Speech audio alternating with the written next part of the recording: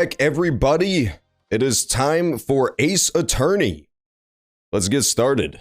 We are going to continue from where we left off last week, which, if I recall, was like literally smack dab in the middle, the fucking direct center of a trial. So we're just going to hope that I remember stuff and that we don't get stuck on really easy, simple shit that even a fucking baby could solve, even the dumbest baby in the world. And we're gonna hope that won't stop me right in my fucking tracks. But we'll see. If I recall, there was a big decision. We had to choose like whether we were gonna roll over on our client or not. Load gate.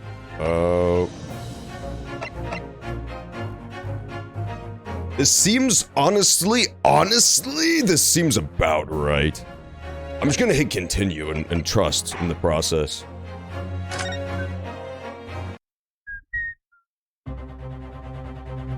I hear the crazy music. Yeah, okay, so we were right at the big choice.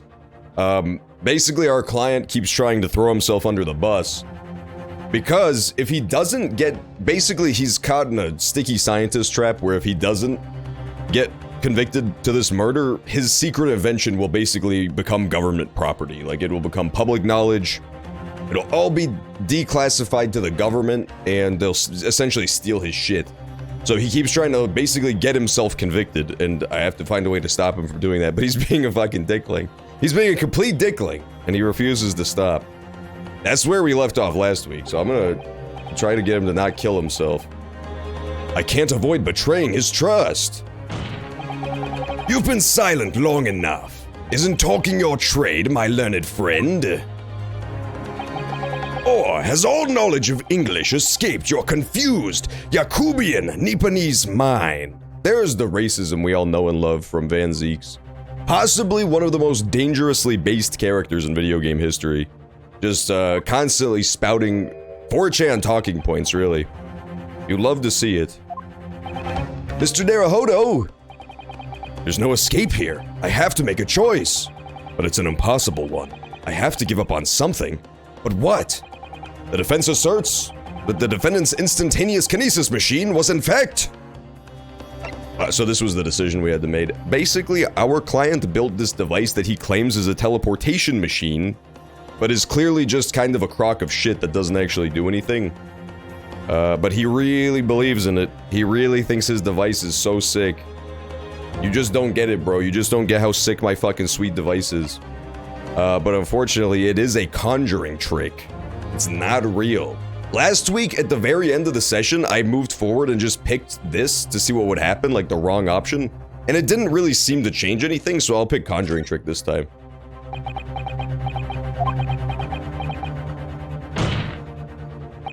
Ugh! That's not a convincing argument, Naruhodo-san. That is possibly the weakest argument that's been presented in court yet. You can't just make monkey noises and have that be your defense. No, I can't say it. My client placed his faith in me. I can't just let him down. What must I give up on? Is not the question you have to ask yourself here. That's right, Susato's back. Spoiler alert. That was the fucking big cliffhanger at the end of last session. It's what can I protect? Oh my god. She's back from Japan.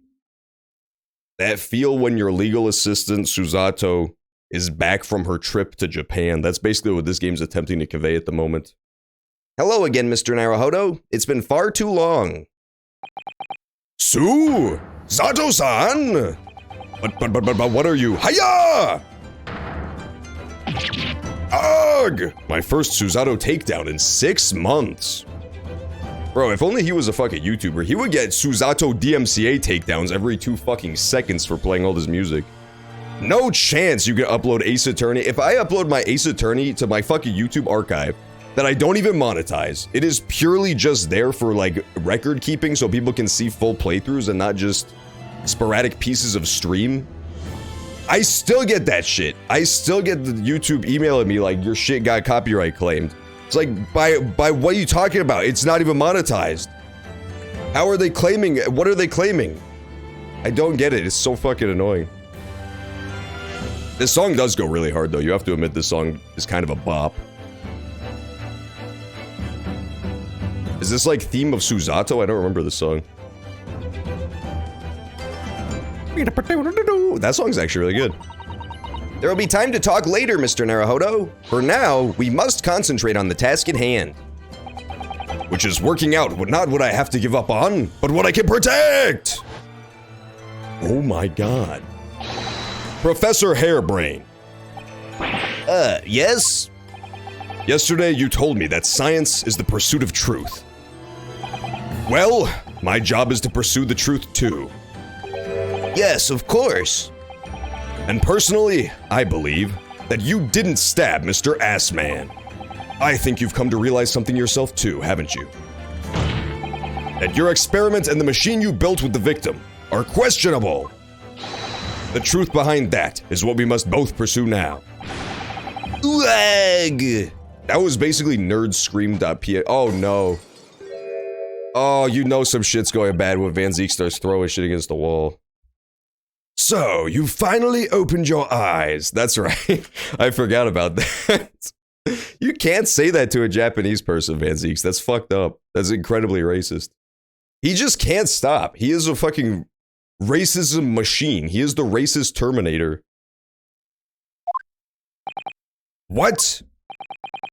As for you, Albert, you can't ignore this any longer. Having heard my learned friend's assertion, don't you have something to say? Barack? Lord Van Zeeks? Gosh, I've never heard him speak that way before. He does that. That's all he does is act like an asshole and say racist shit. That is the character Van Zeeks. We love him for it, don't get me wrong. We stan a Van Zeeks, but that's truly all he's done the entire game. I don't understand why this is so out of character. In truth, there is one thing. Something I've remembered that's of relevance. What? On the day it happened, just before I began the experiment, I saw a man near the stage. A man holding that crossbow. Oh my god. The plot thickens. Oh my, it's like a fucking Jell-O snack at this point, bro. The crossbow? He saw it? That's crazy. This is getting extremely frightening at this point. I may need to turn the game off. Hey, what's up, Nelator? How you doing today? You got here just in time. We just started today's segment. Still deep in the trial. Still trying to get this guy acquitted, but he's not making it easy. I beg your pardon? So he saw the guy who shot the crossbow? Oh my god, why does he have to make my life so hard? Professor, did the man have any distinguishing features? What did he look like? Taller than me, and, thinner than me, with straight hair, straighter and whiter than mine. Let me see. One less lens than me, too. A monocle. A rather stylish black... Oh, God. Was the crossbow fired by a fucking butler, dude? This entire description just screams butler to me, and that's all. I would be so happy if there's a fucking sweet butler. Coughing badly. Oh, that's not good. I'm doing fantastically today. In my internship, there's been a huge bout of sickness going around. It's very strange. There's not, like, too much contact with other people. It's not super crowded or anything, but for some reason, like, everybody there has been getting sick. I have not gotten sick yet, but I also just have a really good immune system, so maybe I have and not noticed. Like, maybe it passed through me. I was probably a carrier. But yeah, there's just been tons of people calling out sick lately. B-Machine's sick too. You're both going to die. I have bad news. I hate to be the bearer. I really hate to be the bearer of bad news, but I'm in the process currently of digging 2 graves. There's clearly some sort of fucking zombie virus going around, and you are both patient 0. Patient 0 for North America and patient 0 for Europe are both in this stream chat. This is the vector right here. One thing in particular will help to positively identify the man. You see, I know him very well. Oh my god, Hairbrain, you're such a moron. After all, he's the engineer who built my invention. What? That's what I'm saying, Van Zeeks. So, to catch you all up if you don't know what he's talking about, he apparently, my defendant, saw the guy who shot the crossbow to pop the balloon last week, and he's just been keeping that information to himself. And not only did he see who did it, he knows who the person is who did it. He knows exactly who they are. He just didn't bring this up. He built the machine? That's right. Mr. Asmund introduced me to him a year ago. He's a man by the name of Enoch Drebber. What? Enoch? Isn't that the pig from Amnesia, the machine for pigs who slips and hits his head on the floor? I'm like 85% sure that there's a pig in Amnesia that slips and hits his head on the floor. His name was Enoch too. Enoch Drebber. That's not a bad name, I won't lie. I think if you were ever to have the name Enoch, you would need a last name kind of like Drebber to bring back the cool factor. Because I'm not gonna lie, Enoch is kind of a dorky name. That character started fucking pogging, and I don't know why they're also upset. Drebber? Does this name mean something? Members of the jury seem flustered. Not a name any scientist wishes to hear. The man's an abomination. Not a name any conjurer wishes to hear either. Who on earth is he? I'm afraid this isn't the first tale of his nature that I've heard in scientific circles in connection with that name. There's talk of other flamboyant experiments that turn out to be nothing but stage trickery in the end. Obviously, the rascal's after the government's research grant money. When magicians are in need of money, I have heard of them resorting to these underhanded tactics. Some acquaintances of mine with experience of such things have mentioned Enoch Drebber's name before. The man is both an engineer and a magician. Shut up. Fucking Markiplier. I'm so sick of this. This case is so stupid. I love it. We're dealing with an unparalleled confidence trickster here. He's an engineer and a magician. Sure, why not? That's Enoch Drebber for you.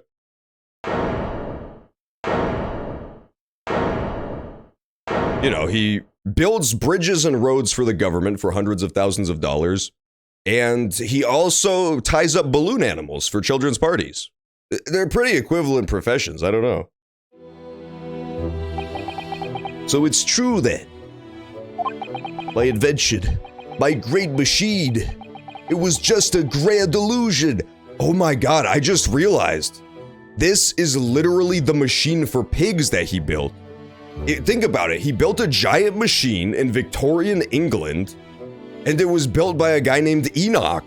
This is the exact same plot as that fucking Amnesia game with the pigs. I never thought there would be a callback to that amazing video game, but here we are. Uh-oh. Yeah, Bee Machine is definitely dying of horrible diseases. I'm trying to remember the last time I got super sick. I haven't been really sick in a long time. I had one night, like a couple years ago, where I just woke up in the middle of the night and was like horrifically, violently, physically ill.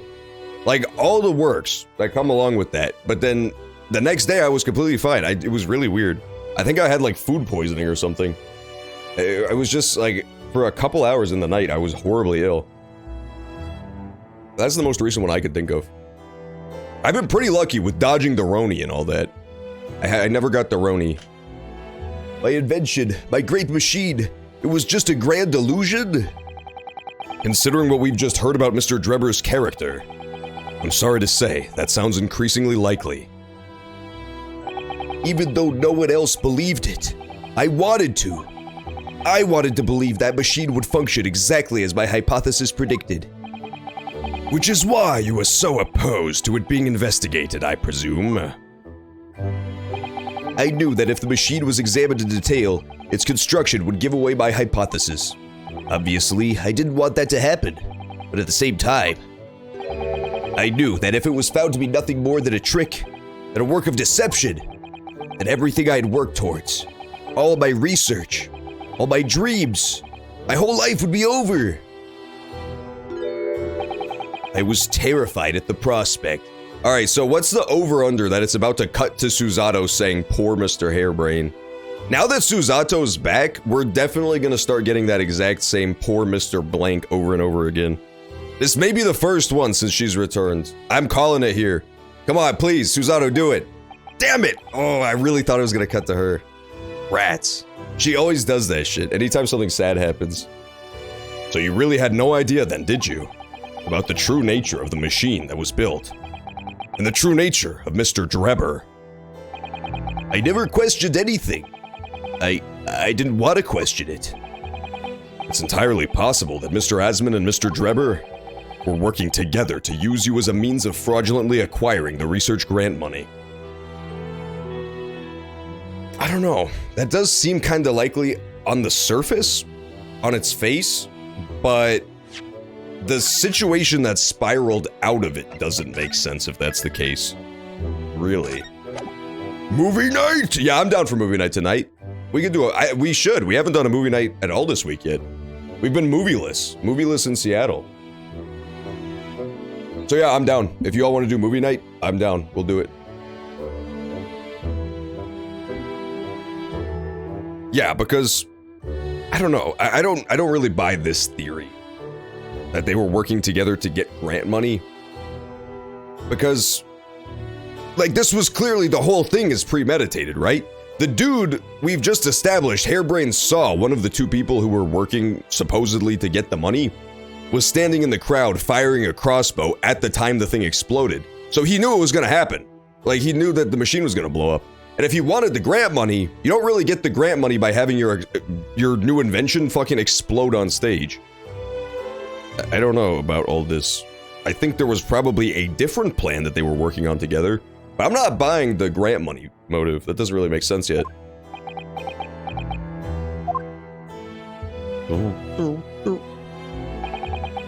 When I announced my invention to the crowds that day, it was the finest moment of my career. Poor Mr. Hairbrain. Look how much fun he was having, dude. When somebody makes this pose, with their arms completely outstretched like that, it's either the greatest moment of your career or you're Jeb Bush winning every vote in the country in the 2016 election. There's really no in between. It's always got to be one of those two situations. And there's fucking Mr. Assman in the corner just cordially waving to the people. I'm trying to find anything suspicious in this image right now, but I'm not really seeing anything to be H about it.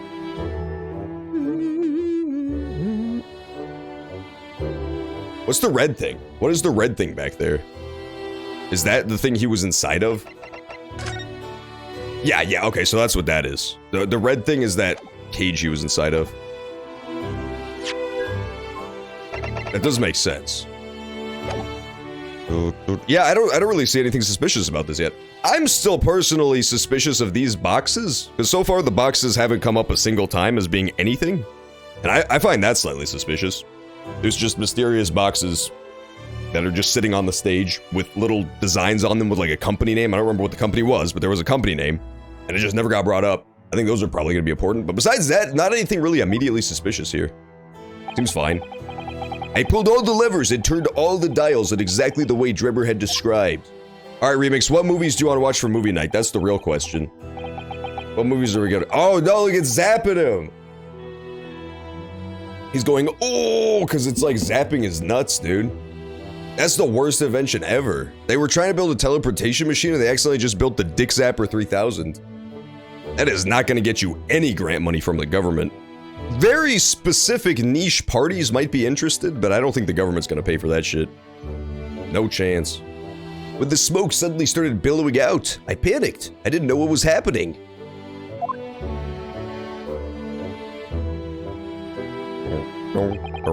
But I really don't know how the whole illusion was made to work. I don't know anything anymore. Come on, Susato. Damn it, she's not saying poor Mr. Hairbrain yet. Let me confirm one final point with you, Professor. Do you now consent to the prosecution submitting the necessary paperwork to release your invention from the protection afforded by the Special Dispensation for Scientific Equipment Act? I can guarantee you that by the end of this fucking case, I'm going to be incredibly tired of saying the phrase Special Dispensation for Scientific Equipment Act. Please go ahead. I'm very sorry. Wow, he gave up his whole invention. It would appear that we shall have to suspend proceedings for the remainder of the day now. Oh, back to investigation? Wow, we were actually really close to the end of the trial segment last week. If this is truly the end and not just a brief recess, but he said the whole day. I should have just kept going last night, but I had no idea we were that close. We were like 20 minutes off. Lord Van Zeeks, my lord, the court has newly been made aware of another party whose involvement in this matter is critical. Yes, Mr. Drebber. Gather information about the man. If possible, I should like him served with a subpoena. With pleasure, my lord. Now, counsel for the defense. Yes, my lord. When we reconvene, I shall be looking for one thing and one thing alone from you. Evidence that the defendant is innocent of the crime for which he is presently standing accused. I understand. Good. In that case, this court is adjourned until tomorrow morning. Wow, okay, that was easy. We didn't have to do fucking anything. I'm always worried when we take like the week break that I'm gonna forget everything and the trial segment is gonna be obscenely hard.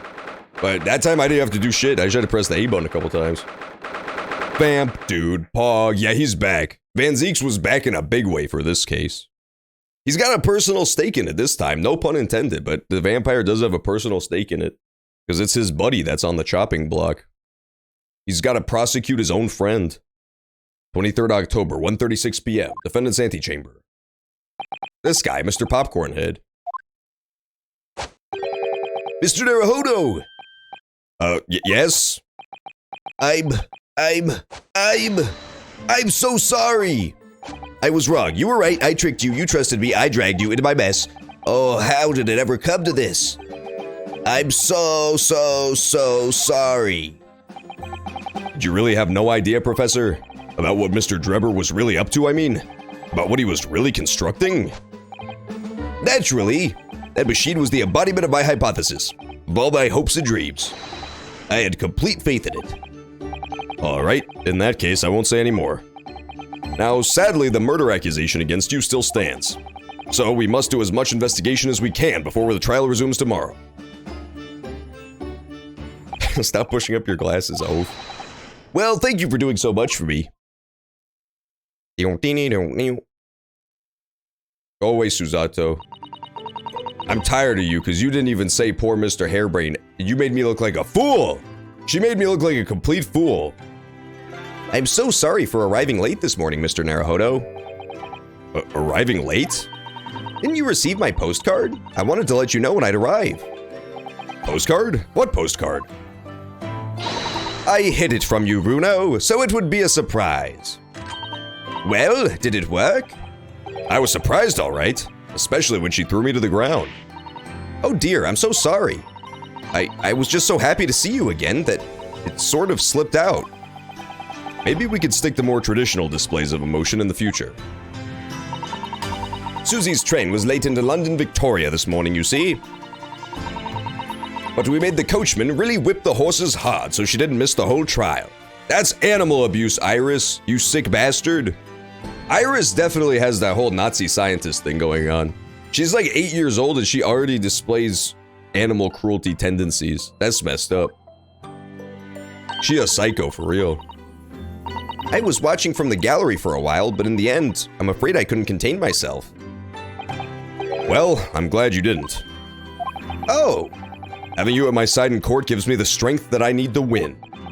So, I'm, delighted to see you back in London. Oh, you're too kind, Mr. Naruhodo. I'm delighted to be here. I hope I can continue to be of service to you. Of course. So, what's brought you back? Did Professor Mikotoba not profess? Professed? I meant protest. Let's save all that conversation for when we're back at home, shall we? You know, I've made one of my most special blends ever for this special occasion. Oh, Iris, how wonderful. I can't wait. Oh, how sweet. If you guys don't know, Iris back at home, She basically creates her own special strains of weed back at the Holmes apartment. So they're all just gonna go back, you know, for the great reunion. Susato-san was back in London. It's hard to describe how happy that made me feel at the time. But despite my elation, our tale was about to take yet another extraordinary turn. Oh my god. Another one! This is like way too many extraordinary turns, man. My guess is a talking hippopotamus friend, because I don't know how they can get crazier from here. Yeah, that is pretty nice, right? Anytime Mr. Ryunosuke comes home, Susato Takedown basically throws his face against the wall. It's basically, you know, home sweet home. Bless this mess, as they say. And let's face it, it is a mess. Ryunosuke likes Susato? Yeah, I think so. I think they definitely have, like, I don't know. They're not, like, outwardly romantic towards each other, but they definitely have that vibe. I think the implication was that she originally liked Ryunosuke's cooler friend, but then that guy died tragically, and now it seems like she likes him instead, but they're not really open about it yet, you know? They're still in kind of that phase where neither of them has recognized their feelings yet. That's the impression I get.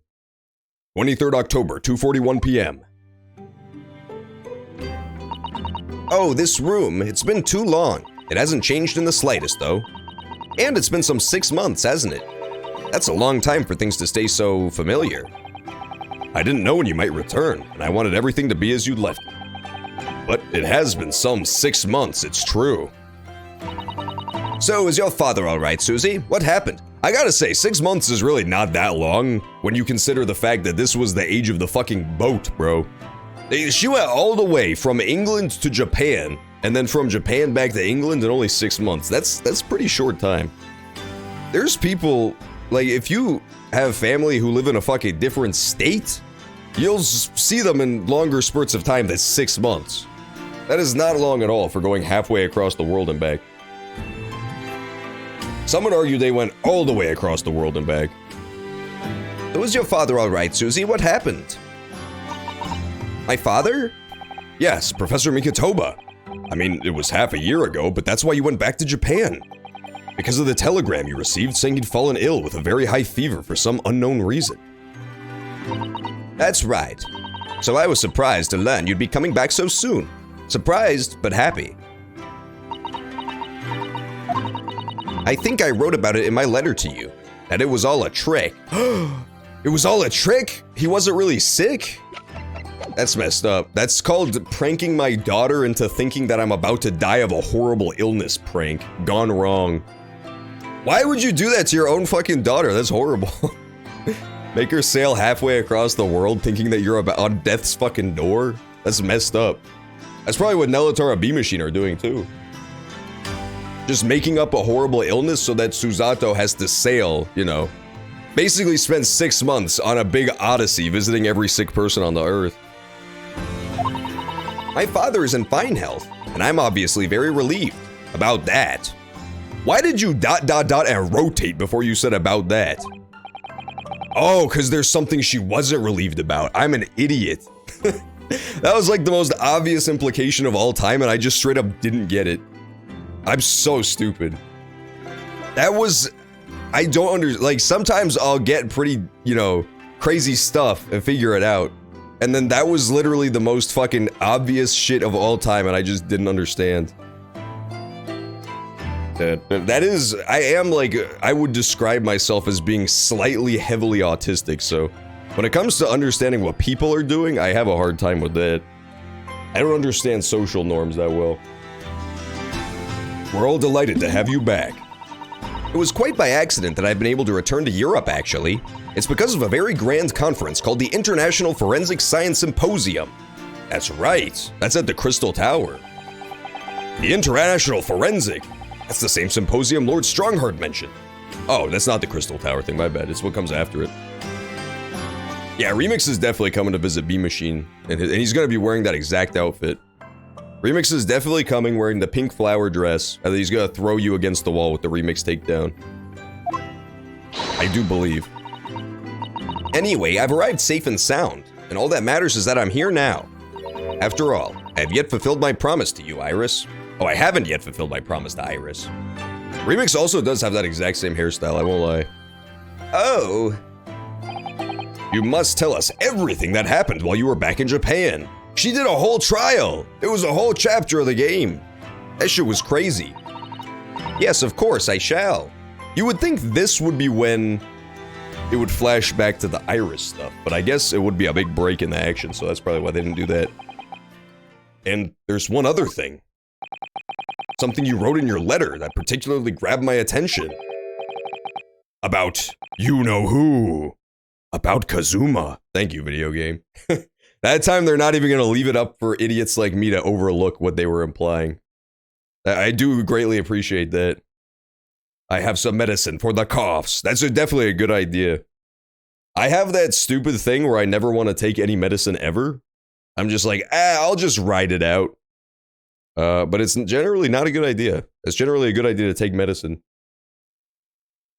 That's my pro tip for the day. I know. I'll tell you all that I can.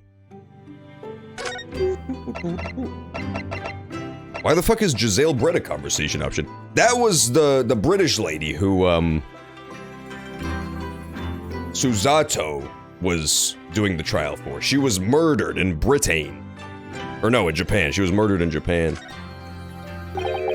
Giselle Brett, the woman whose unforgivable actions ended in me being wrongly accused of a crime I didn't commit.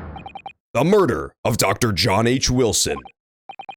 Yes, Giselle Brett. That's a name I won't forget it for as long as I live. The extraordinary thing is, though, it seems it's a name we should all forget. Sorry? Is this more of that fucking Hound of Baskerville shit? We can't talk about it? Since the incident, our government's intelligence services have been investigating Miss Brett. But it turns out that an Englishwoman by the name of Giselle Brett didn't actually exist. Huh? She existed? I wore a swan for a hat. I saw her. Didn't exist? But how can that be? It was a pseudonym. Her real name was What? Is she Asian? Oh my god. Her real name was Shin? Oh my god. I can't believe they brought it back, dude. They brought back Asian. That's fucking crazy. At the very end of Ace Attorney Chronicles 1, for some ungodly reason, they did a cliffhanger where you find this list of mysterious names, and one of the names on the list was Asian. And I had no fucking idea what it meant. I still don't remember what the fuck the list was for, but we found this mystery list right when Susato was about to leave, and then the game just ends on that. And they never brought it up again. They fucking never brought it up again. And now it's back. Asian has returned, the most evil character of all. She wasn't a visiting student either. That was a front. A front? Who on earth was she then? Miss Asian. Her name is literally all our intelligence services have been able to ascertain about her. I can't believe she's Asian. That's so mysterious. Her lip flaps are definitely moving back and forth on the Z-axis. The worst part is that you could actually see the mouse cursor come in and just drag her mouth up and down every time she talks. This game has no effort put into it whatsoever. How you doing, D. Weatherly? Are you horribly sick too? So far, I would say roughly 60% of the stream chat has revealed themselves to be horribly ill. Like dying of the bubonic plague, basically. There appears to be some sort of global epidemic happening. Localized entirely to Twitch. I imagine it's the curse of TwitchCon, where the large Twitch streamers put a curse on any viewers who did not come to visit them. Nobody knows why or even how she came to be in Japan. It's a complete mystery. But that makes no sense. It's no easy task to be accepted as a foreign student anywhere. What could the woman have been up to? I'm afraid I really don't know. The only thing we can be sure of is that she had some business in our country that we don't yet understand. I think this is actually the plot thickens yet again, because wasn't Giselle Brett's whole deal that she was studying under Suzato's father? I could be misremembering, but I believe that was the deal. It was like she was his student. So that implicates him pretty heavily as being part of this weird conspiracy. Oh, you did have the Roner, but you're better now. Well, that's good. I'm glad you didn't die of coronavirus. That's my controversial opinion for today. Yeah, you actually, the worst part is too, D. Weatherly, you can actually see the developer dragging this character around with a physics gun in Gmod whenever they have to move to a different scene. It's honestly embarrassing how little effort was put into this game. They also try to fuck with all the face numbers for the little expression values so that their faces get all contorted like a mid-2010s Gmod YouTube poop. It's sick to watch. It's honestly fucking sickening to me.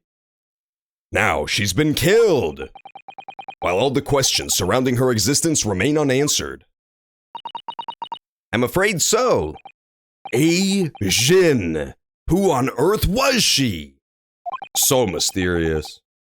And why do I feel as though I've heard that name before somewhere? It's because I said it about 87,000 times during that last session of Ace Attorney Chronicles 1. That's why he's heard the name before. That's crazy, dude. What about Kazuma? After my friend Ray's trial, the reporter who actually killed Miss Brett said something very strange. I remember this guy, he killed Miss Jin. I know the truth. I know you had a hand in what went on. And that visiting student's fate. Nobody here in Japan knows anything about it. They don't know that the guy never made it to England, that he died on that steamship, and that he'll never... Obviously, I couldn't ask him to elaborate at the time. But later, I visited the man in his prison cell and asked him what he was going to say about Kazuma-sama. And what did you learn? After he died on the voyage to Great Britain, his body should have been unladen at the port of Hong Kong and passed into the care of the consulate staff there. Should have been? Well, it turns out that his body never arrived. Oh my god. Oh my god, he didn't even go to freaking Hong Kong? That's so messed up. That's so crazy. He is returning, I've got bad news.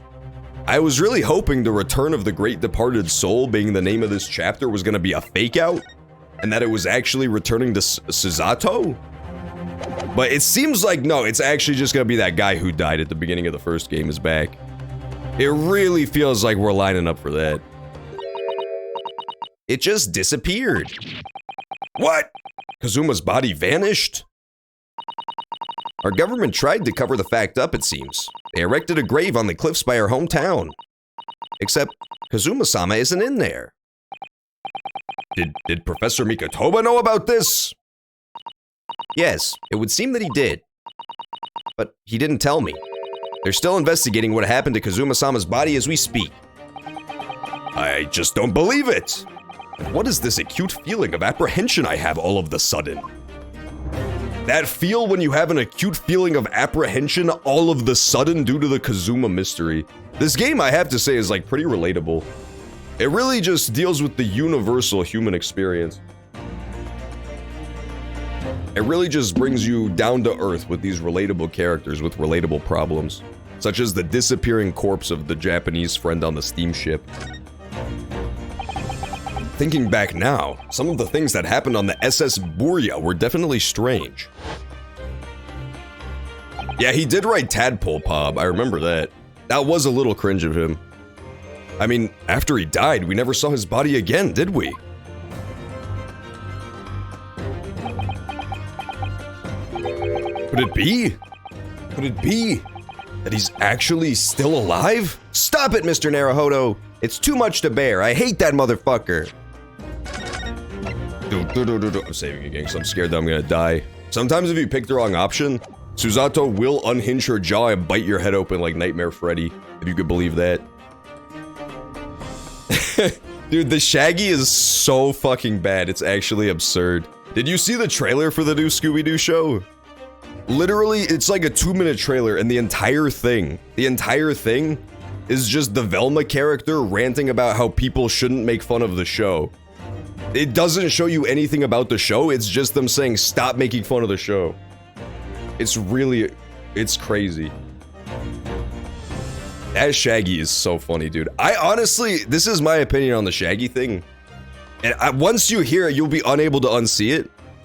But Shaggy quite literally just looks like he comes from a line of Scooby-Doo NFTs. Like, his face is just so completely expressionless. He has no character whatsoever, and just that angle of him just standing there, he just looks like a Scooby-Doo NFT to me. I can't unsee it. I don't understand how he's Shaggy at all. He just has like this really... he just looks so chill. Shaggy is like the least chill character in human history. I don't get it. Oh yeah, that's true too. That's hilarious. That Scooby's not even gonna be in the show. That's crazy. I don't see why they do stuff like that. It's so... I think it's just like... At a point, rich people just get too bored. Like, you're a rich LA writer who probably got the job because your dad is a producer somewhere, and you're just bored. Like, you don't have shit better to do than make weird shit. I really don't understand. It's bizarre. Who knows? Maybe it'll be good, but, like, all signs point to it being fucking weird as hell. It just seems like a bizarre thing to do. The buyer to the dealer. That is really true. He just has a totally different vibe. I feel like they didn't make Shaggy black enough. They should have made him to be like a straight up Nation of Islam dude, like with the hat and everything. Then I would be completely on board. If you're gonna like make him look super different than regular Shaggy to have a different vibe, go further with it. Don't even have him wear the green shirt. Just have him be a new character called Shaggy. I'd be into it. Hey, what's up, Nepa Fanatic? How you doing today? Did you solve the mystery of the mysterious Asian yet? Because that's what we're trying to do. I'm sorry, I didn't mean to. Just thinking about the possibility pains me so very much. Cast your mind back for a moment, Mr. Naruhodo. Oh my god, I forgot about that part. The guy on the right looks like a monkey. When Kazuma-sama was discovered, Mr. Sholmes was there, wasn't he? He was! Oh my god, I don't know what the implication is, but this is so crazy. He was actually there. Sherlock Sholmes was on the scene. And he definitely examined the body. I remember it clearly. Ah, you're right. So if Kazuma hadn't actually been dead at all, it would mean that Mr. Sholmes had lied to us! He did lie to us, oh my god. He's lied to us like the entire time though, so it's not that big a deal. He's still, I believe Sherlock Sholmes is still the homie, but I can't be positive. I don't know who the show is for. I don't think it's for anybody. I honestly think like a lot of these new shows that come out are just not made for anybody. They're just made because studios have a fuckload of money and they own a bunch of property. So they're just like, they tell a group that doesn't give a fuck, make blank, like make blank show. Make the Scooby-Doo show or make the Halo show. And the dude's like, I wanted to write on fucking Breaking Bad. I didn't want to write in Halo. This shit's cringe. And so they just make some random shit. I don't think there was ever an intended target audience.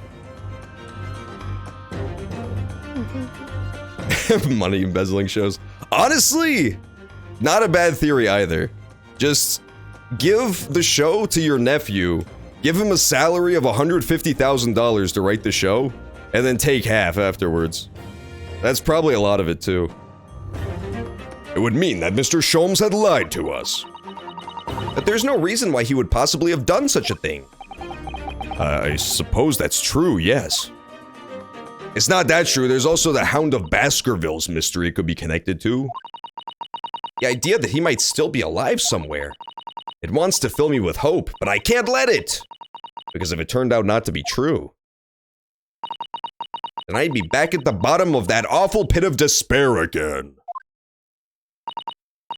I'm terrified of what that might do to me. Oh, Miss Susato! I know she's given the idea the thought it deserves. It's Suzato-san we're talking about after all. So I probably shouldn't push it now. What? What are they talking about? She doesn't want to be filled with hope because she'll be in the pit of despair? Speak English! They're speaking of fucking mystery riddles, bro. I don't know what the hell they're talking about anymore. All I know is that in my mind, that gave me the invisualization, protrudely, of her blowing up like Augustus Gloop and turning into a blue blueberry of hope. I'm Bad has logged on to Super Smash Bros. Ultimate. She is. She's literally speaking in Danganronpa themed haikus as we speak. And I don't understand what's happening anymore. I no longer understand what's happening. All I know is that she turned around and I could see that the back of her head actually contained a tiny alien that's controlling her like a mech. If you pause the video, you can see it for only 2 frames glaring back at you. Poor Miss Suzato. I know, she's so sad. She like fell into the pit of despair or some shit. That sounds like an obstacle course you would have to run in Roblox. Forensic Science Symposium. Lord Strongheart mentioned something about that symposium too. I think he said that investigative authorities from 40 different countries would attend. Yes, and from Japan, my father and Judge Jigoku have been invited.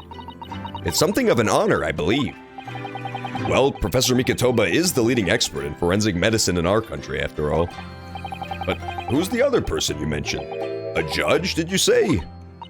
Yes, His Excellency Judge Sashiru Jigoku. You've met him, Mr. Naruhodo. That's how you know Suzato is Japanese, is because whenever I voice act her, I can definitely pronounce all the names that she talks about. It's like a fucking 90s Pokemon dub in here. Last year, in the Supreme Court. You can't possibly have forgotten. They should have called him Jim Jones for the American dub. Then I'd be able to understand what they were talking about. A terrible trial of yours, where you were accused of murder. Ah, yes, I try to think of that as a positive turning point in my life these days. I remember that guy, he had giant golden nipples that were exploding. Well, it was Judge Jigoku who presided over that trial.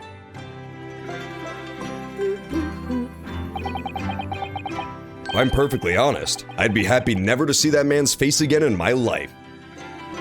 Me too. That guy stinks. I don't know why we hate him, but we definitely hate him.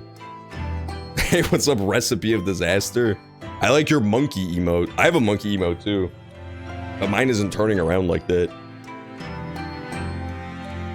Yeah, I don't understand either. What they should have done for Suzato specifically, she's wearing some sort of like Japanese attire, but they probably should have just photoshopped it so that she's wearing like a PNG of an AC/DC t-shirt. Then it would be a lot easier for like me to get invested with the character.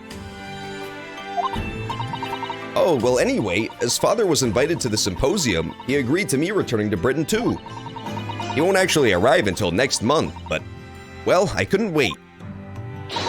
So I pleaded with him, and in the end he agreed to me going on ahead. Yes, about the symposium. It seems as though Lord Strongheart has put in an awful lot of work to make that happen. It's obviously very important. I believe it is, yes. As I understand it, Lord Strongheart organized the entire event himself. That's stupid. Why would he do that? He's the lead prosecutor of the country. I think he's hoping that by achieving exceptional results, he'll get the job of Attorney General. Oh, okay, yeah, he's definitely the bad guy. If it wasn't obviously enough that Lord Strongheart, the prosecutor who lives in the giant evil clock tower and talks about how he wants to impose order on the entire world, is the bad guy, he's trying to become the Attorney General of the country. That is definitely like a step 1 of a supervillain career. You don't have to be evil to become an Attorney General, but you have to have been an Attorney General to become an evil mastermind. That's kind of the career path, you know? If you log on to The Sims 2 and you try to make your character evil mastermind, you do have to go through the Attorney General job to get there. That's just kind of a known fact. The most senior position in the British justice system. He's hoping to use his power to create the world's finest policing institution. Oh my god.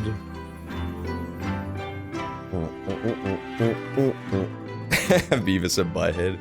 That would have been sweet, dude. I would have loved to play an Ace Attorney game where it's the exact same game, but the like main character and helper is just Beavis and Butthead. That would fucking rule. That would be awesome if Kazuma was just on the fucking Monty Python pile of bodies. I'm not dead. Get it fucking tossed overboard into the ocean. Nah, he's evil, bro. Yeah, it's crazy. I think what it is it is almost literally AI. I think that they take creative fields like television and writing, and they just try to apply actual mathematical algorithms to it. I truly think that's what the issue is. It's like Joss Whedon himself is whatever, fine, but that was like the beginning of the end of actual creative writing in any sort of Hollywood production. Because ever since then, like, all writing in Hollywood is just so by the books. It's just by the fucking numbers. It just feels like they're checking off boxes anytime you watch a show. Especially shows that are built to never end. Like, you watch the Marvel shows, and every episode will just be this deluge of nonsense happening. And then the very end of the episode will just have some sort of hook for the next one. Like, some sort of little twist or hook. It's very weird. At least shows that are written with an ending in mind still can be good. I heard Better Call Bartholomew was a good show, but I haven't seen that one. I haven't seen Breaking Bad or Better Call Saul yet. I'm gonna eventually, though. Laugh. No. No. I won't even smile, neither. I'll do neither. Bless the AI that came up with the She-Hulk twerking scene. That was pretty fucking sweet.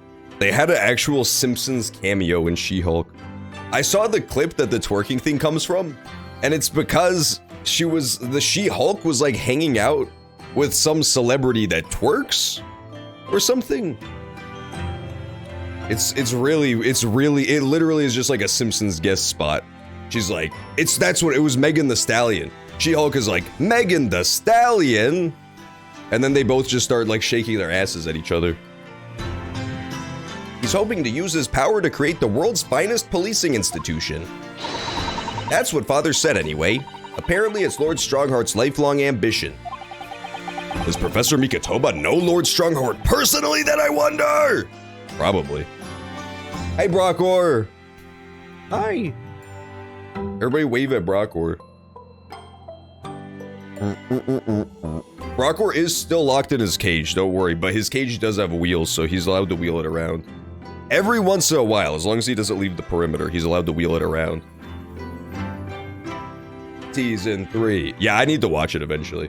The problem with Breaking Bad is that it's fucking incredibly long. It's one of those things that I just don't want to start because of how long it is. I'm sure I'd like it if I got into it, but I'm always just put off by how many episodes there are. I saw one random episode on a plane and I was like, this is pretty dang good. I saw one where they were using a big magnet. Does Professor Mikotoba know Lord Strongheart personally? Actually, Lord Strongheart gave me a long speech all about this very subject only yesterday. But I sorta lost the will to live early on and didn't really listen to much of it. How trying for you. That was actually pretty funny. In this game, they did a pretty funny gag where this super evil dude started doing like a villain monologue, and the protagonist just straight up got bored and stopped listening. Like, it just started going super fast forward and you couldn't read any of the lines. It just skipped the entire villain monologue. It was a pretty good gag. Back in Britain. When I first arrived back in Japan, I really thought I'd never be allowed to return to Britain. But curiously, after that awful trial at the Supreme Court, Father's mood changed entirely. The awful trial? Oh yes. For the murder of Giselle Brett. Ooh, you dressed as a man then, didn't you, Susie? Oh, well, yes. Since women are forbidden in the courtroom, I had no choice. That's so fucking sweet, dude. Imagine how cool it would be if IRL, they did like an Ace Attorney in real life reference and they banned women from being in the courtroom. That would be a freaking sweet video game reference. Wow, amazing. Why is it amazing that women aren't allowed in the courtroom, Iris? Iris is a little toxic, I'm not gonna lie. Yes, I suppose so. I want to play at being a lawyer now. I could wear a false mustache, maybe. I don't think any mustache could hide the fact that you're just 10 years old, Iris! There's something else I've been wanting to ask you, Miss Susato. It's about the real reason why Professor Mikotoba summoned you back to Japan. You said in your letter it had something to do with the convict salute we found in Mr. Natsume's lodgings. That's right. A very large dog collar we found with the bee emblem on it.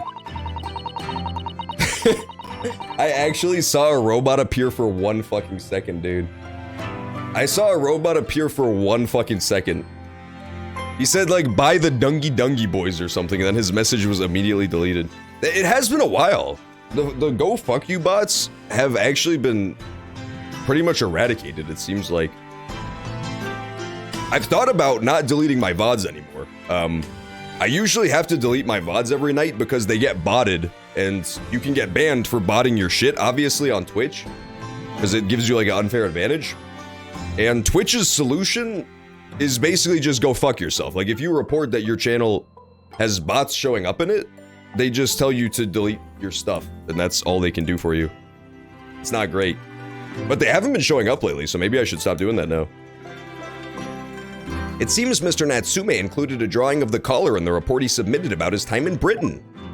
I understand that when Father saw the report, he turned as white as a sheet. Oh my god. Susato's dad is involved with the Hound of the Baskervilles case? This is so crazy, dude. I want to do the Hound of the Baskervilles case so bad, but you already know that shit is gonna be the last case in the whole game. Why would that be then? Father came to Britain himself, of course, to study. It was some time ago now, but he stayed for 6 years. I can only imagine that something must have happened during that time. But if he refuses to tell me what it was, then I intend to find the answers for myself. And I've decided that I, for one, won't keep any more secrets. Oh, Susie. That's a very meaningful look Susato-san's giving Iris there. Yeah, something weird in this game is that Iris's dad was horribly murdered and nobody has ever bothered to tell her yet. It was the first case in the very first game, is like the Watson stand-in for this game, since there's a Holmes character, was brutally murdered in Japan when he was visiting. And that's her father. She's Iris Watson, basically. She's Iris Wilson. And so, nobody told her. We just haven't told her yet. She's just doesn't know that her dad was shot to death. Or whatever the fuck happened. I believe he was shot to death. Can't remember though. But yeah, she thinks her dad is fine. She thinks her dad is just vibing in Japan and like nobody's bothered to correct her on that. I can't leave.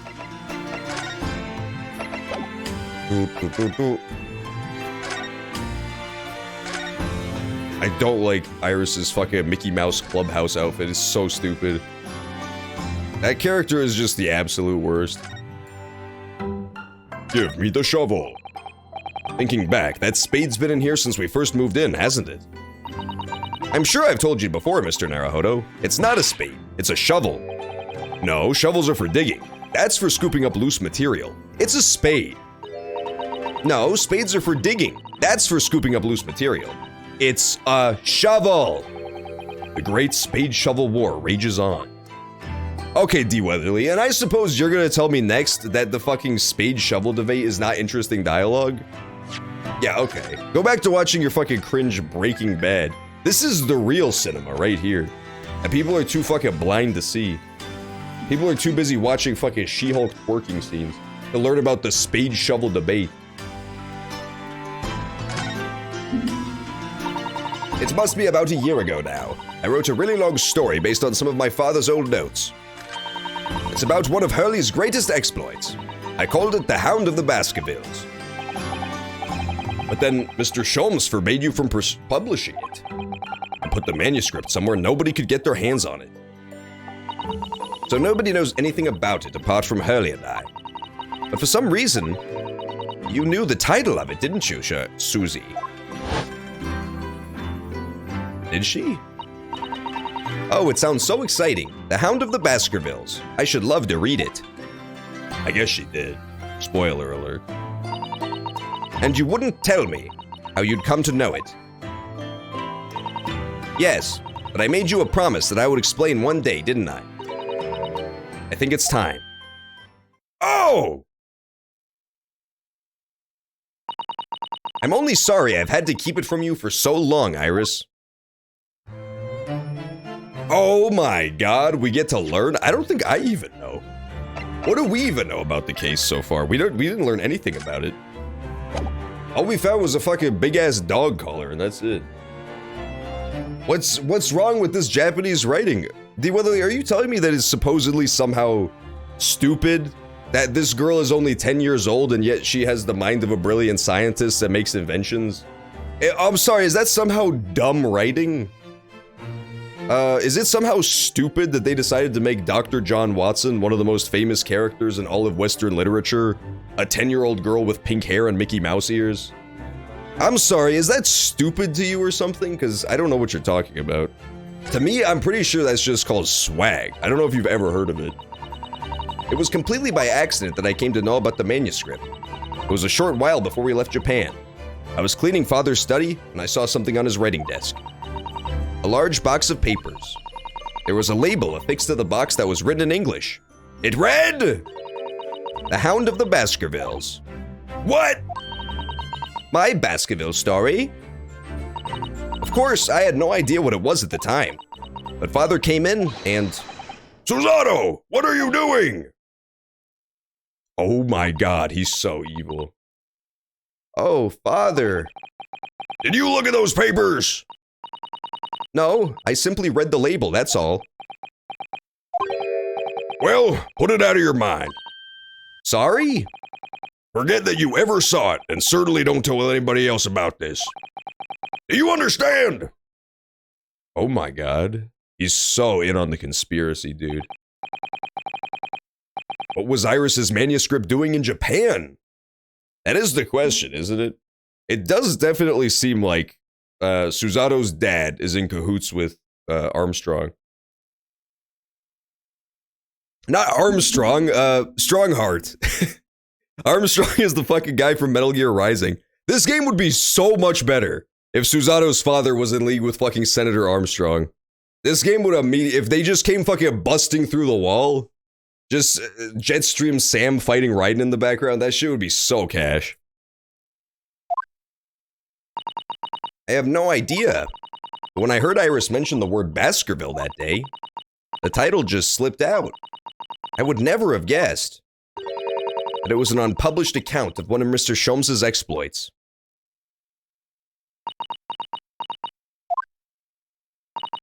When I returned to Japan, I asked Father to explain, but he refused to answer any of my questions. There was no sign of the big box in his office.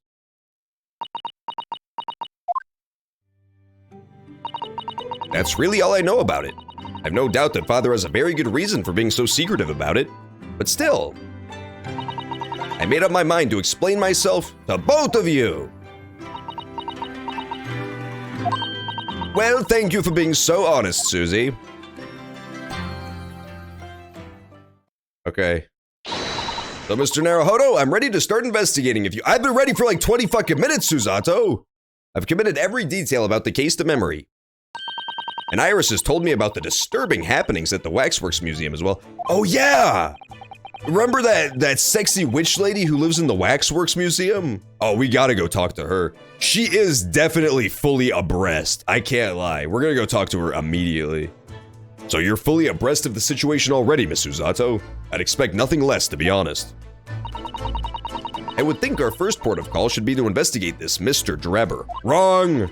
The engineer responsible for building the elaborate machine that was used to effect this extraordinary trick. Yes, a conjurer of sorts, by the sound of it. Well known in the fields of science and magic. And we need to go and arrest him. Well, yes. He must know the truth behind this case. So I agree, we really do need to find the man. It sounds like it's a case of tracking someone down. Can you fucking shut up, Iris? I'm trying to go investigate.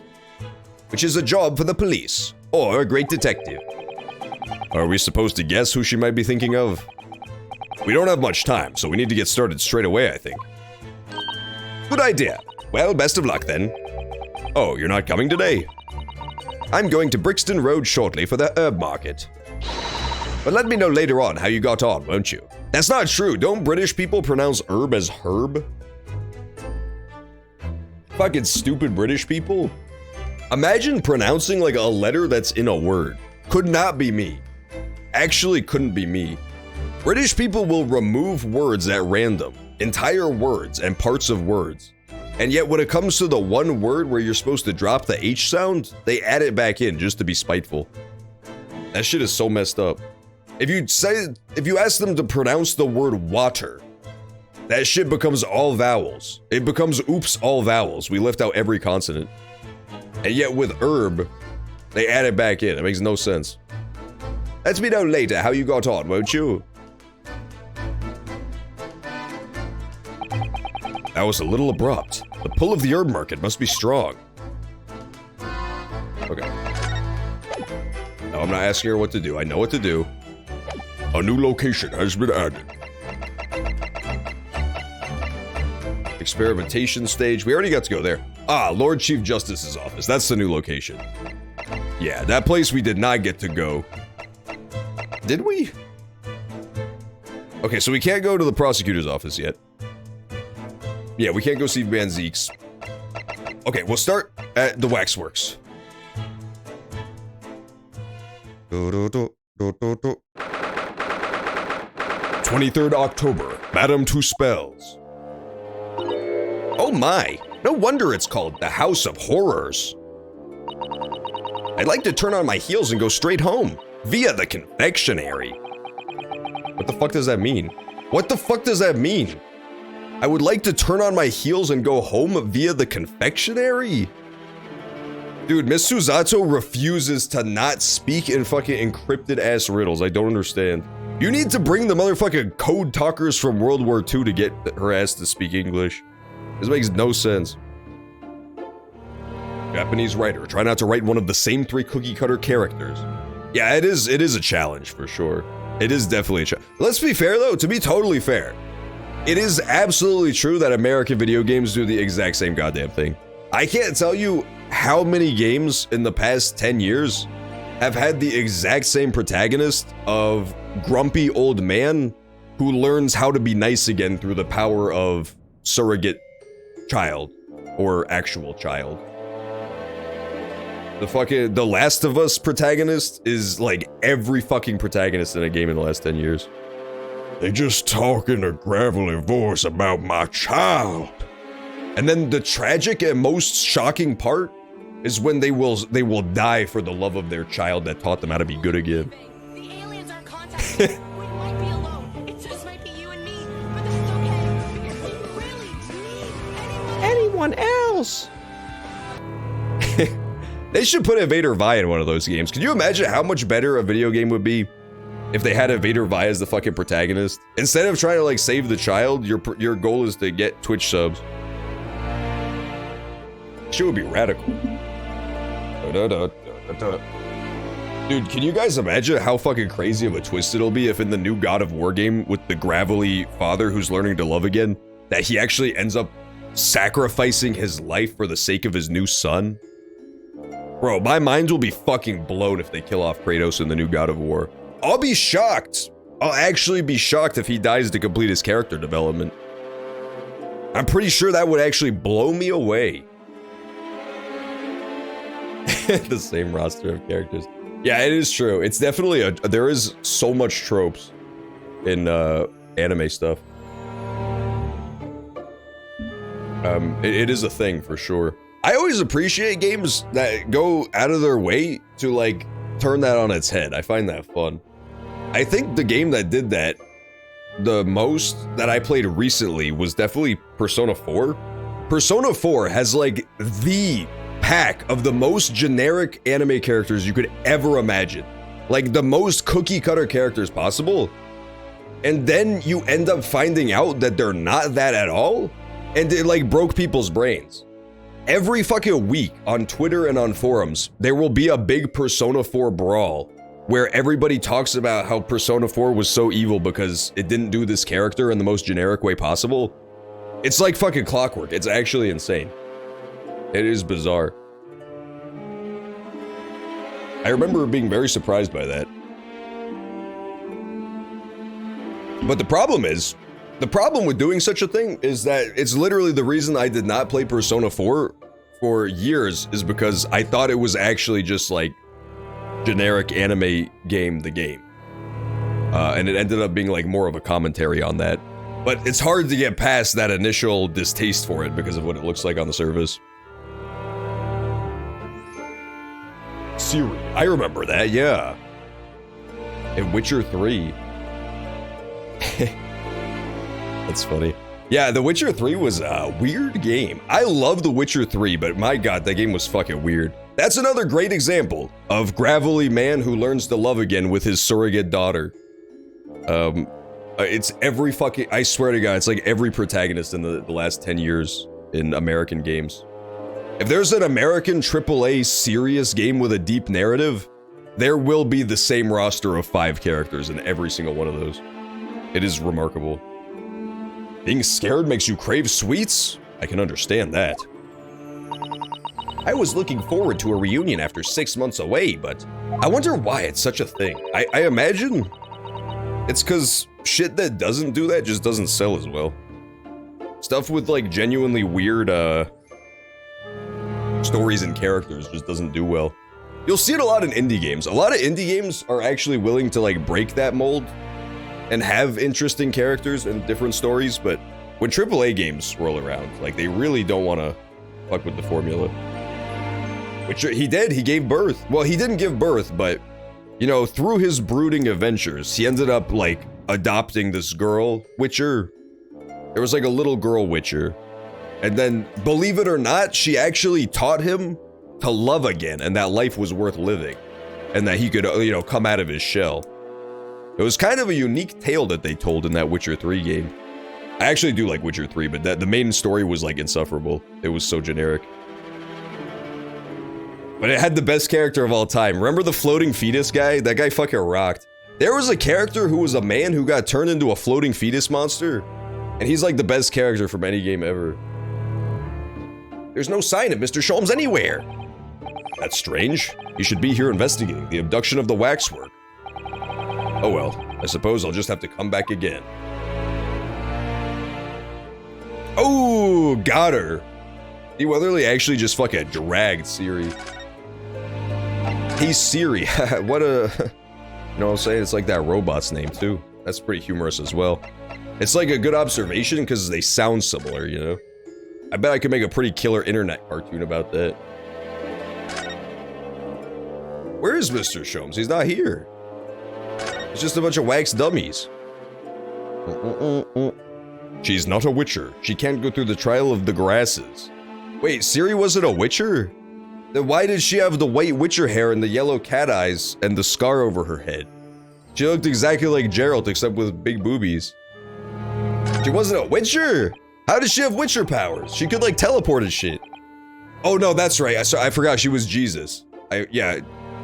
She was, Now this is actually how they really separated themselves from the Last of Us generic characters, was that, if you can believe this, the adopted daughter figure in The Witcher turned out to be Jesus. She was like the most important person because she had magical blood.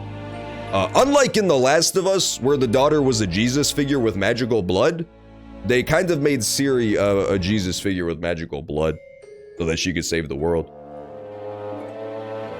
It was a bold decision. It was a bold direction to take it for sure. Isn't this the Resident Evil game too? Yes, that is literally the plot of Resident Evil 8 as well. I'm telling you, it's like every game that's come out in the last 10 years is that exact fucking story. It's every game. It's every game. Yeah, I know, I was trolling you, Weather. I was being sarcastic. It's every game. Every game is the same story. It's the same fucking story, like beat for beat. Her hair is natural. She had naturally white hair? What the heck? Ciri's a damn albino for sure. Yes, the heavy curtains in the middle of the House of Horrors. Whatever's on the other side of them, you just know it's going to be terrifying, don't you? The sign says it's the Madame Tuspel special exhibit. It seems you have to pay extra to go inside. I know. Can you believe that? Pay more money, as if we haven't been scared enough already. It's not my doing, Mr. Naruhodo. It is. That's true. I forgot Atreus is also a god too. That's so funny. Yeah, it's definitely a thing. It's definitely a thing. It's kind of always been a thing with video games. Even like back in the day, there were less specific story beats to hit, but back then it was like protagonist was the same guy every fucking time. I remember in like the late 2000s to early 2010s, every single box art was just a buzz cut dude looking at the camera with his head tilted down. It was honestly remarkable. Every fucking time it was like the same thing. Atreus is Furoki. Yeah, he kind of was. That's why you know that this game is gonna be crazy, because he's actually gonna fucking digivolve finally. The scariest part about God of War is the twist that he's secretly Ash Greninja. This one's posture reveals his weakness. Sorry! The killer's stance leaves him wide open to attack. I'm quite sure I could see him off. With a Susato takedown, then a Susato squash, and finally, a Susato smash. Right. And if that doesn't render the culprit unconscious, a Susato slam should finish him. A Susato slam? Oh, I'm sorry, it's rather hard to explain. Leave yourself open slightly and I'll demonstrate. Absolutely not. I fucking forgot. I forgot about fucking Grogu too. Yeah, Grogu's another great example. I didn't even think about that. I love The Mandalorian. I think The Mandalorian season 1 was awesome, but it's absolutely guilty of that exact same trope. Like, to a fucking T. It's remarkable.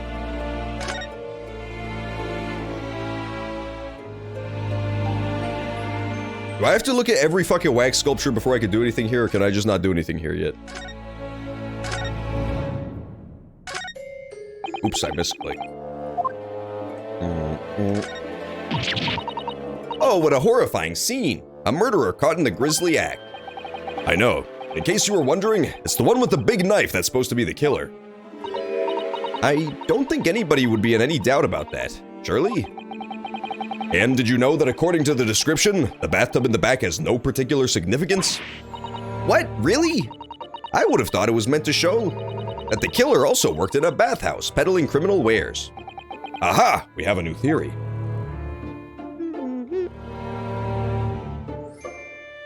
Season 2 was also really good. I thought Season 2 was, like, fine in The Mandalorian, but I didn't like it nearly as much. Season 2 of The Mandalorian had, like, way more just, remember this guy? Like, just random characters would show up and the studio audience would clap. There were a lot more episodes. There were still great episodes in Season 2, but a lot more of it was uninteresting to me.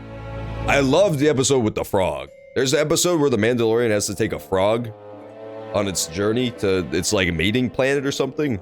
And that episode was funny. I like that one. You get chased by spiders and stuff.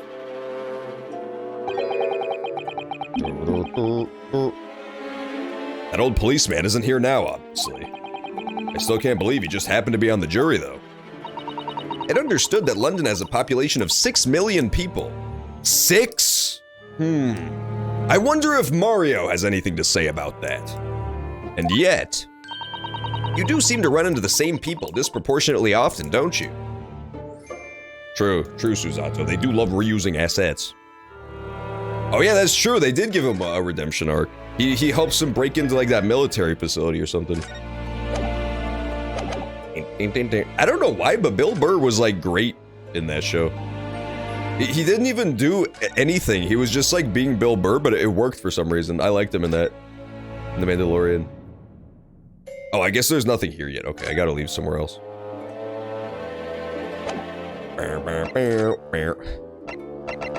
That was definitely one of the fun episodes from season 1, was that first Bill Burr episode, where it was just like a Batman show for an episode. That was awesome. They just basically turned the Mandalorian into Batman. He was just like sneaking around, taking out all the criminals and putting them in jail. I like the Mandalorian because it's like it's very goofy, and like they were all just like one-off little adventures. I really like that about season 1. Season 2 tried really hard to have like this great overarching narrative, and I feel like it didn't work quite as well. It was still fun, But I feel like season 1 was at its best when it was just like goofy little Mandalorian adventures in space. He just go to weird places, meet weird people, and then beat them up. It was a great formula. Ding, ding. The Great Exhibition Grounds. Foot of the Crystal Tower. What the hell's that thing? Could it be? Bro, guys, I don't want to alarm anybody, but I do fear, honestly, as though they might have finally added Toby into the game. In the first game, Ace Attorney Chronicles 1, I kept railing against the fact that they did a Holmes story and they didn't include Toby, Holmes's trusted dog friend. And I think they might have added him. I actually, before Susato materialized onto this earth, I'm pretty sure I saw a dog back there. I'm like 90% sure Lestrade was playing with a dog.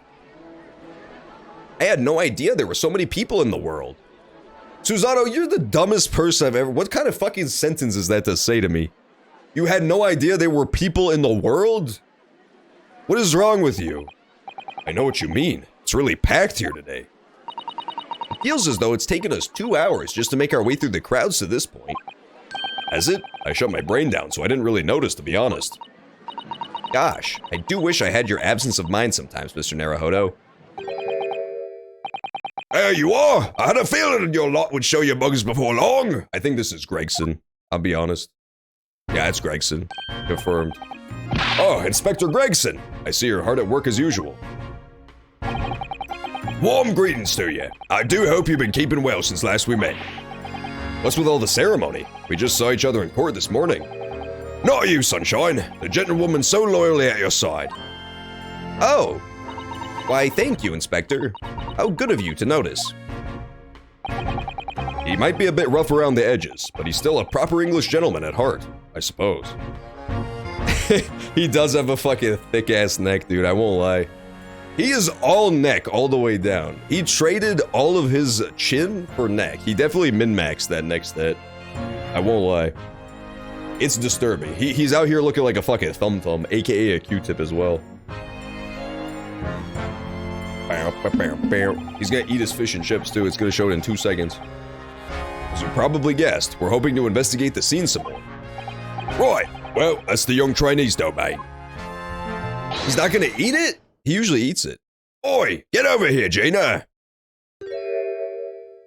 There's the dog. Oh my god.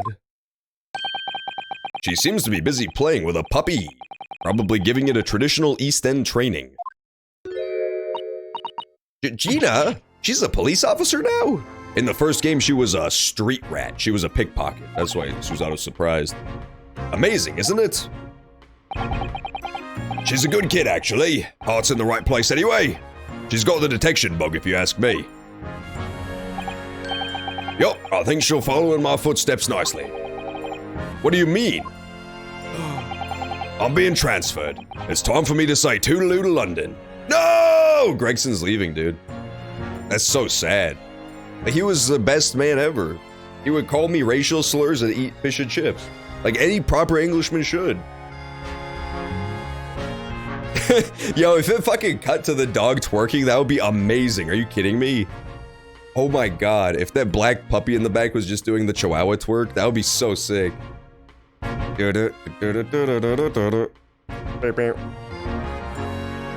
Really? Cyberpunk? That's shocking to me. I played a little bit of Cyberpunk. I did not get very far in the story, but as far as I played, I really got the impression it was going to be like really generic. I did not get a good impression from that story at all. But I didn't get very far in it. I mostly did like side missions and free roam in that game. I think the furthest I got in the main story was like when you go out to the desert and meet that lady with the giant ass who drives a car. That was like the furthest I ever got. So I didn't do much story. Oh no, really? That's a bit sudden, isn't it? I had no idea. Where are you gonna be posted then? We'll come to see how you're getting along. Haha, not likely. But you're welcome to try. If you don't mind a trip to France, that is. Oh my god, he's getting sent to France. He's getting sent to fucking France? Why? Dude, this is crazy. I think this Strongheart is making his moves, honestly. First, Strongheart set up the forensic investigation team and said that the local police couldn't investigate any of the crime scene. And now he's like transferring their top detective out of the country, assuming he's the one in charge of the transfers. That's big moves. Big moves being made. Wakabi has been watching the Obi-Wan finale non-stop on loop with fucking bloodshot red eyes. What are you talking about, Wakabi? That show fucking stinks. What is wrong with you? He loves that show. He actually loves Obi-Wan so much. Oh, get him, Wakabi. That was actually you fucking pushed the line, D. Weatherly. You deserved that one. You absolutely deserved that one, you sick bastard. You're gonna tell him that, you're gonna tell him that thing you said? How dare you? He timed out Wakabi right before he got timed out. That's hilarious. Honestly, I'm gonna let it stand because that was really funny. He did it like 1 millisecond before he got timed out. I respect it. I'll let it stand. Wakabi is now also timed out for 10 minutes. To France! I'll be working in the Paris Police Prefecture. Should be right up my alley. I was gonna ask D. Weatherly about why the Cyberpunk story was interesting, but I guess now I will never get to know. I guess now I'll never get to know how it's interesting or cool. And fucking, this dude Gregson's loving it. Fucking wagging his tail. Fucking wagging his tail about it. Popping off. Me too. Honestly, Nepa Fanac, I personally have been watching the Star Wars Christmas special non-stop ever since it came out. I've just been enjoying the heck out of it, to be honest. It's almost too good. That scene where they play chess and that blue lady starts singing, I couldn't get enough of it. Now that's a story with a unique story to tell for sure. But France, that's an entirely different country. Don't understand. Why would you be sent there? That's the way the adult world works, sunshine. Now don't go poking your nose where it's not wanted. He's not even in a mood to eat. Poor Gregson. He's all torn up about it. I'm intending to take the kid with me when I go. What? You're taking Gina to Paris? Never ask Gregson who was in Paris. You don't want to know. There's some mysteries that you do not want to poke your nose around in. Well, I can't leave her here in London. Who knows what become of her? I suppose he's worried she'd slip back into slipping her hands into people's pockets and purses. I don't think he's worried about her pickpocketing, Mr. Naruhodo. I think he's worried about the Reaper. Oh, of course. Well, that's playing on Inspector Gregson's mind too, is it? Anyway, I haven't mentioned any of this to Gina, so don't go blabbing, you hear me? No, of course not. I've got to keep that diving diva safe and sound. Until all this is over, at least. What the fuck is a diving diva? Oi, did you just call me a bloomin' diving diva again? I guess it's her. Spoiler alert. So you heard that, did ya? Right, well, any questions about the scene, you can put them to my capable detective diva here. Alright, you heard the boss. Inspector Lestrade's in charge here now. I suppose I better keep my word and not mention anything about Paris. So, Gina, you've got a new dog, have you? Oh, look how cute it is! Isn't he great? It is Toby! Let's go. That fucking rules, dude. Toby's back. Toby's his name. It's so cute. You know what it really looks like? It looks like the Harvest Moon art style. It even has the neckerchief. All the animals at Harvest Moon have like a little bandana like that. That's so cute. Mention Paris immediately. I definitely should. Immediately fucking spill the beans. That's what you do with any secret in real life. Anytime I learn a new secret, I immediately scream it at the top of my lungs. That's how people know. You gotta keep people on their fucking toes. Never be a trustworthy source in someone's life. You always gotta be a bit of a rapscallion. He's so cute. I actually love Toby. In the books of Sherlock Holmes, I'm pretty sure Toby is supposed to be a big ugly rat. He's like a big old bloodhound with like the droopy ears and the droopy head. But I like this version better. This version is adorable. Oh, how delightful. He's absolutely adorable. Yes, the dog does seem lovely. But it's the not-so-lovely Inspector Gregson that's playing on my mind, to be honest. Show me the dog again. I don't want to talk to your ass, show the dog. Toby the dog! Where did you find that little mutt then, Gina? Oi, don't be so flaming rude, Odo. Slight overreaction, don't you think? He ain't no mutt, alright? Toby's... how did they put it? Oh, there he is! He's so cute. Oh yeah, a bona fide detective. Sorry. I've given him a proper title and everything. It's Chief Inspector Toby to you. More senior than Inspector Gregson, is he? Oh, so he's a police dog, is he? The police recruit dogs now! They fly now! I've heard they're already being used officially in Germany as part of their... Uh-oh. Oh no. Oh god. When does this take place again? I guess this only takes place in like 1900, so this was basically foreshadowing. This was definitely the post-credits scene for Ace Attorney Chronicles 3. And it's definitely the third, if you catch my drift. That's not good at all. I don't want to play that Ace Attorney game. That one's going to be very depressing. I don't even want to see their attempt to make Hitler into like a charming, goofy character, you know? They're already being used officially in Germany as part of their city policing. They're used for chasing criminals and such like. Yeah, and some other people as well. They have a wonderful sense of smell, after all. I have a fairly good sense of smell myself, as it happens. I can tell undergarments that have been freshly laundered from undergarments that haven't. And that's the part where Susato fucking pepper sprays Mr. Naruhodo and they never speak again. That was a weird thing to say, dude. This guy definitely has those fucking 4chan social skills. White woman spotted. He does not know how to hold a conversation. That is the moment where in real life this conversation would have come to a fucking screeching halt. Heh, it's nothing compared to this little fella, Odo. Oh, really? According to what the boss said... Oh, look at him! He's sniffing! Oh my god, he's so cute. Once Toby here's got a good whiff of your drawers, he can chase that scent to the other side of the world. What? To the other side of the world? You mean he can swim?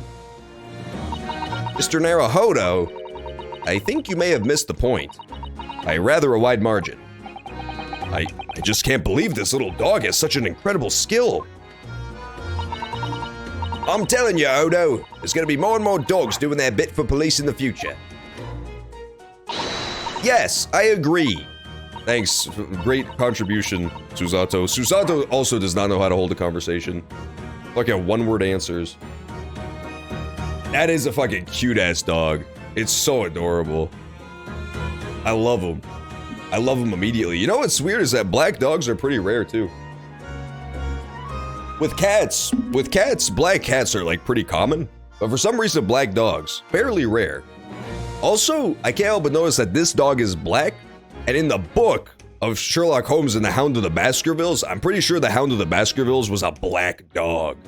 So maybe this is baby Baskervilles she's holding, like a baby puppy from the Baskervilles hound. That would be a fucking crazy twist. The Hound of the Baskervilles was a fucking stupid home story. I'm pretty sure the solution was literally just that it was just a big dog, and the guy put something in its mouth to make smoke come out. It was not the most creative, it was not the most creative solution. One of these days, they'll be barking orders at us lot, not the other way around. Yeah, Yoda's definitely jealous, because Yoda's not black at all. She is a nasty tan brown color at best. Oh dear. Sorry, Gina. I don't think I agree with your vision quite that much. Well, anyway, whatever you think about that, Toby is Britain's first police dog. Yeah, Yoda, my dog Yoda also just hates all other dogs is kind of the problem. She does not. She does not get along with other dogs. I found him down in the East End the other day. Someone had just chucked him out in the street. There you go. I knew she'd lifted him up from somewhere. Oh, Gina, you're such a kind-hearted soul, aren't you? To children and to animals. You had a black... I've never had a black dog before. I saw one once at I was at a dog pound. I think it was when I was trying to get Yoda, when I was like looking for a dog when I picked up Yoda. And the first time I went to the pound, there was a black dog there that I was like, this dog is fucking sweet, I might get this one. But then I found out it had already been adopted. Its name was like Rock or something like that. They always name them weird stuff in batches. Like whoever, I guess, is in charge that day will name all the animals at once. And that one was, I think it was called a Rock. They all had weird names. There was one that was like Twig or something like that. When I got Yoda, her name was originally Coral. Can you fucking believe how terrible of a name that is for a dog as Coral? For Yoda? My dog is called Yoda, but it could have been called Coral instead. That makes no sense. She is not even close to being made of coral. It was great, wasn't it? I had a right laugh. It was a new one on me at that. What is she talking about? I wasn't paying attention. Oh, today's trial. One big exploding machine. Dang, you already have a... How does everybody have a black dog? They're so rare. You guys have the fucking rarest dog known to man. I mean, hey, at least you like the finale. Wakabi, what the fuck are you talking about, my friend? Wakabi, you're speaking fucking mysterious riddles to me right now, and I don't know what you're saying. That's a block. That's unfortunately, Wakabi, gonna have to be a block for your ass. Do you even have a black dog, Wakabi? You know, being in court and not spending the whole time worrying about I'm about to be found out. You did keep an awful lot of secrets in all your previous court appearances, didn't you? Yeah, and Odo's made things hard for me every single time and all. Yeah, unfortunately, Wakabi did actually graft the arm of Brockwar onto him and hypnotize himself into thinking that he was being controlled by his arm. And also, his dog is a fucking golden doodle as well. That's what he said to you right before he kissed your forehead. Yeah, I'll give you your mod back. There we go. He got his little sword back. Just doing my job, Gina. And watching someone else get it in the neck is a lot of fun, actually. It was amazing when you showed that dodgy professor's dodgy experiment was a total fix. The dodgy professor, as you put it, Gina, is Mr. Naruhodo's client. Yes, I'm starting to wish he wasn't, though. It's the boss I feel sorry for, sent off to do the impossible. What do you mean? He's supposed to arrest that other cove, ain't he? And in time for tomorrow's trial and all. You know, the dodgy engineer. What's his name again? Mr. Drebber, you mean? Enoch Drebber? I don't understand the pun. Usually Ace Attorney names are like puns. And in this one, a lot of them are Sherlock Holmes characters, since Sholmes is a character in this one. For example, Lestrade is an actual inspector for Sherlock Holmes, but he's not like an 18-year-old girl. He was like a grown man who was a police detective. So usually it's either pun or character from Sherlock Holmes story. So I don't know what Enoch Drebber is. Could also be a character from a Sherlock Holmes story that I don't remember. That's possible. Enoch Drebber. Dreb it up. What was the guy's name yesterday? Pig Diggler or something? There was a guy at Elder Scrolls Online whose username was Piggy Diggler. That's the one, yeah. So the police are looking for this mysterious man with the black monocle. I guess they would be. I'm putting too much on the boss, if you ask me. He says it's giving him a gut ache. Piggy Digger. Yeah, that was it. It was Piggy Digger or something. Yeah, this girl, I feel like they didn't do a good enough job of distinguishing her from Maya. She's very similar to Maya. To the point where I feel like it's barely a replace. I kind of like her more than Maya personally, but just because she's less annoying actively. But yeah, she's kind of the same, you know? I don't see why she's the replacement, because they just made the same person. Wigger, I miss Wigger Wednesday. That was the fucking best day of the year. Never forget what the Mario movie took from us. They will never bring back Wigger Wednesday now, it's too high profile. Chris Pratt would not want his name associated. I do wonder if that isn't actually from all the fried food. The engineer's whereabouts. Okay, we definitely need to ask her about that. Yeah, Wakabi does like to decide people's opinions for them. He always tells me what I think about stuff. I'm just left to pick up the pieces. I'm just left to hold the bag. I guess I do actually just love the finale of the Obi-Wan show. I just never knew it before. All right, I'm gonna go be right back because I gotta go refill my water. But I will leave you with the picture of her holding the dog because it looks cool as hell. Yeah, there he is. All right, I'll be back in like 2 minutes. Hang in there through this quick commercial break and I will return.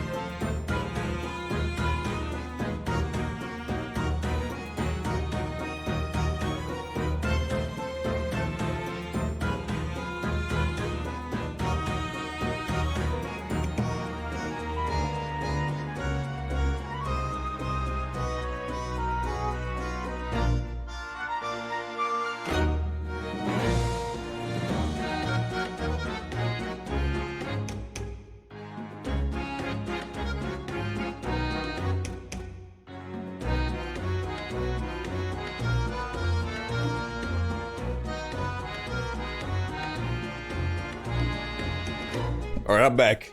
I've returned.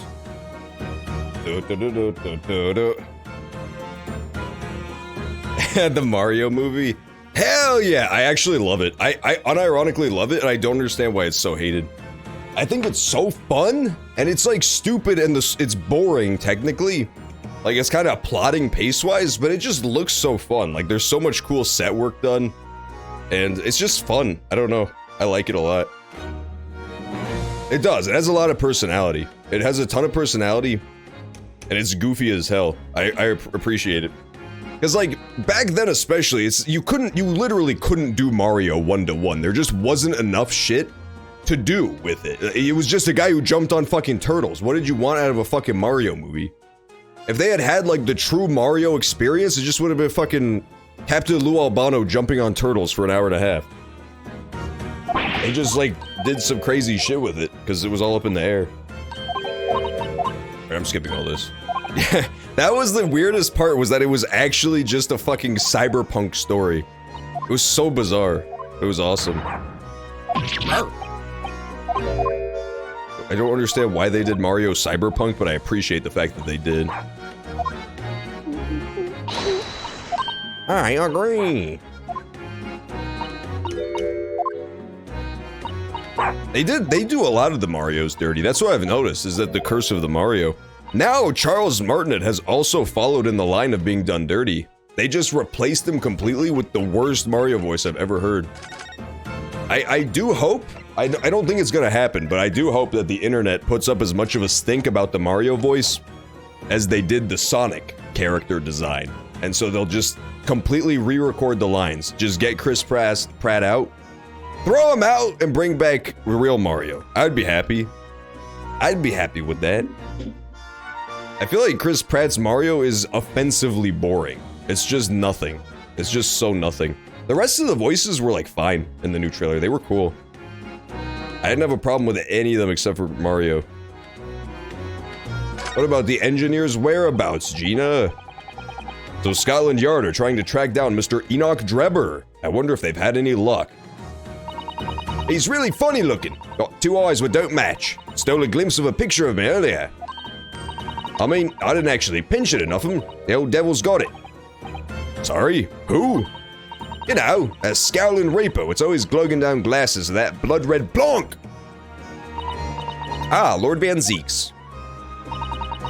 He's always had it in for me, that cove. Don't know what he's always scowling about, mind. Probably would have been a pretty good boss as it goes. He'd rather be the Reaper's apprentice than a detective's trainee. The way I see it, the choice is between a chip-guzzling detective and a chalice-glugging demigod. You're equally badly off with both. I suppose you're right. I hadn't thought of it like that.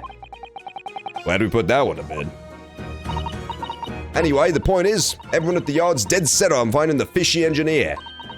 But there don't seem to be no clues to go on, so they're stuck. Gotcha, so we gotta go find the engineer with the missing eyes, or whatever the fuck she said.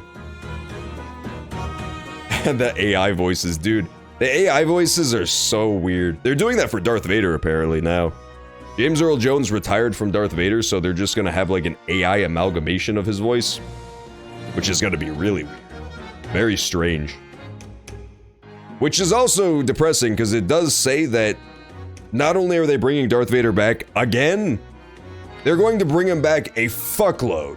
If you're going to create an entire AI voice for him, that means they plan to bring his ass back constantly. Just constantly.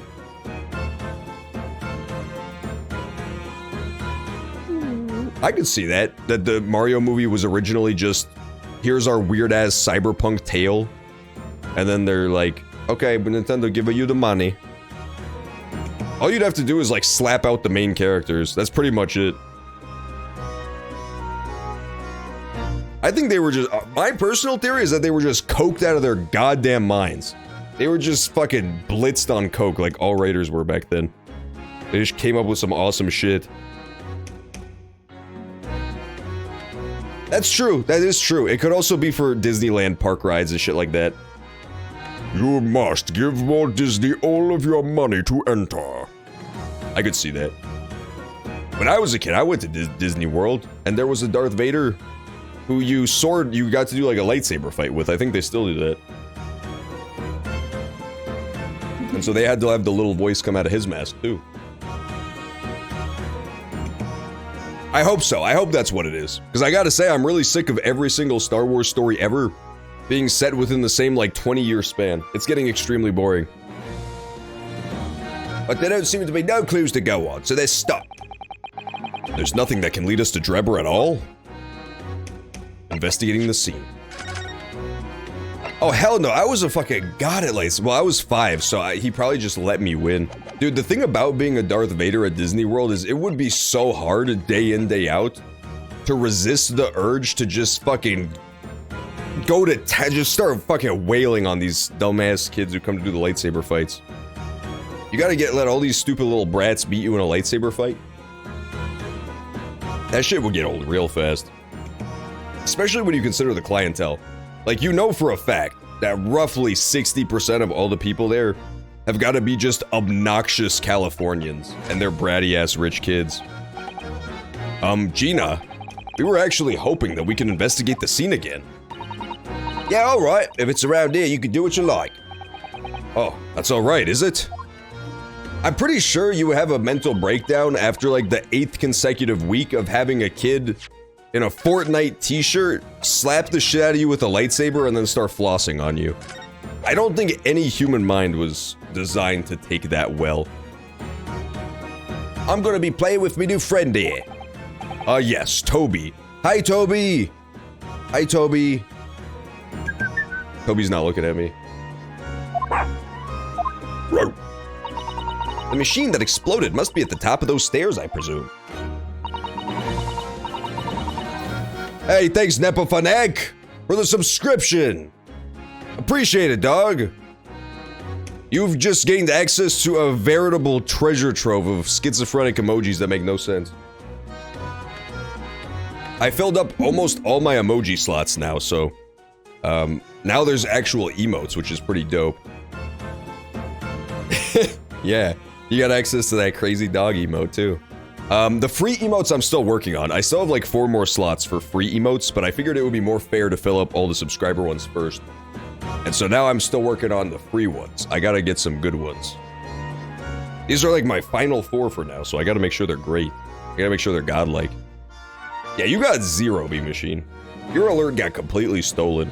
And I still don't know what the problem is. Because between today and yesterday, I changed nothing. All I did was test it again on my end and see that it was working on my end. That's all that happened.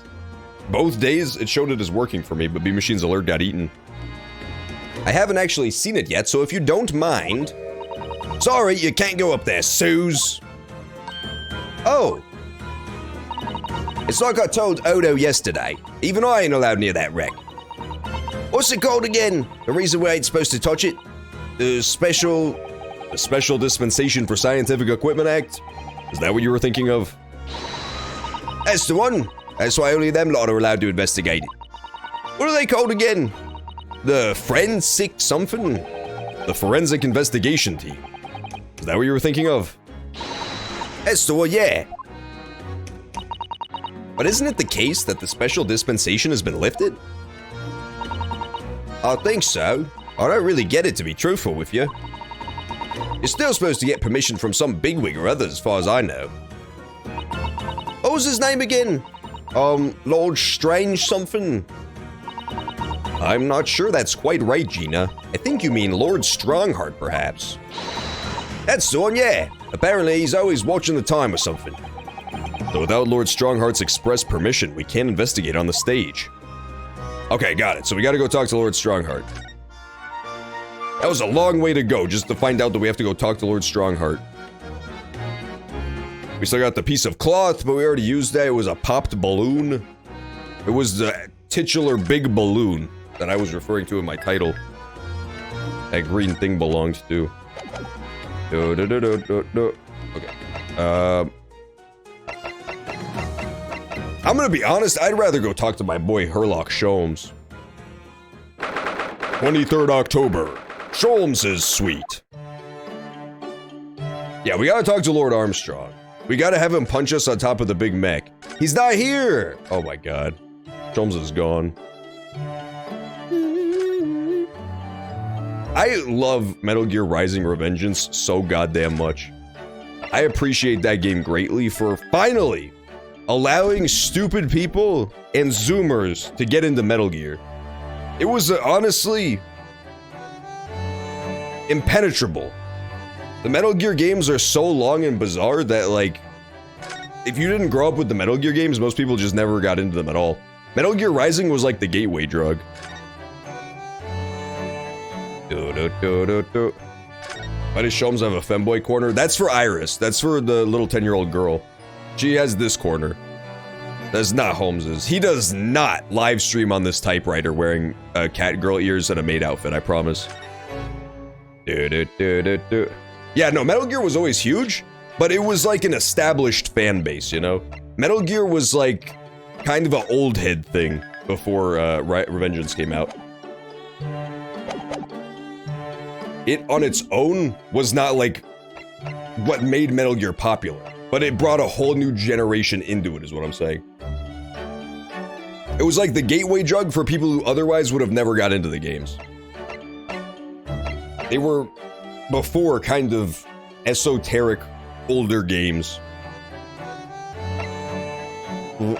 Especially considering the fact that like a lot of the older Metal Gears are just really fucking hard to get your hands on these days. If you want to play the whole series, we were talking about it the other day, but you have to go through like fucking 5 different game consoles because they just refuse to ever port them. You need, we'll do a roll call. You need a PlayStation, you need a fucking PS2 gen for 3, you need a 3DS for the mobile games. What else do you need? You need a next gen console for MGS5. You need a fucking lot of consoles, goddamn. I think even MGS4 might have been, no, it was on both. It was on 360 and PS3. But yeah, you just need, and you need a PSP. So you need 5 total, I think. You need a PSP for portable ops. Waka B, thank you for the 25 bits. Let's see what you have to say, Waka B. I'm sure this is going to be an insightful message that'll change my way of thinking. Obi-Wan calling his former Padawan Darth on the Death Star was addressed in a subtle way in the finale. What finale? When revealing Anakin is well and truly gone, he walks away from Vader by saying, "Goodbye, Darth." So true, King. Honestly, Wakapi is so true right now. You guys are just hating. You're so jealous of Wakapi's swag. They did actually address that in a subtle way in the finale. I'm assuming you're talking about the Obi-Wan TV show. That is pretty subtle. That is a subtle reference to when he calls him Darth, when he says goodbye, Darth. Blink and you'll miss it. I almost didn't catch it. I had to have a YouTube thumbnail that had a big red circle around it, or I never would have noticed. That is exactly what he's fucking talking about. Yeah, emulation is decent for Metal Gear, but some of the, you called me a stupid fucking rat. You know what? I earned that one. I deserve that one. Some of them are hard to emulate though. Like even to this day, MGS4 is a bitch to emulate. PS3 and Xbox 360 emulators are not very good. My Catboy phase? Meow. Yeah, I'm definitely still a Catboy at heart. But I no longer have any of the accoutrements. I don't have a collar. I'm like a disheveled stray cat, you know? Somebody's gotta take me in, give me cat head ears, and a maid outfit. It's the only way. And my thigh-high socks, obviously. My trans flag thigh-high socks to complete the ensemble. To complete the style, really. It's the style at the time, you wouldn't understand.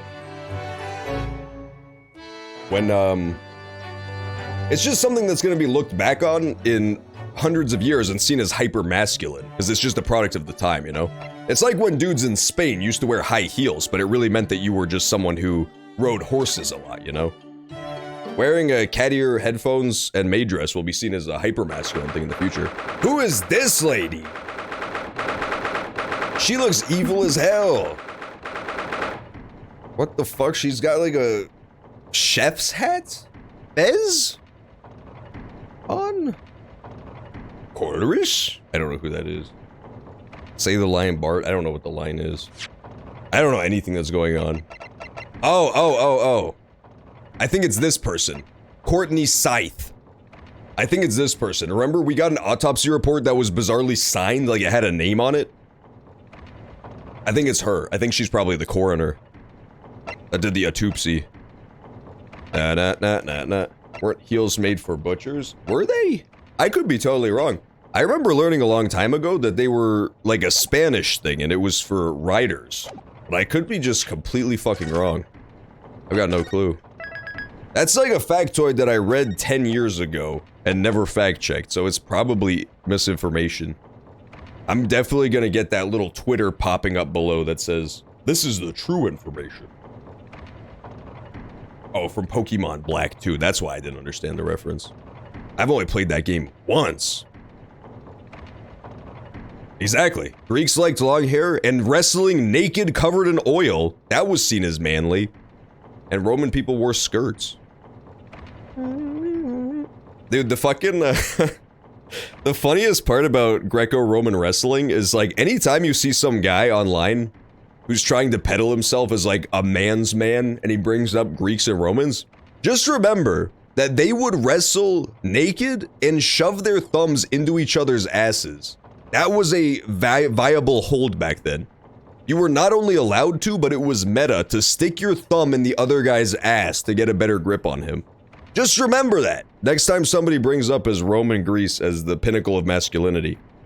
That they were actually fucking fingering each other in public while covered in oil. Just saying. Just saying. Not that there's anything wrong with that. I would hate to imply that there's something wrong with sticking your thumb on another man's ass. Oh, it was Persian. Interesting. Huh. I thought it was Spanish. Maybe it came through Spain. People are complaining about the new JoJo season? What? I didn't know that. I'll be honest, I barely knew there was a new JoJo season. I do know that that's a thing in general, though. There's a trend of there's a new binge model of releases for the, like, services where people watch TV on. And people are saying that the binge model is, like, killing hype for shows, because there's not all that groundswell, you know? There's not, like, the weekly conversations about, oh my god, what's going to happen next? I guess if you partake in that stuff, then... Yeah, literally, exactly what 107 said. JoJo fans where they can't spam annoying references every week. It's people like that. It's literally people like that. Or the people who would complain about shit like that. No, we can't be annoying for as long. It doesn't matter. What it matters for is people who make product into personality, you know? It matters for people who are trying to, like, build their entire conversations around this weekly release. I guess that's who it would matter to. I don't know. I truly don't get it. 23rd October, British Supreme Court Lord Chief Justice's office. But I'm guessing that's where it comes from. It's like, if there's not one episode per week, then people aren't talking about the same stuff all the time, so I can't post my reaction image of the guy saying, "Run away, Smokey." Who's that standing behind Lord Strongheart? I wonder. I've never seen her before. I love when they just vaguely rotate towards the camera. Ah, the young champion of the court. You had some success this morning, I understand. And you've thrown the entire government into disarray as a result. Here's my toilet plunger as a reward. Oh! You mean because of Professor Harebrain's experiment? Sham science being demonstrated at London's Great Exposition. I say it every time, it's exhibition. I fucking say expedition every goddamn time, I'm so stupid. I always start saying exhibition and then my brain's like, no, expedition. The country's been made to look foolish, and now politicians are scrabbling to respond. Lord Van Zieks is in Whitehall as we speaks, giving an emergency briefs. Oh dear, I didn't mean to cause any trouble. None of this is your responsibility. The government is entirely to blame for having been taken in. Oh, thank you, Wakabi, for the 25 bits again. What do you have to say this time? It makes sense why Obi-Wan tells Luke Skywalker that Vader killed his father in A New Hope. He does explain why he told Luke in Return of the Jedi, but now we know why Obi-Wan felt this was the truth. Wakabi, it was already explained. You just said it was already explained. What are you talking about? That was not even subtext, that was text in the original script of the movies. Was that it was a metaphorical death. His father was dead because he became a different man. They, like, explicitly say it. There was no subtlety. It didn't need a backstory, I'm sorry. Yeah, that's weird too, right? Is like, it is based on something that already exists. I really do think it's as simple as people wanting to post about it on Twitter. I literally think 107 hit the nail on the head. It's like people wanted to see it trending weekly on Twitter so that they could post like emotes and farm likes on Twitter, like farm interactions. I think it's that simple. I don't know why else it would be a problem. Why is it a problem that you can watch a show at your own pace? You're a fucking grown-ass adult with responsibilities, and you want to be on a fucking schedule where you have to watch this once a week at the same time if you want to be part of the conversation? Who gives a shit? It all comes out at once, you can watch it whenever you have time. I don't understand why people are mad about that. The special dispensation that prevents investigation at the scene will be annulled later today. Once that happens, my forensic investigation team will move in and deal with the scrap metal in no time. It's scrap metal now, is it? Oh my god, is that even a woman? That's like a woman who's also a man and is also extremely evil. Until later then, Lord Strongheart. You know you're the good guy when you have a black iron cross with a red gem on it on your shirt. That's how you know you're definitely a good guy. Yes, thank you. That's how Wakabi dresses IRL, no lie. The evil music stopped as soon as she left. She was carrying the boombox with her. Who was that? That was Dr. Courtney Scythe, Scotland Yard's esteemed chief coroner. I told you it was her. She's leading the forensic investigation team's handling of the case. She was just delivering her report about the victim, in fact. Oh, I see! About Mr. Asman. Following the outcome of the trial earlier, I asked the coroner's office to reevaluate its findings. I don't have time to tell you what she concluded. If you want to know, you'll have to ask her directly. I would love to talk to her. She's kinda bad though, dude. She may be an evil, vicious Nazi scientist, but I feel like I could probably fix her is all. That's the thing.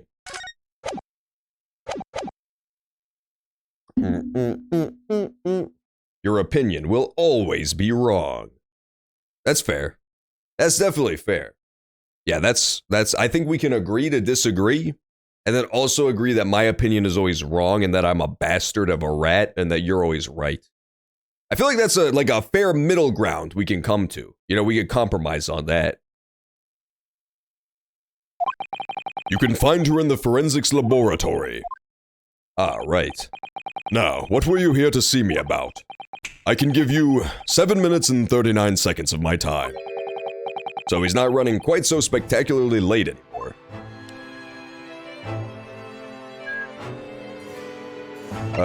I'm gonna ask him for permission to investigate. What exactly is the forensic investigation team that you mentioned before? The British Empire's police force must become the most exemplary in the world. For that to happen, it's imperative that we embrace forensic science and everything it has to offer. I first created the forensic investigation team a year ago now. Unofficially, of course, to pave the way. Goodness! A year ago? At next month's symposium, I intend to present the results of their work to the world. Once I do that, the House of Lords will be powerless to oppose the creation of a full-scale forensics division. And once that happens, the position of Attorney General will be mine, and criminals will suffer dearly. What do you mean? For too long, these scoundrels have been made a mockery of our legal system with false evidence and bribes. But London's scum is about to be rounded up and burnt in the fires of hell. Okay. He seems like a really nice guy, I don't know. Maybe I was wrong about him being the villain. Right now, he looks and sounds like particularly sane to me. All the stuff he's saying seems pretty normal. I intend to see to it personally. By creating the finest police force the world has ever known, to protect our honor and our future. Look at those eyes. He means every word. 12! 12 is way too young to watch live streams. When I have kids, I'm absolutely blocking their fucking internet access to everything. My kids, until they're fucking 30 years old, are only gonna be allowed to use educational websites, and that's it. Maybe they could go to eBaum's World, if they're good, if I supervise.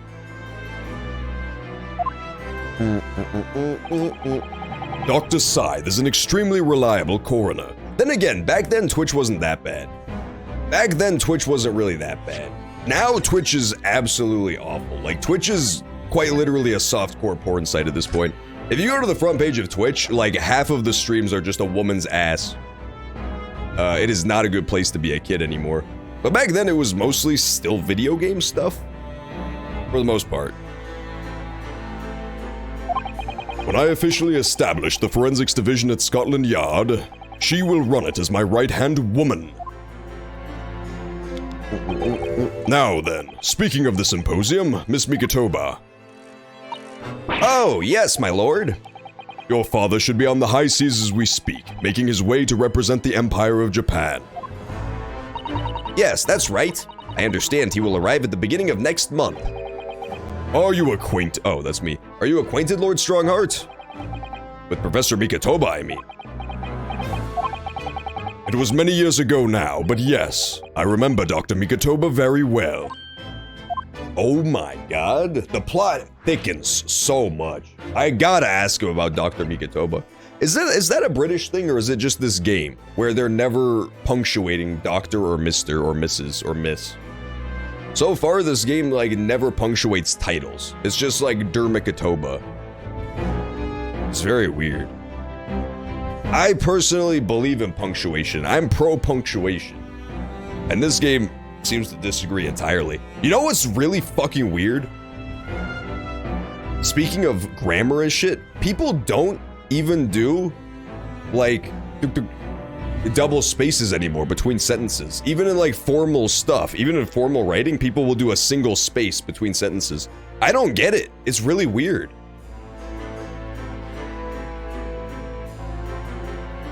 Apparently, like, right after I left school, like, right after I graduated from whatever fucking grade, that stopped being a thing. It became, like, optional. But when I was growing up and I was first learning how to formulate fucking sentences, that was considered, like, the way to do it. You would literally get points knocked off your shit if you didn't double space between sentences. But now it's like, nobody gives a fuck. I had no idea. It blew my fucking mind when I heard that. It would be like somebody telling you didn't have to capitalize anymore. Like, it was that much of a basic when I was a little kid. Yeah, the internet is, it's not great for a growing mind. It's a double-edged sword, though, because it is good to experience things and learn, but the internet is, like, many times the opposite of learning. It's just like a deluge of stupidity being poured down upon you with very little direction.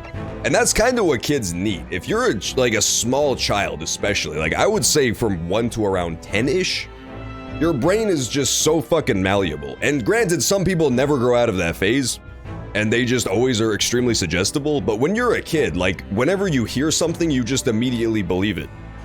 Like during that time, it's really important to actually have somebody raising you, as opposed to just being like plopped down in front of a TV or a computer. Dude, these kids who grow up watching fucking Cocomelon videos and shit are gonna be insane. They're gonna be psychos.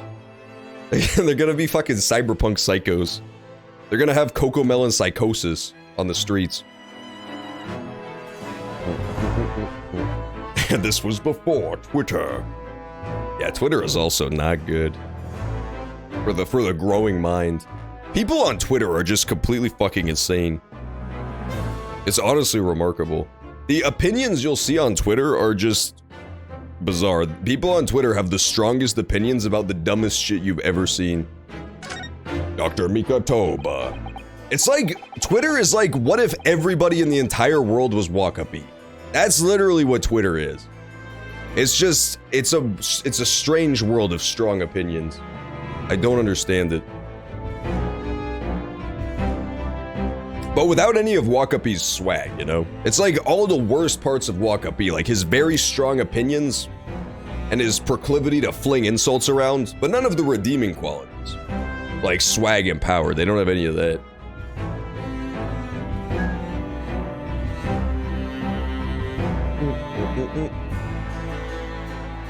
If my memory serves, it was some 15 years ago now that your father came to Britain as a visiting student. He did the same thing as us, Mikitoba. It was the year I was born. So yes, 16 years ago, in fact. Mikitoba was a young practitioner of forensic science. and Jigoku accompanied him as a young, promising judge. The punctiliousness and politeness of Japanese at the time impressed us greatly. Punctiliousness? Huh? Is that like being punctual? I've never heard that word before.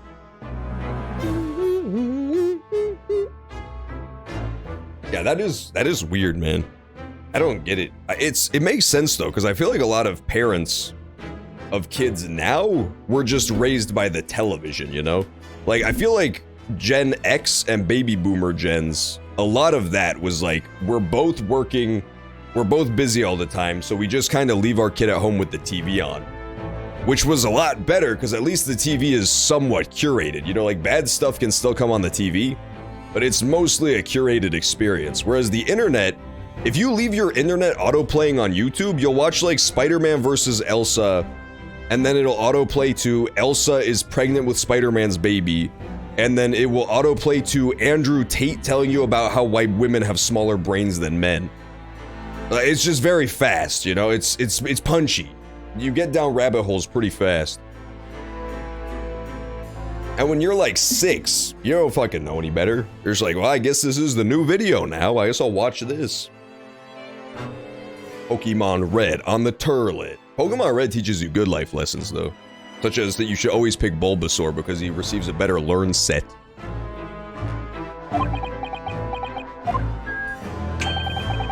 Not that I wish to imply impoliteness or carelessness on your part in any way. I didn't think that you were. Dr. Mikotoba studied forensics at one of London's large hospitals. Saint Sinners, if I'm not mistaken. I get it.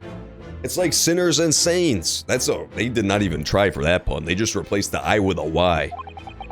Dr. Scythe was also there then, as it happens. Then Dr. Scythe knows my father, does she? She was a young medical assistant at the time, so I doubt their paths crossed regularly. But I've no doubt they knew each other superficially. After all, Dr. Mikotoba was here studying for his subject for some 6 years in total. 6 years? That's a long time to be studying abroad, isn't it? I lived with my grandmother in those years. Nobody asked you, Suzatoba. Suzatoba always be injecting herself in conversations that have nothing to do with her ass. Oh, yeah, Bulbasaur. Bulbasaur's the best. He learns fucking Leech Seed. He learns Giga Drain. Growth. That dude's a complete champion. Solar Beam. Yeah, things are a lot more short form now, too. It's getting shorter and shorter. Even YouTube, which is already like 2 to 5 minutes on average, is now like really pushing the shorts format really heavily, which is like 30 seconds tops. Kids have no attention span to begin with. I feel like that's why those formats do well, is because the internet is like the most active denizens are kids because they don't have shit else to do. They have no obligations, no responsibilities, so they just are on the internet all fucking day. So they kind of dictate what formats are popular. And for them, it's always going to be those shorts because they have no attention span. So he left his newly born daughter behind and went overseas for 6 whole years? It was a rather turbulent time at home. I watched Coco Melon videos on loop. Oh. Perhaps father wanted a reason to get away. What do you mean? Why? Well, clearly something was going on at the time. Yeah, it probably has to do with her fucking mother, bro. We haven't talked about Susato's mother a single time. Methinks perhaps something fucking horrible happened to her ass.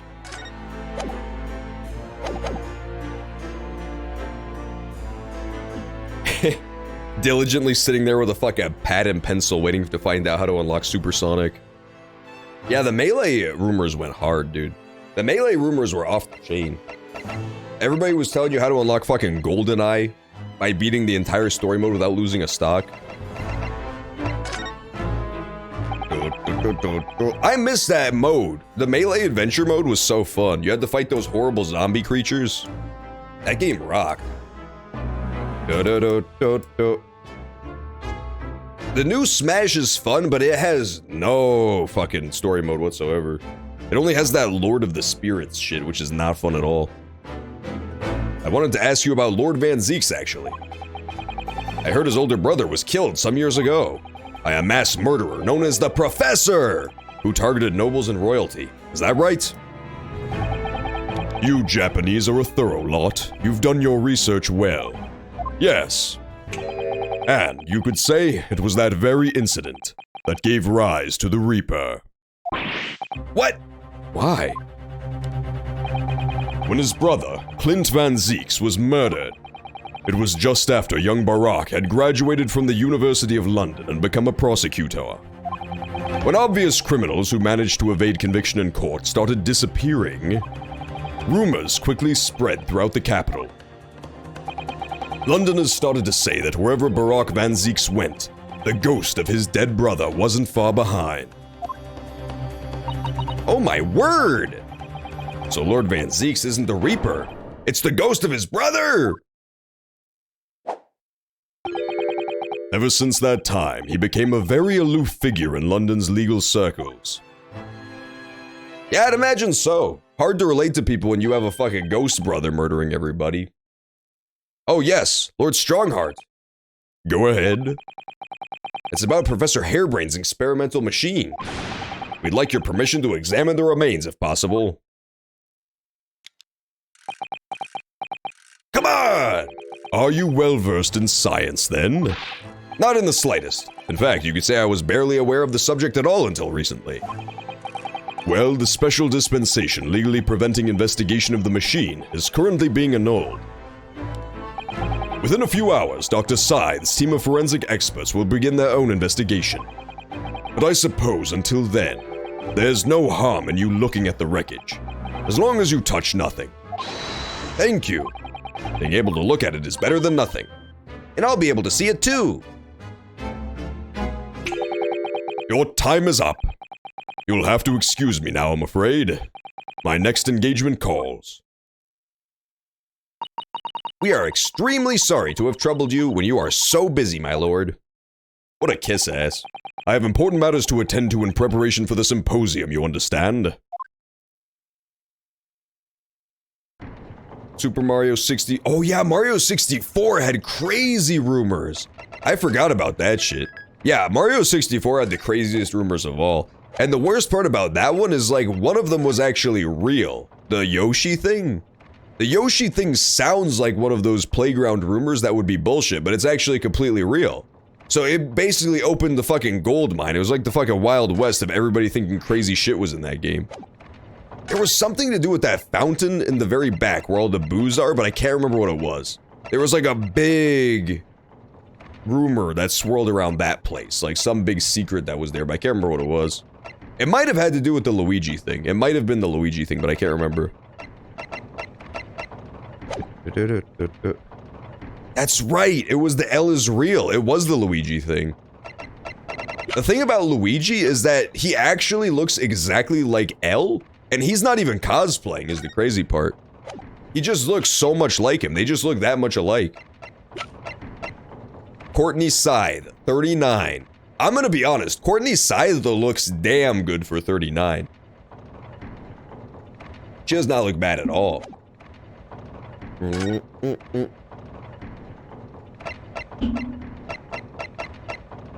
The L is real. Yeah, I forgot about that. It was supposedly what it said on that little statue. That's fucking gibberish.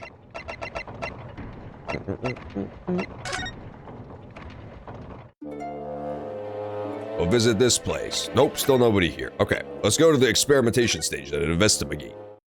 Or did he say we can't? No, he said we can. Or he said we had to talk to her. We had to talk to Courtney Scythe, I think. Oi, that's off limits up there. Try to sneak past me again and I'll stuff your gob full of the boss's fish and chips. Yes, please. I love fish and chips. I suppose we need special permission. Yeah, I'm supposed to talk to her first, my bad.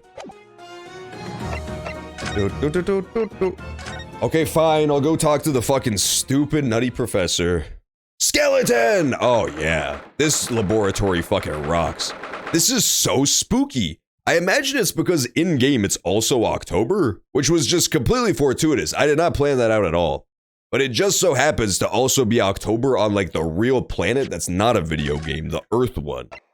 But then in the video game it's also October, so the game is getting spooky too. It's getting this, there's like a witch lady in this case. And now there's a fucking skeleton too. And there's technically a vampire because we were Van Zeeks. I believe this is Dr. Scythe's laboratory. That chemical smell really assaults the nose. And there's plenty to assault the eyes in here, too.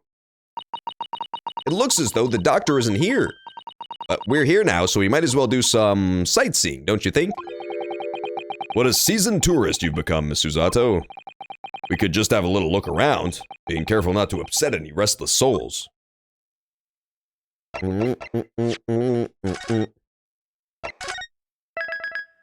real-time playthrough. A real-time playthrough of Persona 4. We found this Twitch streamer who's just a complete god. And he plays... Persona 4 has like a days system as well. But each day in Persona 4 is like fucking 5 minutes long. And there's a guy who live streams every day and just does the in-game Persona 4 day. And then he turns off his stream. It's the fucking greatest stream known to man. It's such a good gimmick. It is the world's greatest gimmick. His streams will like literally be 5 minutes long sometimes, unless there's a dungeon or something to do. Man, the whole deal with Persona 4 is that you play through like a whole calendar year and some change. Like each day in game is like 5 minutes, but you technically play through every day. This all looks normal for an autopsy room. I don't see anything out of the ordinary at all in here, to be honest. It's just, this is where you would do an autopsy. Oh yeah, I remember that. There was like that controversy about the hanging shadow. Somebody told me about that when I played Luigi's Mansion for the first time on stream. It's when you're like in the attic. You can like line up so it looks like you're hanging to death. I never played Luigi's Mansion 2. I wonder if it was any good. I liked the first one, okay. It was pretty fun. I guess we'll just look at the tools. A table and a set of sharp tools. When you consider each in isolation, it all looks quite innocent. So why is it that when you put them side by side, they seem so horribly disturbing? Probably because of the blood splatters. It might be best not to ponder it too deeply. Seeing the large tome that's open on the desk does make me wonder, though. How can anybody concentrate on bookwork with this acrid odor of chemicals in the air? You'd either have to have a cast iron constitution, or a really terrible sense of smell. Oh, that's right, I forgot there was actually a 3DS one. I was thinking of the Switch one, but that's number 3. I legitimately forgot that there was one for the 3DS. That's pretty crazy. I did not have many 3DS games. I have Pokemon, the Pokemon games on 3DS. I have the Fire Emblem games on 3DS. And I don't remember any other games I have on 3DS off the top of my head. I know I have like a couple more than that, but not many. Yeah, 3DS I didn't like that much as a console. It was a good console, but there just weren't that many games for it that I wanted, you know? It was a cool console. I liked the console itself. But as far as the library goes, it was like slightly weak. IMO. Switch has had a fucking godlike lineup so far, dude. Switch has had an amazing lineup of games. Look at this shit. All bangers. All the way down is just all bangers on Switch. It's crazy. There's so many good ones. And they're bringing Harvest Moon. Are you kidding me? Harvest Moon port is coming out this year. That shit's gonna be so fire. That alone will make the Switch a must-buy as soon as that drops. I suppose this is Dr. Scythe's desk. You know what it is? I feel like the Switch is this generation's GameCube. I honestly think that's what it is. I think that this generation's GameCube is Switch, where the console itself is kind of nothing. It's like not an amazing console, but the lineup is just crazy. The games that come out are just complete bangers. I don't know, I get the very same feeling as I did with GameCube. GameCube was not a technically great console. It was definitely not as powerful as the other ones in its gen, and it was kind of gimmicky, but the games were just so fucking good. It had such a stacked library. Arceus is never happening again. I got bad news. Arceus got so far on the back burner that it got dropped off the face of the fucking planet. I like Arceus, but I felt no desire to actually like finish it. Wasn't there a thing where to finish the actual story I needed to catch every Pokemon too? I'm not gonna do that shit. I had to like fill out the whole Pokédex to beat that game. That shit would take ages. I suppose this is Dr. Scythe's desk. Ugh, I would not like to work in a place like this. It's very tidy though, isn't it, Mr. Naruhodo? Imagine how efficiently she must work. The lighting is poor, which is bad for the eyes, and the chemical smell can't be good for you.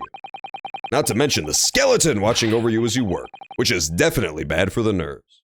Yeah, nobody likes to have their boss hanging over their shoulders. That is not a good managerial style. Yeah, Steam Deck would be great for emulation. And the Switch has a lot of games to emulate too. The Switch is a bizarrely huge number of just indie games as well.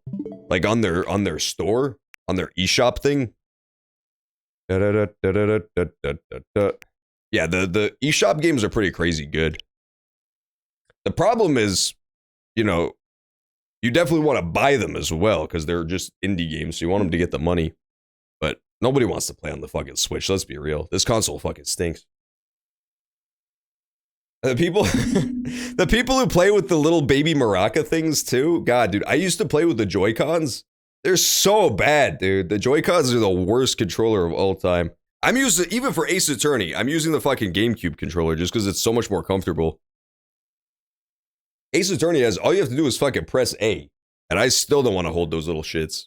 They're made for tiny Japanese baby hands. Like, they're not made for adult hands. They are so obnoxious to use.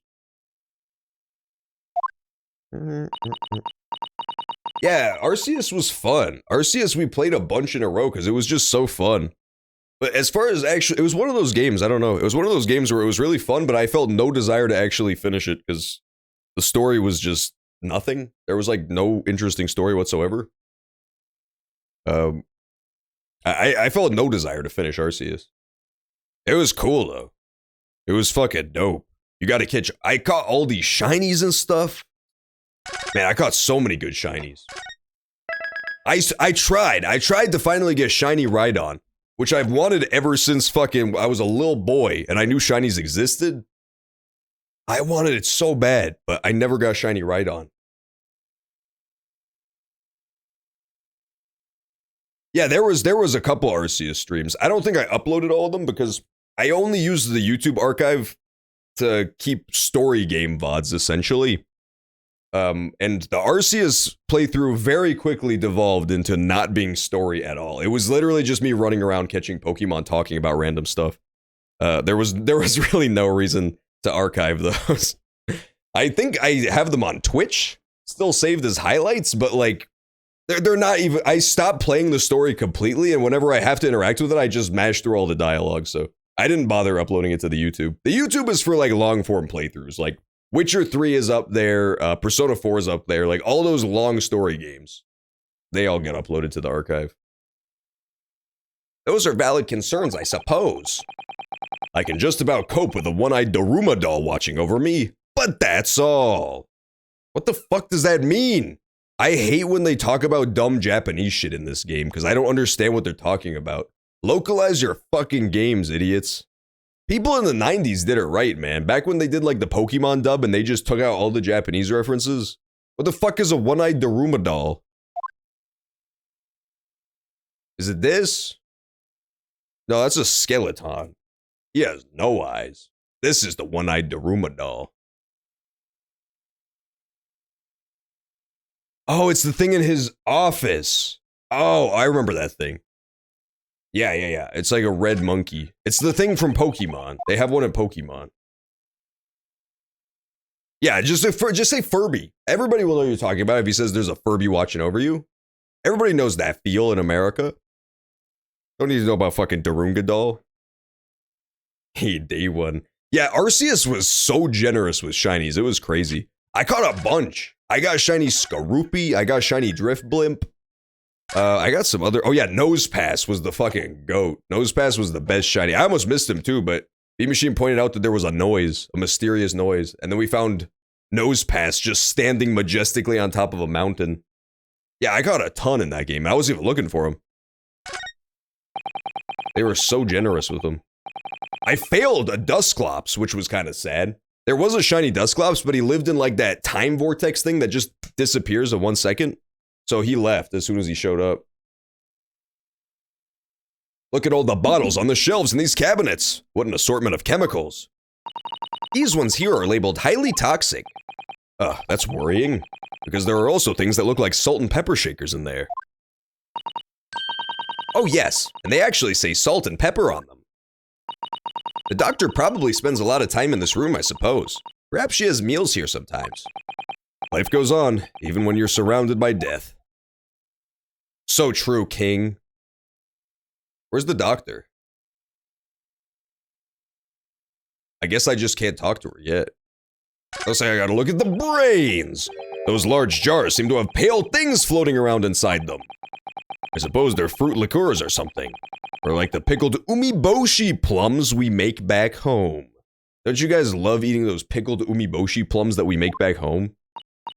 Father had jars like that in his laboratory as well. I expect they're human organs in a preserving solution, probably as examples of some rare medical condition. Miss Susato, there are some things in the world that it's perfectly fine never to know about. Ever. Oh! So as I said, I'm sure they're fruit liqueurs or umeboshi, aren't they? Of course. I don't think the doctor's in. Damn it. Shiny Starly. Yeah, the shinies are great in that one. I got a, either in my first or I think it was the second or third session actually, but I got a shiny, Shinx in that first area. It was fucking awesome. I got a shiny Bidoof too. It was pretty generous with them. I liked it. Give me this box. Well, look at this! What a magnificent display case. The cherry wood has been polished to a high sheen, and the intricate carving is a joy to behold. Western cabinet makers are really skilled, aren't they? You have nothing to say about the skeleton inside, Mr. Naruhodo? Miss Susato, can't you tell I'm trying very hard to avoid talking about the terrifying contents of the case?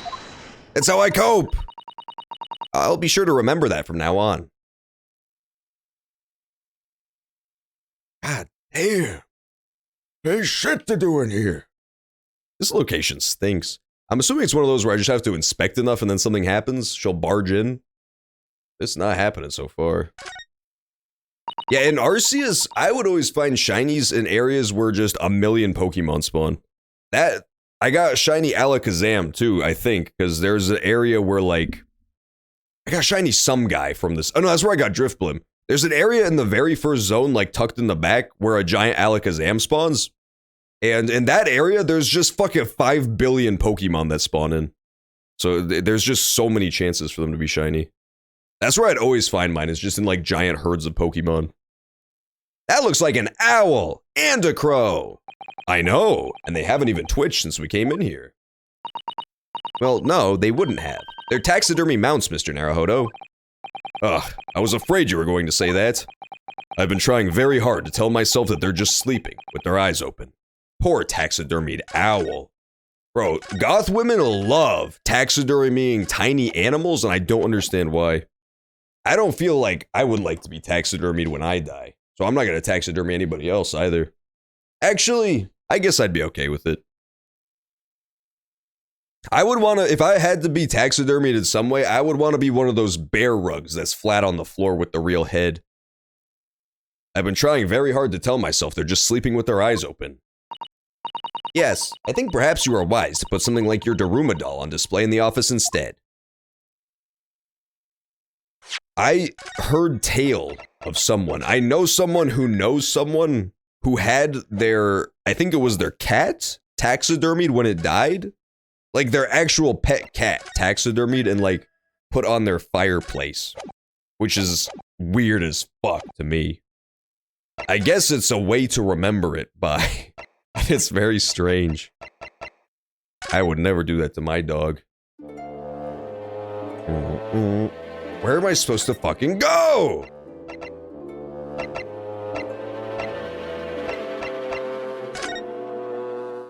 I guess I could go talk to Sholmesy.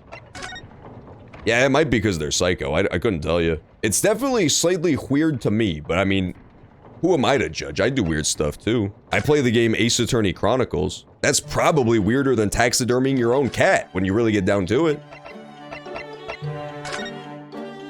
What am I missing here? Where am I supposed to go? Oh yeah, I can ask her where to go, can't I? Yeah, what to do? Tell me what to do. Do you know? I honestly thought I might never have the opportunity to return to Great Britain. And certainly not so soon.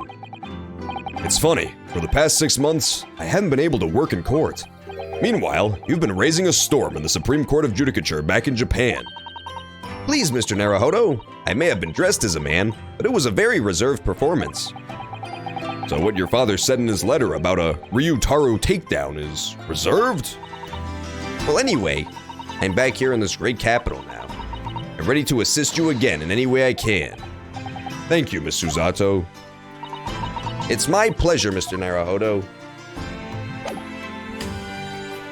Cremator. That's fair. Usually with my motherfucking pets, I just grab them by the tail like Bowser and spin around and throw them into the street when I'm done with them, but I guess cremation is a bit more dignified than that in a certain sense. Ah, I have to tell Gina, of course. Aha! Oh my god, you were right. Gina was being a complete troll under the bridge. Gina, we were actually hoping we could investigate the scene again. Yeah, alright, if it's around here, you can do what you like. Oh, that's alright, is it? Toby! Look at Toby! I'm gonna be playing with my new friend here. I love Toby so much. Guys, if you have pets, put pictures of them in Animal Land in the Discord. Because I love seeing little dogs and stuff. Ah yes, Toby. Oh. I love his little spiky hair too. He has one hair spike on top. The machine that exploded must be at the top of those stairs, I presume. I haven't actually seen it yet, so if you don't mind. Sorry, you can't go up there, Suze. Oh. It's like I told Odo yesterday. Even I ain't allowed near that wreck. What's it called again? She already said all this stuff. Why did it show up as like a new conversation thing? You're acting so cringe right now, Gina. You need to get permission from somebody strange heart. We already did that. Actually, we've just recently been to see Lord Strongheart. You what? You've met him? Last time the boss was called to go and see him. He waited for 3 hours at the Cove's office before he came back sniveling. Tragic. Well, Lord Strongheart has given us permission to examine the scene, as long as we touch nothing. Oh yeah. Honestly. Alright then, go ahead. But if it turns out you're lying, it'll be the boss who gets it. He'll never eat another chip again in his life. So, you're still saying all this is above board, are you? I'm sure everything will be fine. That really would be tragic. Alright then, them's the stairs. Off you go. Oh, thank you, Gina. Imagine being named Gina. That is possibly the most hilarious name of all time. Because it sounds similar to vagina, which is like a piece of female anatomy. It's the equivalent as if you knew a man whose name was Enos. It's not a good name to have. It's a bad name to have. Garth Enos is one of the most unfortunately named men in human history. These stairs lead up to the experimentation stage. Let's go see what we can find out.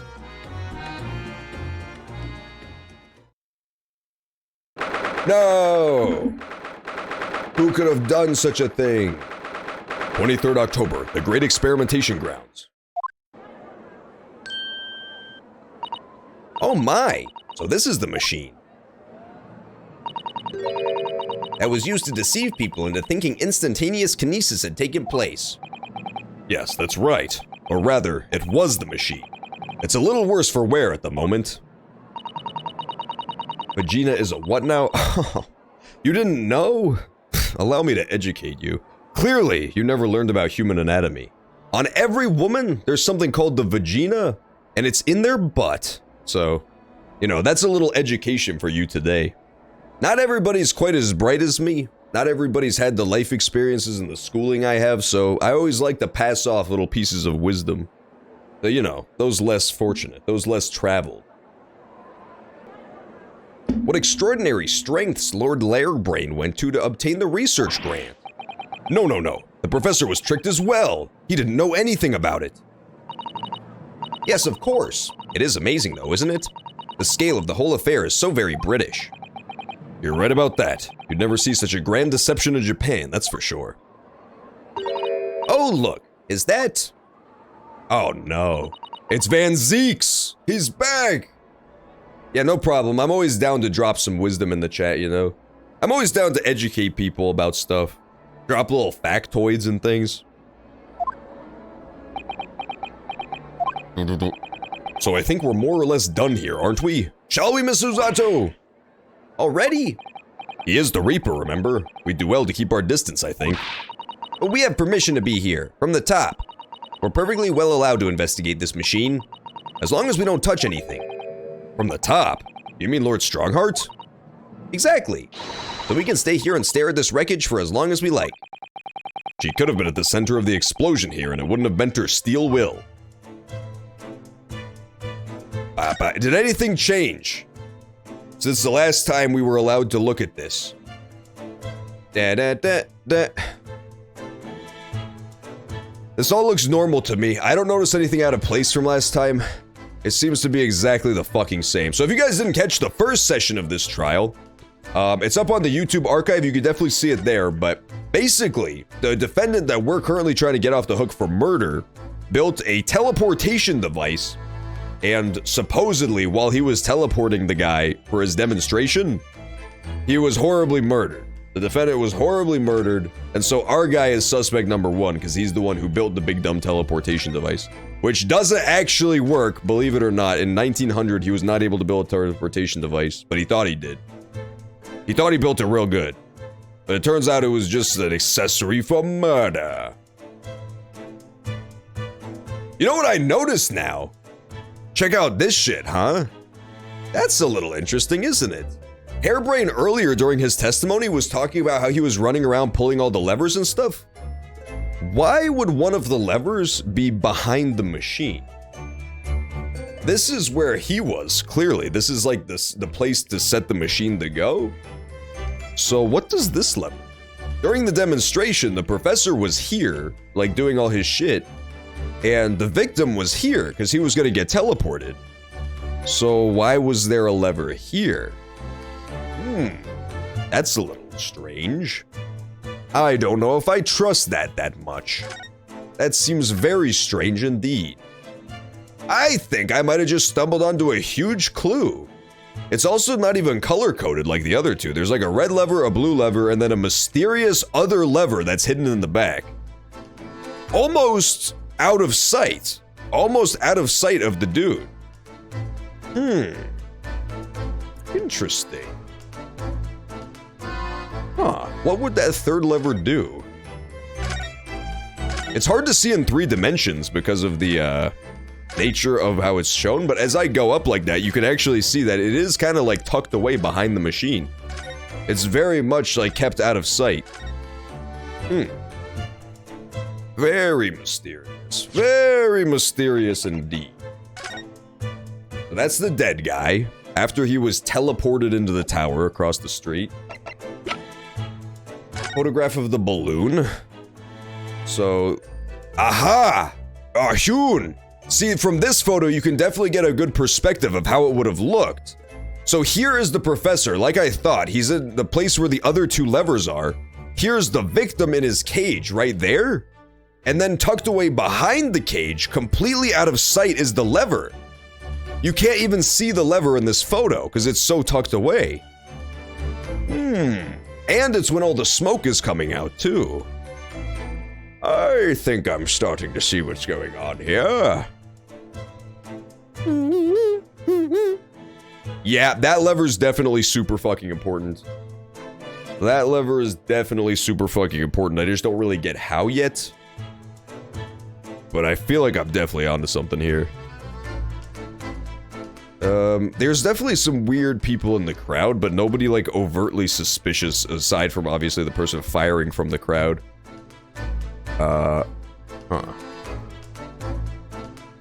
If I were a mysterious lever, what would I do?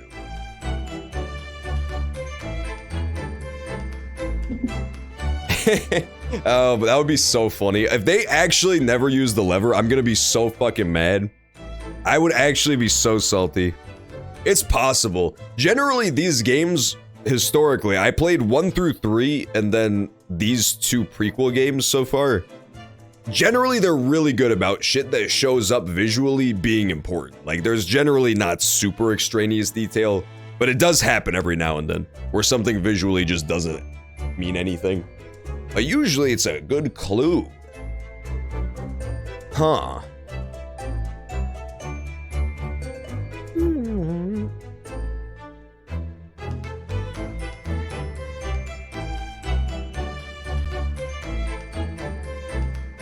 Aha! I think I know what it does. I think it's a trapdoor.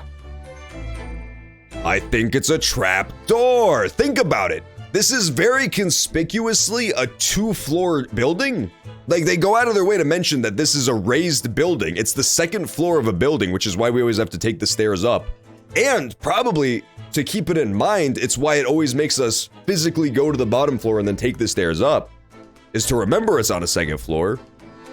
So if this opens up, they could just drop it down, drop this straight down into the 1st floor without anybody being any the wiser. That might be what the 3rd lever's for.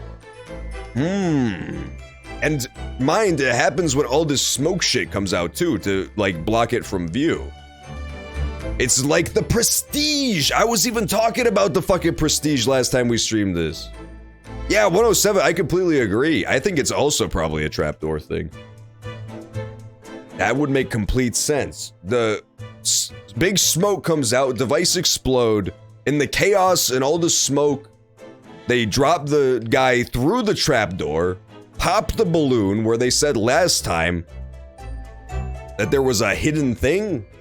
And then the second guy drops, the body double drops down, which is probably a wax dummy because they brought up the wax museum. Drops down through the Crystal Tower and winds up where the victim supposedly is. I really think the victim is a wax dummy. It depends. What we have to find out first is who's the evil and who's the good in this case, right? Because if the forensics team actually is to be trusted, then this is definitely a dead guy, like 100%. Because they would obviously autopsy him. Like, the thing is about this case, the police didn't get to investigate. It was this weird forensics team. So, if they're to be trusted, then this is definitely the guy who's dead. And then somehow, mysteriously, this on the platform is a wax dummy. Which I think is a lot less likely, but is still possible. Because we keep seeing flashbacks to it. Like, even earlier this session, remember we saw that flashback when it showed them both just standing on the stage? So he was clearly there, like walking around before the exhibition started and then climbed up into the platform. That's hard to swap out with a wax dummy. Not impossible, but it's a lot harder. So I'm thinking the wax dummy was in here, and then the real guy was here, dropped through the floor, faked his death.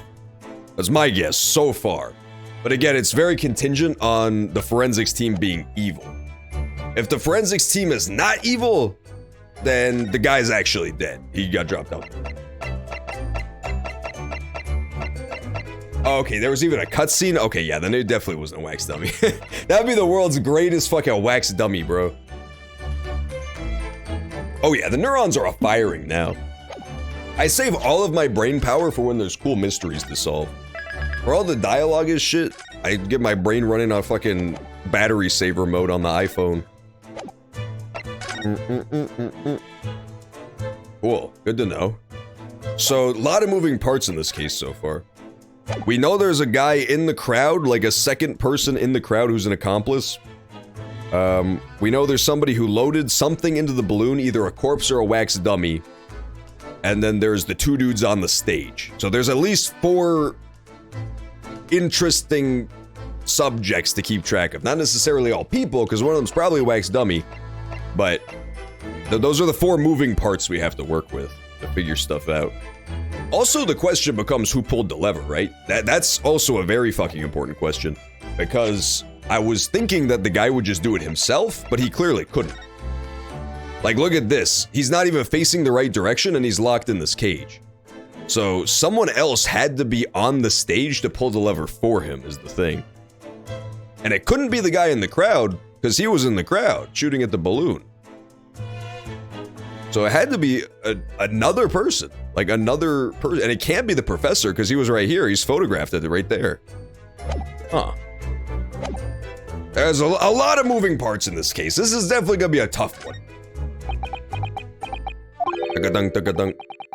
Least approachable man in the world winner 10 years in a row. Be strong, Mr. Naruhodo. Your country and your assistant stand firm behind you. Lord Van Zeeks. What's the matter, Van Zeeks? I've been told that I'm very unapproachable as well. Standoffish, I believe is the phrase. It's not a good personality trait to have. What? Well, beautiful weather we're having, isn't it? I thought I was making it quite clear that I didn't want to be disturbed. Apparently, you Nipponese are unequipped to read the signs. Oh, I read them. So, what are you doing here? I think it was supposed to be read both times, but that's okay. But that's alright.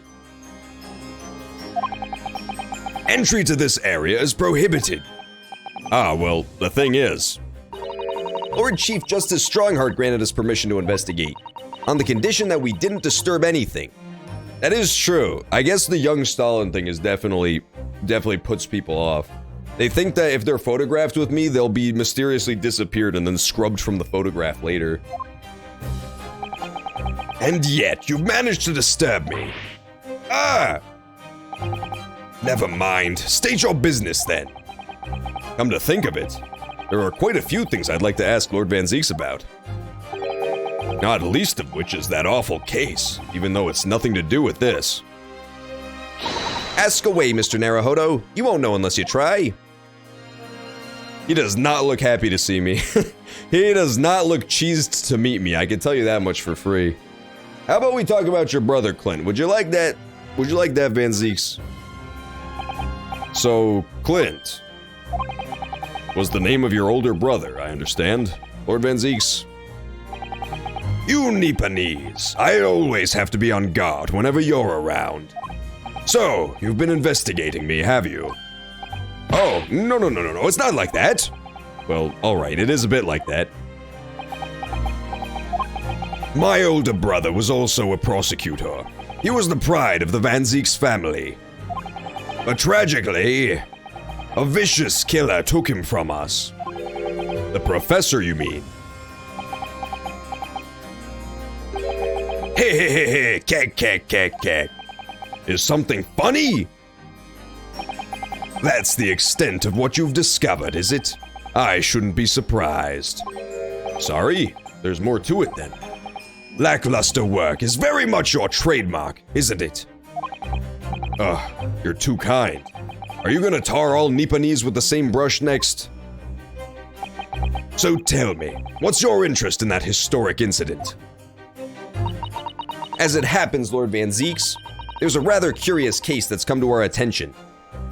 He really is very Edgeworth. He's extremely Edgeworth. I definitely, even down to the whole coming from a long line of prosecutors, like a big prosecutor family, that also even seems to be his deal. At least aristocrats in his case. But yeah, he's very Edgeworth. He doesn't have the sister yet, though. There's no sister. I guess that's the brother who's dead. I guess he's supposed to be the sister stand-in. I don't remember her name. But in the original trilogy, Edgeworth had a little sister who was like also a prosecutor and kept slapping people with whips the whole time. As it happens, Lord Van Zeeks, there's a rather curious case that's come to our attention. Are you aware of the Madame Tuspel's Museum of Waxworks by any chance? I am, naturally. I believe that since last month I feature in one of the displays there, for public scorn. Of course, the infamous Reaper of the Bailey would have to be exhibited, wouldn't he? Well, a particular waxwork has been stolen from the place and held for ransom. A particular waxwork? Which... Wait, you mean... Yes, it's the professor. Mr. Sholmes is investigating the case as we speak. I was unaware of that. He's turned as white as a sheet. Oh my god. Huh. The Reaper attacked. I wonder if it has to do with this. Maybe this is what the whole case revolves around.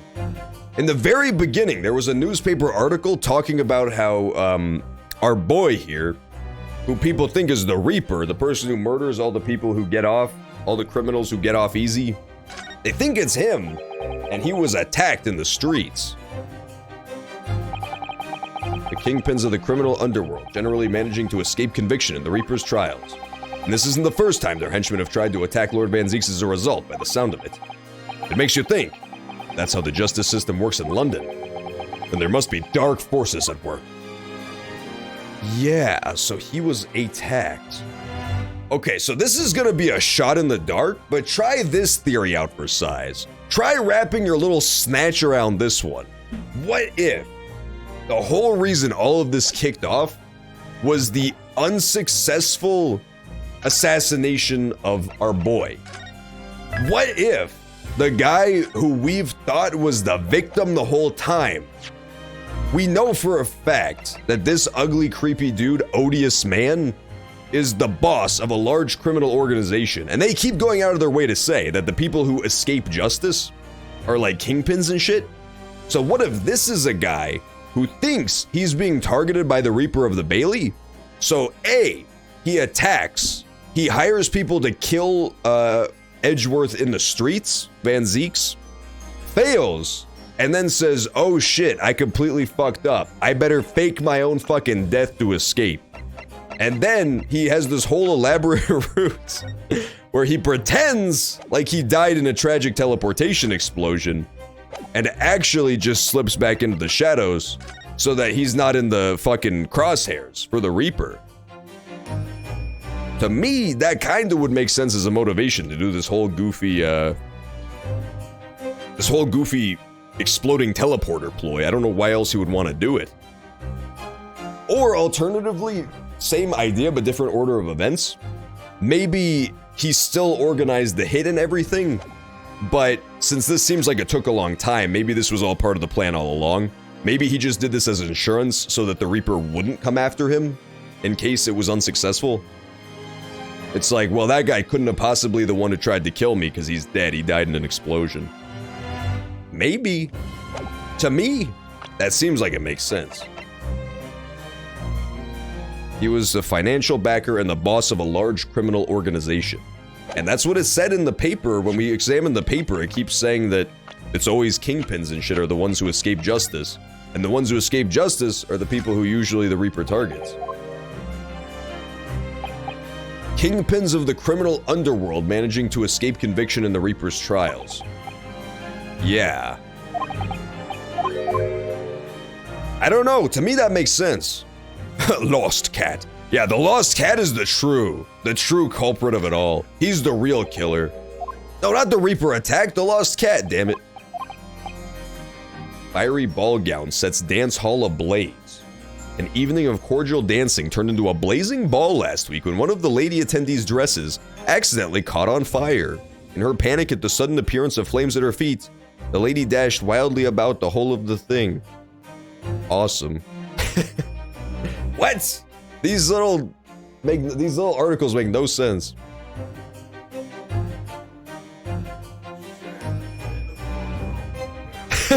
That's the world's quietest straight mustard face.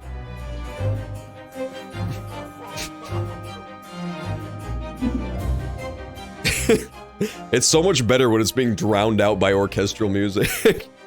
It's straight mustard face if it was happening in the fucking front row of a great orchestra performance. The fucking London Symphony.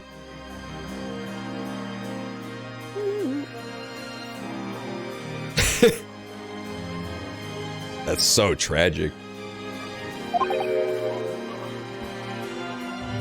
2 mustard attacks in broad daylight. London just ain't safe no more, man. London is just completely fallen to the birds. Yeah, he's actually part of the, it's an opera. He's part of the performance. It's just the chorus. This is just the chorus of the song.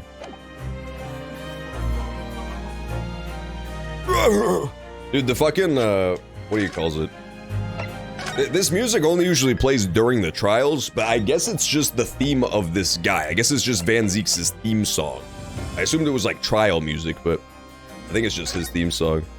Enoch Drebber. Are the police trying to locate the engineer, Mr. Drebber, already?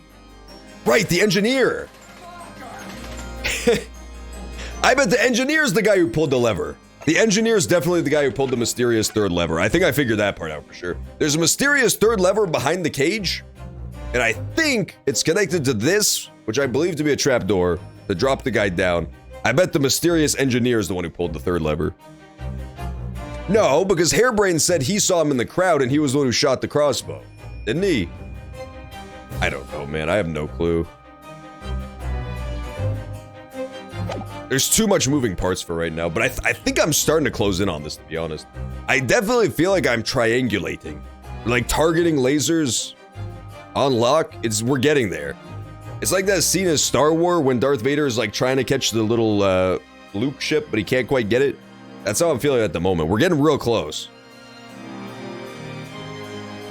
Oh yeah, the big hammers. It's just a big bottle of mustard instead being poured over a sleeping man's head. Classic instrument. I can't believe you guys have never heard of it. There was the castratos who were castrated so that they could sing really high. And then there were the mustardatos who basically just had mustard poured on their heads so they could sing well. Oh, are the police trying to locate the engineer, Mr. Drebber, already? Surely that goes without saying. We're very keen to see him found as well. The trouble is, we don't have much to go on aside from the description of the man we heard in court earlier. Which, according to Professor Hairbrain, was of a tall, thin gentleman who has straight white hair and wears a black monocle! So I was just wondering. I mean, I realize it's probably not possible, but... we'd very much appreciate any more clues you can give us. Wow, Suzato-san really knows how to take the bull by the horns. Remix isn't going to bed. Remix is gonna watch fucking movie night later, man. Remix's ass isn't going to bed for at least another fucking 4 hours. Fine, why not? That is true, he could nap. Alternatively, you could pour mustard on Van Zieks.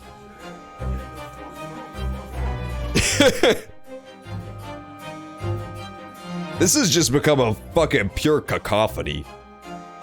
It's just become a pure cacophony. It's become a pure mustardophony at this point. Get this mustard off of me. I have a photograph of the man here from an investigation 10 years ago. Oh my god, he's so evil.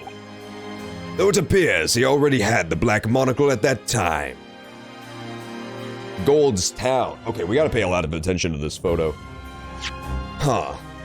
10 years ago, huh? An investigation? Could it have been the Hound of the Baskervilles? Maybe the name of the character that was the killer in the Hound of the Baskervilles was Enoch Digger. I don't remember. It's been too long since I read that story. Sephiroth! Yeah, this guy's definitely Sephiroth. Are you kidding me? He's just Sephiroth with a bowler hat. He can't fool me.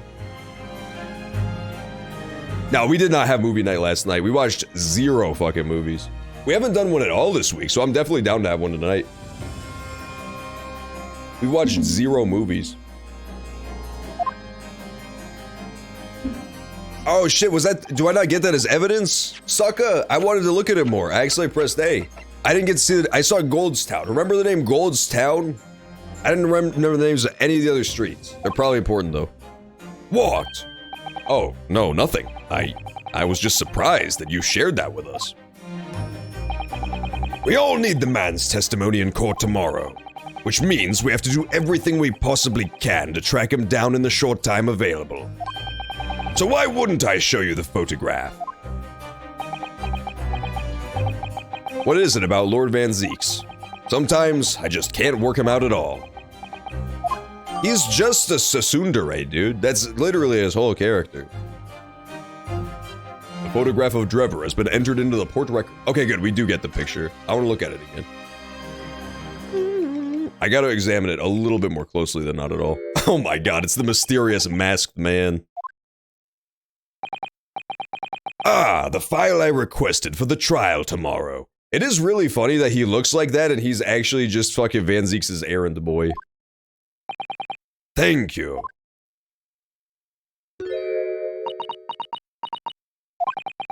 Are you alright? Who is this man, Mr. Naruhodo? Lord Van Zieks' apprentice, apparently. So I'm not the only one. Suzato-san can see it too. Lord Van Zieks, may we speak with your apprentice for a moment? With him? Why? Apprentice is not having any of it, dude. He just fucking dipped his beak like a dipping bird. He's gone. He disappeared. Kazuma-sama! Gesundheit? Uh-oh. He's turning back around. Kazuma! I don't believe it! Your posture, your presence. It can only be. It's you, isn't it, Kazuma-sama? This is so stupid, bro. I felt something strange the very first time I encountered this cloaked figure. As if I knew him somehow. Can it really be you, Kazuma? They did. This is literally just the RE5. This is just fucking Jill Valentine.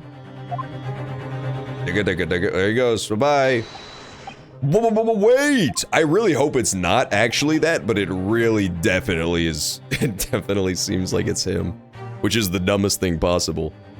It makes sense though, because like, the very first game, I think I even said it out loud at some point, but I'm like, you would think what it's building up to is that he's gonna be like your rival, right? He'd be like your rival character, because he's the one who gets you into law in the first place. So maybe that's what they're still trying to build up to? It was surprising that they just killed him off immediately in the first case. Too late! What's going on here? What's up with your apprentice, bro? Why did you lobotomize our Japanese friend and turn him into your apprentice? What is your interest in my apprentice exactly? You act as if you know the man or something. Well, since when has he been in your care? I don't recall you having an apprentice before I left Britain 6 months ago. Lord Strongheart introduced him to me about 3 months ago now, with instructions to mentor him as a prosecutor. But he didn't tell you why, did he? The man appears to be suffering from amnesia. He's forgotten every last detail about himself. That is so stupid. That is so fucking dumb. This is getting so dumb. This game has gone off the rails so hard. For no reason, too. He has amnesia! I honestly wonder if he will dramatically recover his memories in court since he loves being a lawyer so much. Wouldn't it be crazy if the spirit of the law returns his memories at the climax of an emotional trial? I would be shocked if that happened. Shocked, I tell you. Tomorrow he will appear in court at my side. What? He's to serve as my judicial assistant, on Lord Strongheart's orders. He'll be in court with us? Now then, unless I'm much mistaken, I believe this conversation has run its course. Oh, yes, thank you. I definitely saw a reaction there. When Suzato called out like that, it really seemed to hit a nerve. When she called out Kazuma-sama. This is so scary, dude. This is getting so crazy. I'm pretty sure, I'm not like super positive, but I'm pretty sure that that little like pin that he wears, This is gonna be how we get his memories back for sure. I forgot that this is his armband. This is Kazuma's armband that we got given from him or some shit. This is gonna be how he gets his memories back for sure. But I'm pretty sure the pin he wears we've seen before too. I don't remember exactly where, but I feel like we saw his pin. Back in Japan, I think. But maybe go back and look at the first part of this playthrough of Ace Attorney Chronicles Part 2. Because I feel like maybe when Susato was being a man, when she was dressed up as Mulan Zato, I'm pretty sure that maybe she had the pin on. Maybe that's where I saw it.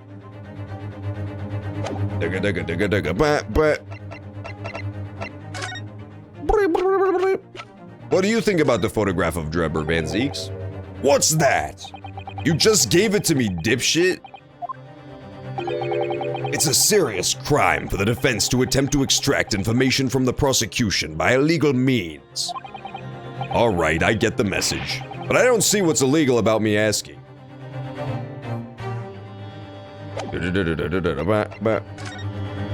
What's that thing do? What that means? Remember when Nathan Fielder had the brain of an 8-year-old for that interview? That shit was fucking awesome. Still no waxwork dummy? We definitely need a Photoshop of fucking Herlock Sholmes leaning in like the blue alien guy and saying no goth sexy witch lady. Cause I feel like it's been 8 fucking hours and we've still seen 0 witches.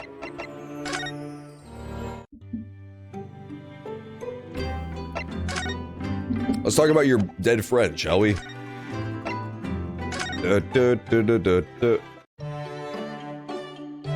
Kill Jester. I honestly can tell you with complete confidence that I have no idea what that means. And no witches? Yeah, see, that flows better for sure. That's definitely the verbiage. Where am I going? Oh, I gotta talk to this idiot. Speaking of fucking jesters. Oh my, look at this idiot. He's drawn on the fucking walls in crayon. What an absolute loser.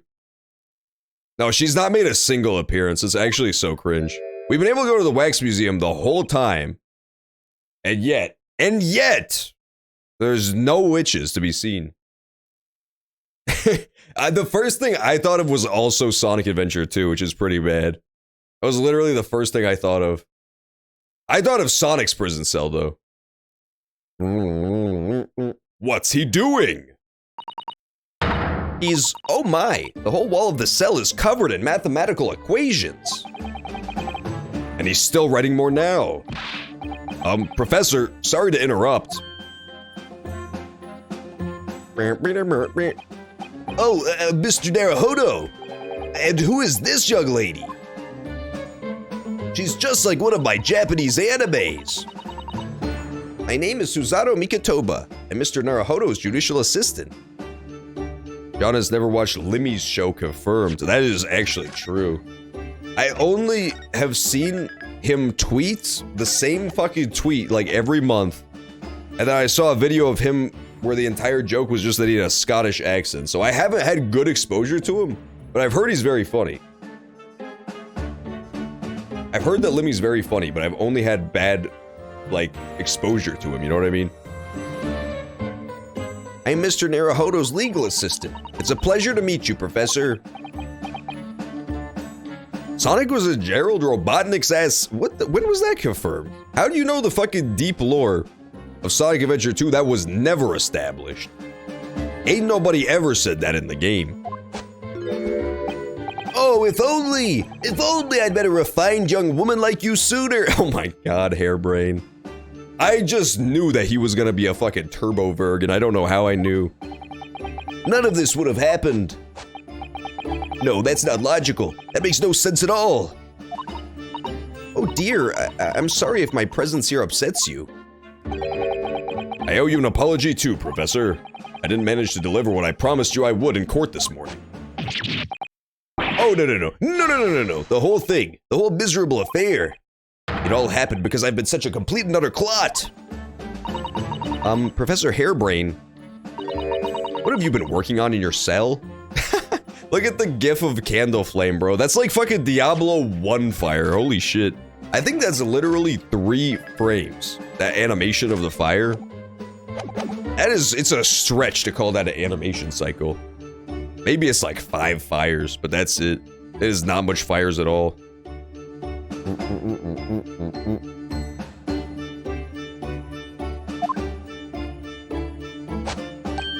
Oh, you mean that? Oh dear, how embarrassing. I was suddenly struck by an idea, you see, and I simply had to write it down. The wall was all I had at hand. Oops. Oh, is it some new hypothesis? Something to surpass super high voltage instantaneous kinesis, maybe? No, actually. This is my autobiography. Your autobiography? How Was I Diddled and Fiddled by Albert Hairbrain. I found I can represent my odd fortunes with only odd numbers, an ambitious set of unique equations. Really? I'm gonna have to pay back all the loads I took for the kinesis machine, you see. So it's gonna be a new serial publication from next month. Part 1, An Odd Birth and Odd Upbringing. You can't beat the man's optimism, that's for sure. I see. Well, for now, would you mind if we talked a little more about the case? Oh yes, of course. I've been working through the numbers. I was diddled! I was fiddled! By the pair of them! By Asmund and by that aloof engineer Drebber. We're not gonna have to sit through an explanation of all these equations, are we? We definitely are. I've got bad fucking news.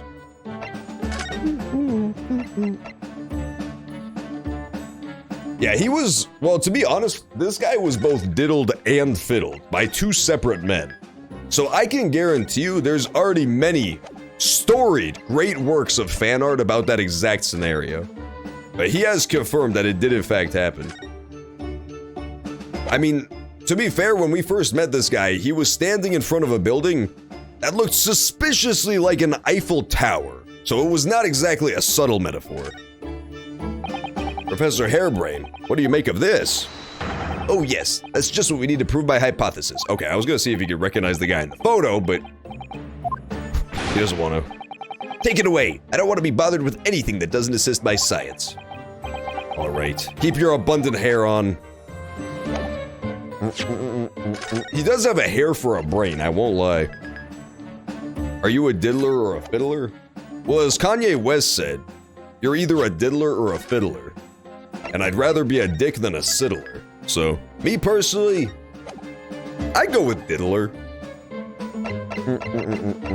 Diddler on the roof, as he's known. Okay, so he doesn't know shit about Drebber, which is not helpful. At least visually. He won't look at the photo. I'll ask him about him, though. Is he an engineer, or a magician, or a swindler, or a diddler? It was about a year ago when Mr. Asmund first brought Drebber to meet me at my laboratory. Since then, I've met him many times to discuss details about the kinesis machine. But at no point did you have any inkling that he was just an illusionist? Oh, he definitely wasn't just an illusionist. What do you mean? He was a wealth of deep scientific knowledge. There's no question that the man's a genuine scientist. It's instantly apparent in conversation. I see. Yeah, they said he was both an engineer and a magician, which are 2 very different professions, I have to say. I can't imagine there's much crossover between those 2 fields. Then again, I feel like the one connective tissue between engineers and magicians generally is that they both have a very inflated sense of ego. I have noticed that both in real life, both engineers and magicians think that they're God's gift to this earth. They think that they're the smartest people on the entire planet. So I guess they have like one connective tissue, but not much besides that. Besides that, they're basically very different. But the wretched man deceived you, Professor. It's unforgivable. We must do everything we can to find him and bring him to justice. Are there no more clues you can give us as to his whereabouts? I'm sorry, we only ever discussed the kinesis machine. Nothing else. Although, just once, I did visit his workshop. What workshop? Drebber's enormous fabrication laboratory where he constructed my great machine. Okay, that's pretty helpful, bro. Tell us the location. Why didn't you mention this before? Enoch Drebber's workshop. There's every chance we might find the man there. No. So you've been to Drebber's place of work then? Yes, just once, you understand. It was an enormous place. Plenty of room to construct the kinesis machine, you see. Where can we find it? We have to go there at once. There's a good chance we'll find Drebber there. Well, yes, definitely. I'm sure. As in, I'm sure you're not going to want to hear this. But I have absolutely no idea where the workshop is at all. Oh my god. This guy is the least fucking helpful client in the entire history of the series, for sure. All he does is fucking sabotage every step of the way. He's the worst. And I want to go to a fun-ass engineering workshop. That sounds cool. It also, the fact that it's all built out of Harebrain's sight and mind, it does go a long way to helping explain the hypothesis that maybe he didn't even know about half this shit. Like that secret third lever, it's possible Harebrain didn't even know that lever exists. He might have never seen it. I'm so sorry. I was more than half expecting that. You see, I was blindfolded in the carriage the entire way there. He blindfolded you? He wasn't taking any chances then. The place was incredible, the pinnacle of modern engineering. Even the oil he used was the very best. A special French machine oil that's impossible to obtain in Britain. Ah, the indescribable scent of that imported oil. Bro, speaking of imported oil, I took my dog on a drive today, and she went crazy for Dairy Queen. I was driving past Dairy Queen, and she knows the Dairy Queen because that's where she gets, like, ice cream treats and stuff. And she immediately fucking punched the glass window with a dog hand as hard as she could. It made a fucking calamitous crescendo. So I turned my ass around, I sat my white ass down and listened, and I took her to Dairy Queen to get ice cream. To get her a pup cup. And she gobbled that shit up protrudely. She gobbled that shit up right quick. She does not play around when it comes to ice cream. She goes fucking goblin mode for that shit. The indescribable scent of that imported oil. Oil. The performers across the world should forget their secret formulae and use that instead. What do you think, Miss Susato? Ode to machine for your next birthday. I've never used any kind of perfume, Mr. Naruhodo. And I'm not sure. I bet Susato smells like shit, dude. Susato definitely smells like ass. She's a Smash player for real. She doesn't wear perfume, and she walks around in muggy-ass England all day in that giant robe. Susato definitely has a horrible BO, like a green stink cloud that follows her around. Susato was actually the inspiration for Pigpen. She was definitely the inspiration for Pigpen from Charlie Brown. I should teach your dog a lesson. Wakapi, I've got bad news. My dog would beat your fucking goat ass, bro. My dog would kick your ass all the way down to next Sunday, Wakapi. You would stand zero chance. I have trained my dog in everything that she knows in terms of combat ability. And I also taught you everything you know in terms of combat ability. And I can tell you, I taught her secrets that I would have never dreamed of teaching your ass. She would take you out in a fucking split second, Wakapi. Oh yeah, I already read that line. She already used no perfume. I don't suppose you know even part of the workshop's address, Professor. Wakapi also doesn't wear any perfume, just FYI. He smells like shit. I smelled Wakapi one time and I woke up 8 days later in a fucking cold sweat. Shit knocked me out right fast. It's like the opposite of smelling salts. You don't have a business card or anything? The man was clearly very cautious, Miss Susato. Aha! Yes, I do. He gave me his business card once. It's right here, look! What? Let me see that. Throw etiquette to the wind, why don't you? That is true. Susato does come from the past. Everybody fucking smells in the past.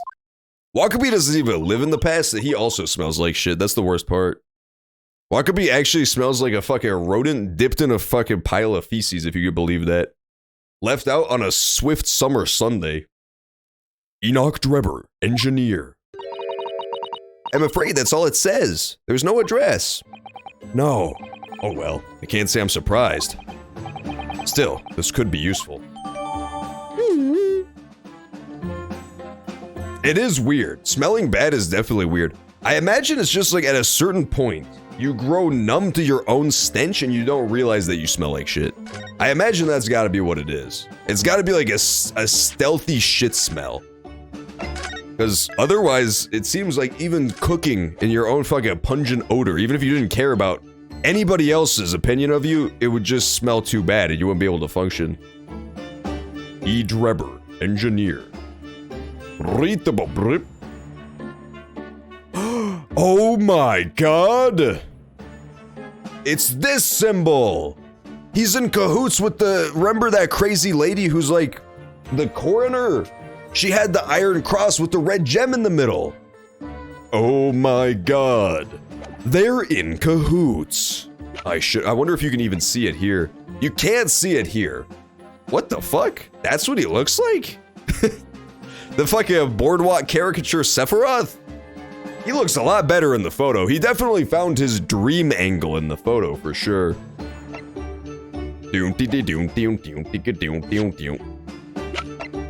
I mean, let's be honest, he looks fantastic. He looks definitely quite good. He definitely has a good skincare routine, jawline cut to precise, but he also looks like an anthropomorphic horse. I can't lie. Yeah, Van Zieks has that same symbol as well. I wonder what it means. And there's also a minus version. Interesting. So there's a plus and a minus. I thought it was just a cross. And yeah, he did have it on here as well, I noticed. But the circle is less pronounced on here, so I didn't make the connection. I didn't make the connection to, like, the other characters. Does he have it? He doesn't. Well, maybe somewhere else on his body, I can't remember. Wakabi calls me a fucking roach? Wakabi, you're a fucking roach, bro. Wakabi, you're a cockroach, to be specific. You crawled underneath my fridge for weeks at a time, and you're gonna call me a fucking roach? That's roach behavior. The only behavior that I do that has anything to do with roaches is when I squash you like a fucking insect when you act out of line. Everything I believed in has been turned on its head. My research, Mr. Asmund, the kinesis machine, my hypothesis even. I'm sorry it's come to this. There was really no other way. No, it's not your fault. I wanted to protect my work, but in the end, there was nothing worth protecting. It was never my intention to deceive anyone. I didn't want to trick the public. No, of course you didn't. But in court this morning, I realized something.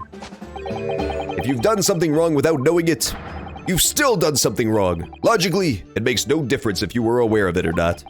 Ignorance is a poor excuse. The blame still lies with me.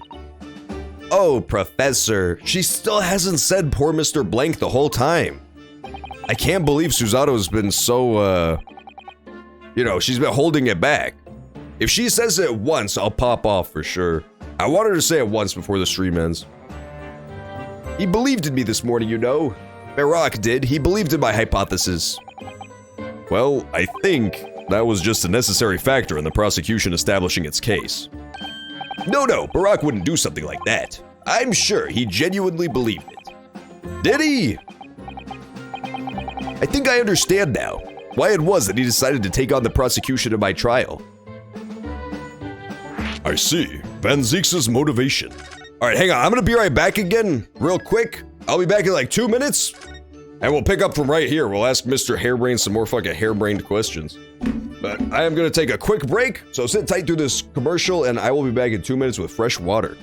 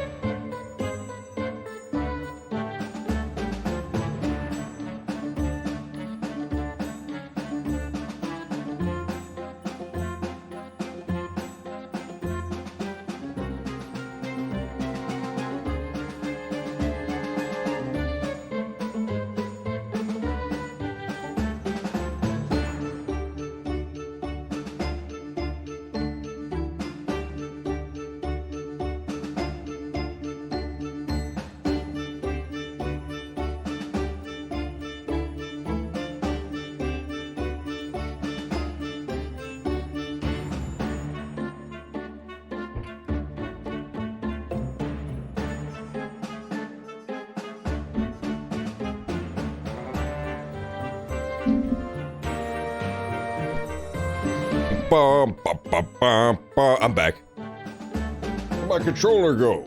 Where'd my controller go? Alright, we're saving again. I don't remember if I saved before I left, so I'm saving now. That way the game is like quadruple saved. Alright, let's see what this guy has to say about Drebber. Oh, we already talked to him about Drebber, okay.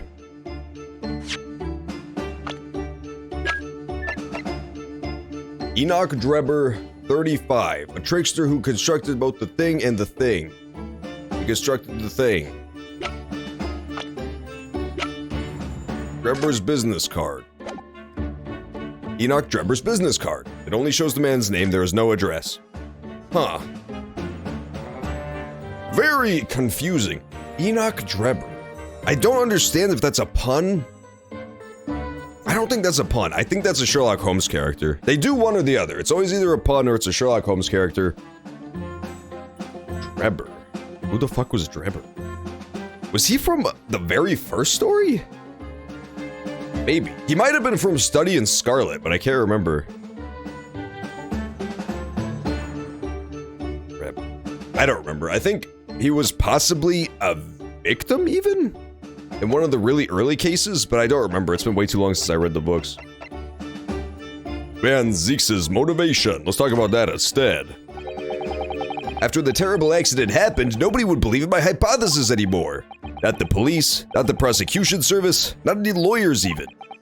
I feel like I dealt some kind of finishing blow there.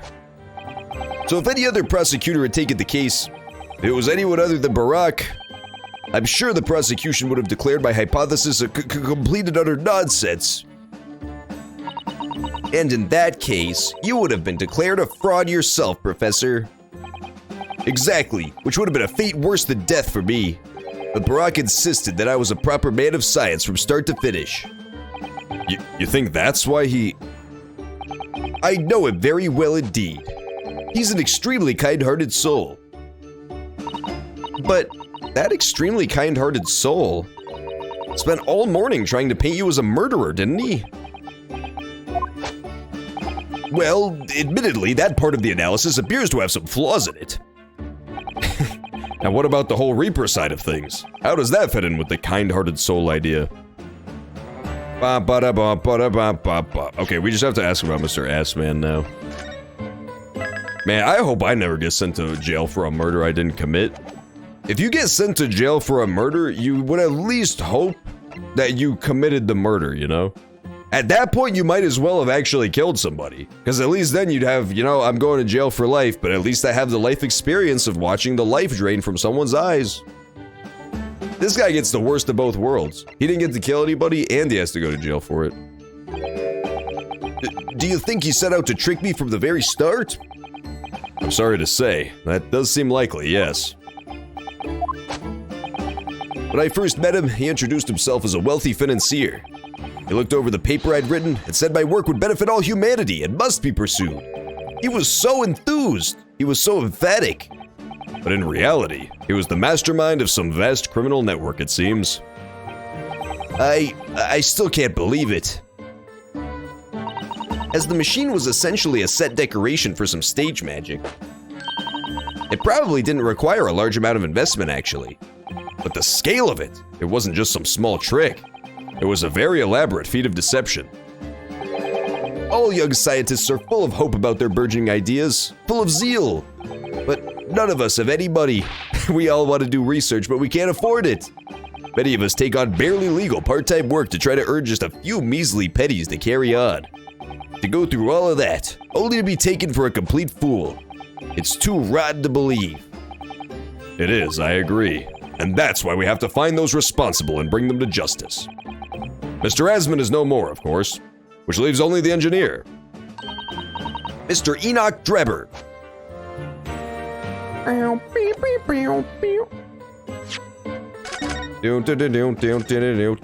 I guess we can inspect the business card that we received. The business card. I still think the best business card of all time was the American Psycho business card scene. That was such a funny scene. I love that scene. This business card sucks ass, I won't lie. The only sort of style it has is these badly drawn plus and minus signs. Enoch Drebber, the engine nebber. This dark smudge here. I think perhaps it's machine oil. Ah, yes, possibly. Professor Harebrain mentioned something about the oil Mr. Drebber uses, didn't he?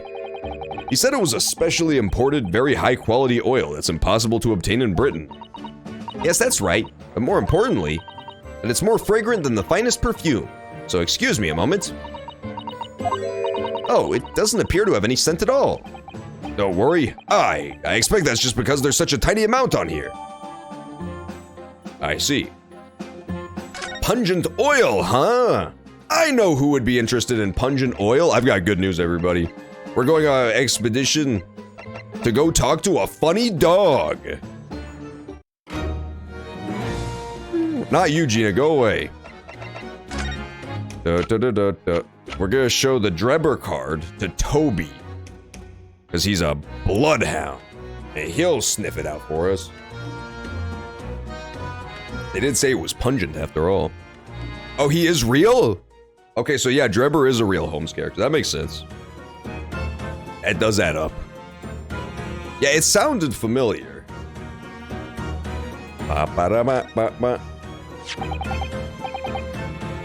About this, Gina. Yeah, I'm still learning me letters at the moment. I only know A to E, so if it ain't too much bleeding trouble. Actually, Gina, it's the back of the card that's important. Hey, how come? It's just a dirty old smudge on the back, that's all. It turns out that this very high-quality French machine oil has a very particular scent, apparently. Get outside. Let's have a whiff then. You sure? I don't smell nothing. No, we didn't mean that you should smell it. Oh, right. You mean Toby? Yeah! Get him, Toby! Toby's going in. Toby goes so hard. Toby is always in these streets out here. There he is. Look at his hair spike. Look at his hair spike and tell me it's not fucking swag as hell. He's so fucking cute. I love Toby. He looks like a fucking amazing island monster. His sense of smell is so good, he can track people over the oceans, can he? Professor Harebrain informs us that this oil is unique to Mr. Drebber's workshop. Look how cute he is when he sniffs! That's definitely the best animation that he has, and it would be made extra humorous if he sprayed diarrhea shit all over Lestrade and sprayed it around with his tail like a hippopotamus. I think that would complete the ensemble that he's doing right now. It'll be the perfect punctuation to this scene. Sniff, sniff, sniff. I think he's picked up a scent. So you mean, if he follows the scent of this oil, Toby could lead us to that dodgy cove's workshop? That's right, that's exactly what we were hoping. Alright then, we'll give it a go. I'll just borrow that. What, wait, when did you? Once a pickpocket. If I can lead everyone to that Drebber's workshop, I'll be the boss's boss before next week. Oh yes, Gina. I'm sure you'll be promoted. Poor Gregson. Right then, Odo. Leave it to me. Sorry. We're gonna get going after that dodgy engineer cove right this minute. Oh, but hang on. Someone's supposed to be on guard duty here all the time. I'm afraid we can't help. We need to get on with our investigation as well, Gina. Ah, right. Oh well, never mind. If it ain't gonna be me what gets in the neck, I'll be the boss. Poor Gregson again. Ready, Toby? Got that oil scent, have you? Come on then, boy. See you later. I do hope the scent of that oil leads him to that swindler's workshop. Yes, I hope so too. Ideally before the dog swims across the channel to France.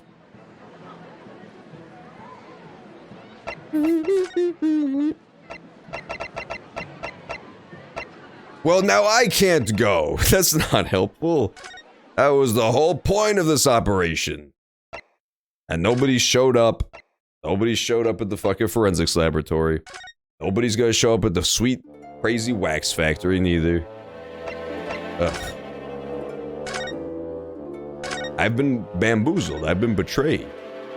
All the characters are missing from the game. I already inspected damn everything. We'll come back later. And Forensics says we need to spend more time investigating there.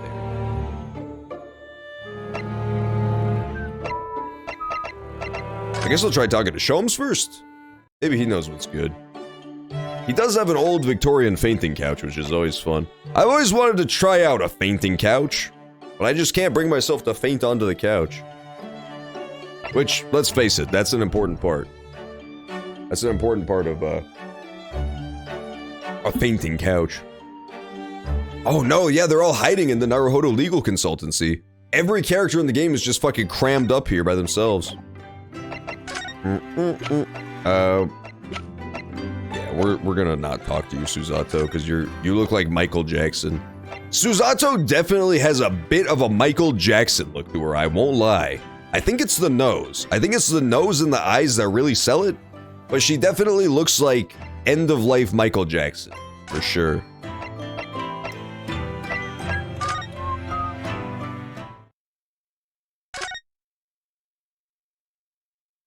Spend more time investigating here, huh? More time investigating what, I wonder? What obvious shit did I miss?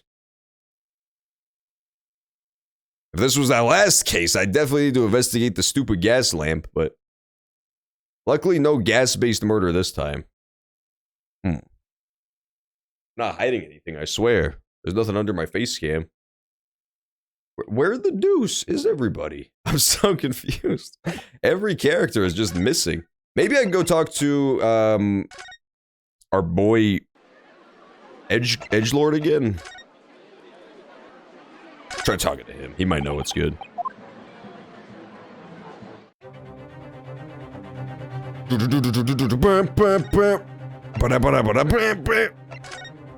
Maybe I just forgot to max out somebody's dialogue. That's always possible.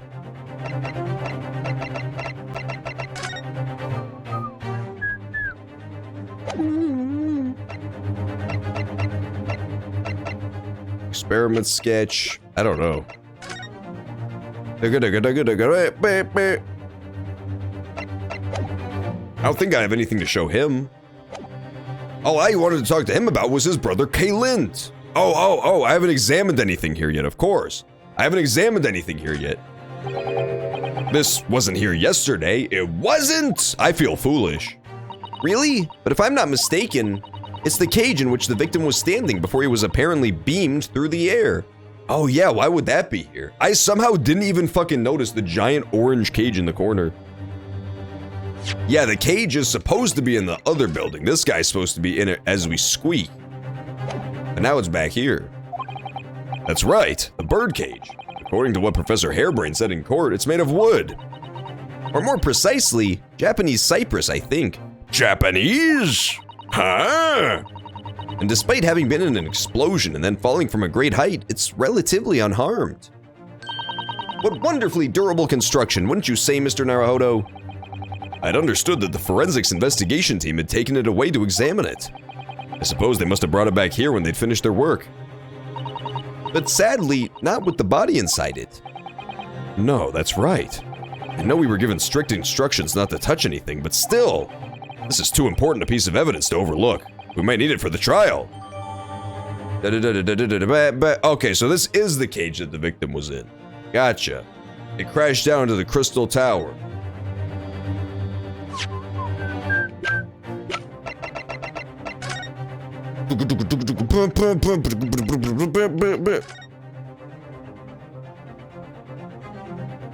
Why is it all smirched? Yeah, they basically, Mr. Naruhodo has decided to shove it up his entire ass. Mr. Naruhodo shoved this entire birdcage up his ass to smuggle it from the scene.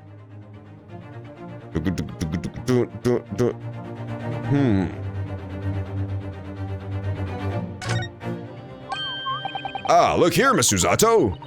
Oh yes, the wood's cracked and broken a little. I suppose because it fell from such a great height. It was actually from being constricted inside of Mr. Naruhodo's ass, if you could believe that. Yes, from the height at which the balloon was flying down into the crystal tower below. A fall of about 30 feet, or 9 meters, leaving the man inside tragically dead. Fact check. If a wooden cage fell 30 feet, that shit would be completely fucking destroyed. This clearly did not fall all the way down into the fucking crystal tower, you apes. You complete apes. Oh, I solved it already. Look at this, look at this, look at this. Check out that strap. Keep a close eye on this strap right here on the right. You remember what that strap looked like on the right? What's it missing? What's the strap on the right missing? Human blood and fecal matter. Not on the strap at all. Not the same machine confirmed. Not the same machine confirmed. Giant nose style. Yeah, 107 nose. There was no blood. No blood at all. Confirmed different contraption. Okay. So it's seeming more and more like we were very right about this being a trap door. And it would completely line up with the damage to the machine as well. What really happens is somebody in the back pulls that hidden lever. This thing drops through, damage to the base from this shorter drop into the bottom of the tower. That's how this cage got cracked. It's two separate cages. Two separate cages. There's the cage inside the balloon, or maybe not even a cage inside the balloon, maybe just the thing. And then, cage here. If the strap doesn't fit, you must... Exactly. You must acquit. My creature could never have cleaned off the blood that good. My defendant would never do such a thing. This looks like a giant pencil, too.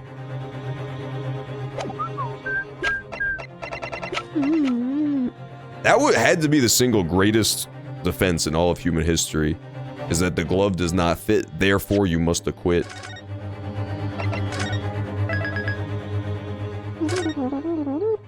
It was genius. He was trying to put on the glove palm first. And it's like, well, shit, I can't pull the entire glove over my palm. I guess I can't wear it at all. It's impossible. That being said, I do believe that OJ was innocent and that he famously did nothing wrong. I'm pretty sure OJ was people just hating on him because he's got swag. What a terrible explosion it must have been. Even the steel girders have buckled and twisted in the blast. And what they call the bird cage was right in the middle of it all, just here. Look, Mr. Naruhodo, that metal grilly on the floor! And look at the lever in the back! Looks as though it's designed to open. Oh, hell yeah, it totally is a trapdoor. We've got this on lock. We've got this on fucking lock, 100%. It does, doesn't it? The floor had opened at the precise moment the explosion occurred. The birdcage could have dropped through and disappeared from sight. I don't think there's any doubt that this was a very elaborate hoax, is there?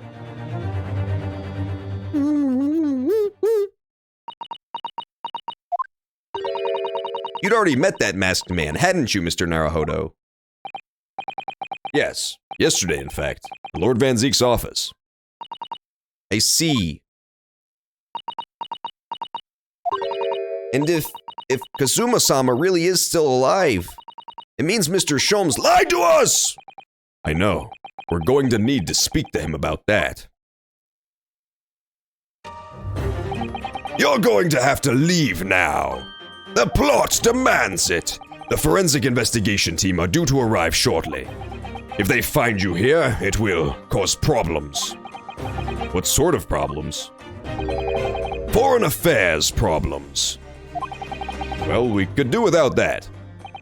Alright, we'll be on our way. Let's go, Miss Susato. Susato bots, roll out. She turns into a fucking Susato cycle. How cool would it be if she turned into a pink bicycle with Miss Susato's head on the front of it? That shit would be sick as hell. Of course. That should be how he gets around in this game. It would make it a lot more compelling of a character. Okay, let's go talk to Mr. Sholmes. He's not here.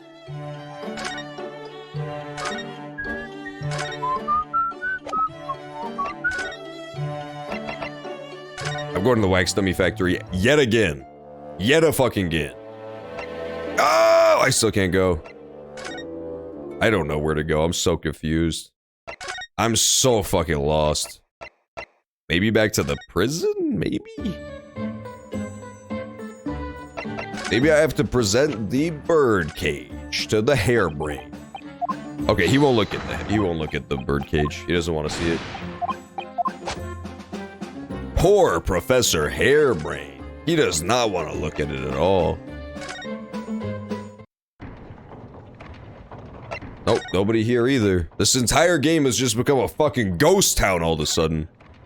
Everybody's ghosted Mr. Naruhodo. He's public enemy number 1. Where the fuck do I go? I've been everywhere. I don't get it. Maybe I have to examine this giant hole in the wall again like last time. What a shame that the symbolic landmark of Great Exhibition has been damaged like that.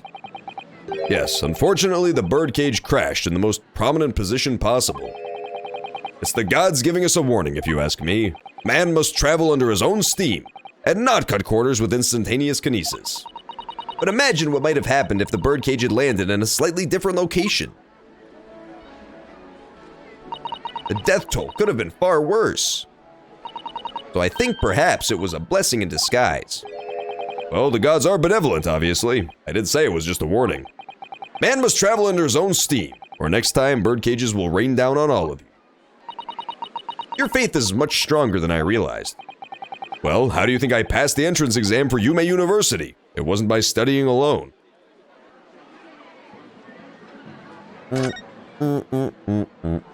I guess I'll examine this green thing again, too?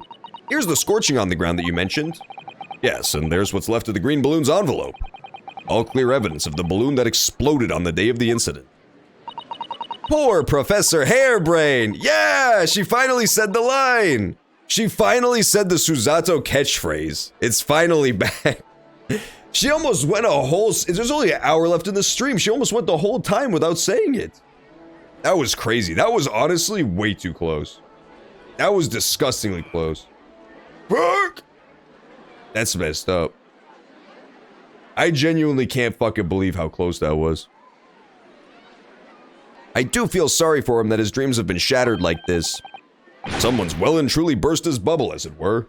Ha ha ha! Kick, kick, kick! Ouch. I'm a bad person. Yeah, that was just mean, dude. You can't laugh at a man's destroyed balloon. He worked hard on that balloon. Mr. Naruhodo, a hater for real. Mr. Naruhodo wakes up and just fucking makes a tally of all the people he needs to hate on that day. Ah, the Crystal Tower. I can't believe I'm seeing it at such a close proximity with my own eyes. You've really been looking forward to the great exhibition, haven't you, Miss Susato? Oh yes, when I found out that I had to return to Japan, I'm afraid I cursed my luck. But here you are, back in London, gazing up at the magnificent tower. I know. Perhaps I was wrong to curse my luck so harshly. Okay, that didn't seem to help anything, but sure. We better not try going up those stairs to the stage area now. If we were to bump into the forensic investigation team, sounds like it could make trouble.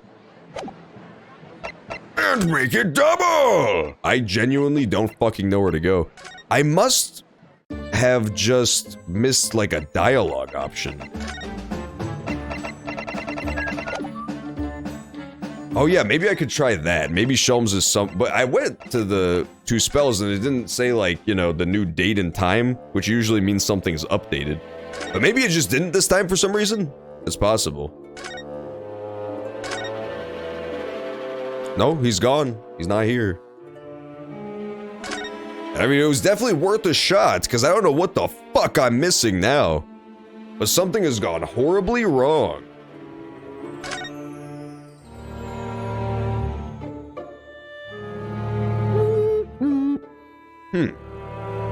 There's that crazy lady who's about to stab that girl to death. That's normal. That's a classic. Is he hiding? Is it Where's Waldo? Is Shelms peeking out from under the fucking couch? I don't understand. I'm gonna try going through the curtain again, even though it still says check mark. No, okay, I can't go through still. That does add up, actually. That doesn't make total sense. I was just kind of hoping that I could go through anyway. Okay, let's leave. Where else could we go? We've been everywhere. I must have not talked to somebody. It has to be that, right? Present. I can present something. The bird cage? I already tried showing that to him, though. I could try going back and showing Susato some stuff, maybe. Maybe that's the key. Because I do have the ability to go talk to Susato still, at, like, the main place. Could be. Show him Andrew. I could show him people, too. Wait, no, I can't show him people, apparently. Damn it! Oh, right, that's the screwdriver. I thought it was the murderer, but that's Enoch, not Andrew. Professor, do you recognize this? Oh, it's Andrew! He does respond to Andrew. How have you been? Are you alright? Nobody's mistreated you, have they? Don't worry, he's being very well looked after. I definitely try to take good care of Andrew, because Andrew's pretty cool. He's the protagonist of that new Dan Harmon game where all the guns talk to you. He's known as Screwy the Screwdriver. I always rub him with machine oil until he's gleaming. What the fuck, dude? This is some not so subtle metaphors that I'm not enjoying. Right. And then when I come to tighten a screw with him, he slips in my hand and I can't do it. Aha, it's that age-old problem faced by driver files the world over, isn't it? I really wouldn't know, I'm afraid. I don't want to talk to you anymore. I don't want to talk to this guy anymore. He did not beat the driver file allegations, unfortunately.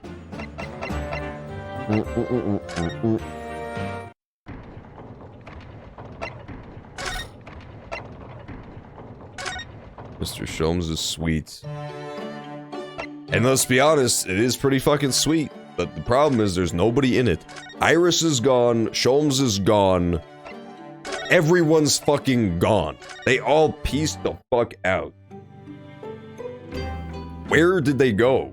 That's all I want to know. Okay, we'll try presenting her with some stuff, because we haven't tried presenting it to her at all. We already asked her what to do. She was not helpful. How about the birdcage? Mr. Zato, do you see this? You have such great expectation in your eyes, Mr. Naruhodo, but I'm afraid nothing particularly useful comes to mind. Oh, sorry. I'm not sure what I was expecting, really. Okay, how about the photograph of Drebber? Nope. She doesn't care. I bet you that there's one building where I've missed one examine prompt. That's the progression prompt. It's like the one thing I actually need to examine that's not just flavor text. I have not examined yet. I guarantee you that's the problem. I'm not examining shit in here though, because this place is not important.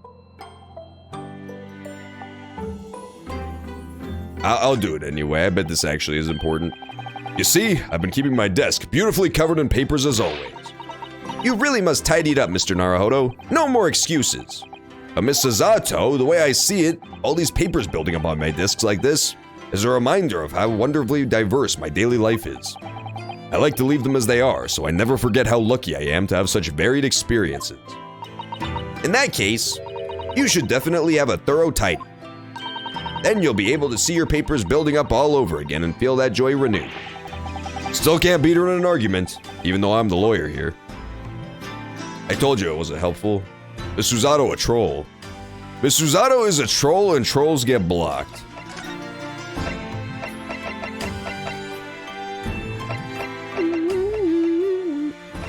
Yeah, maybe the Daruma, I guess. It seemed like they were just being, you know, trolls, but maybe it's important. I see your Daruma still only has one eye filled in. Well, we agreed that it's something we do together, didn't we?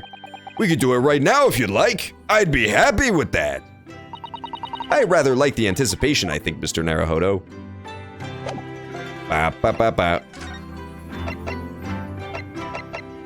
I'm so confused. Let's go back to the lab again. Maybe there's like a turn. I can turn around in the lab. I can't. Nothing has happened in the fucking lab yet, The bottle on the shelf looks like an Among Us. I don't know what to do in here.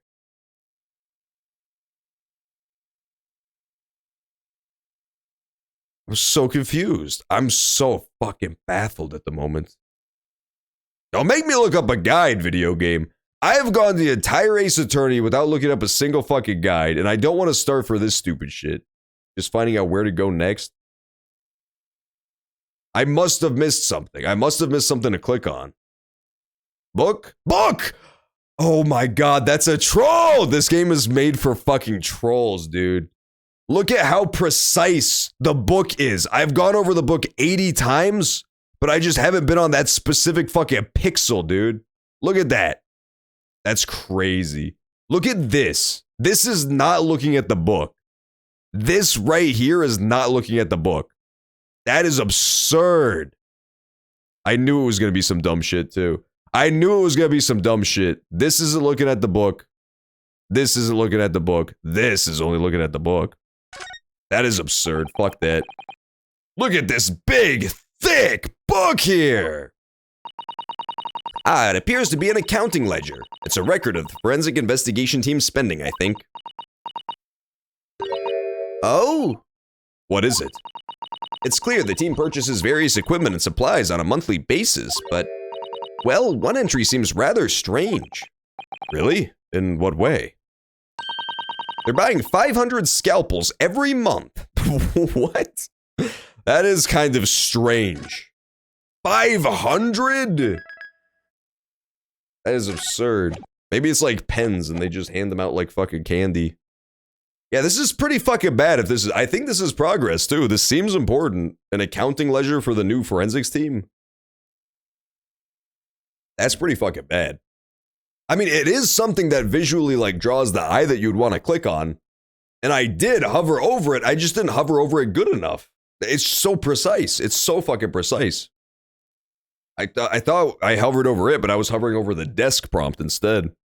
What they should have done, if there was any logic in this whatsoever, is just not let you talk about the stupid dresser that's not story important, and have the book be the only thing on the table that's interactable.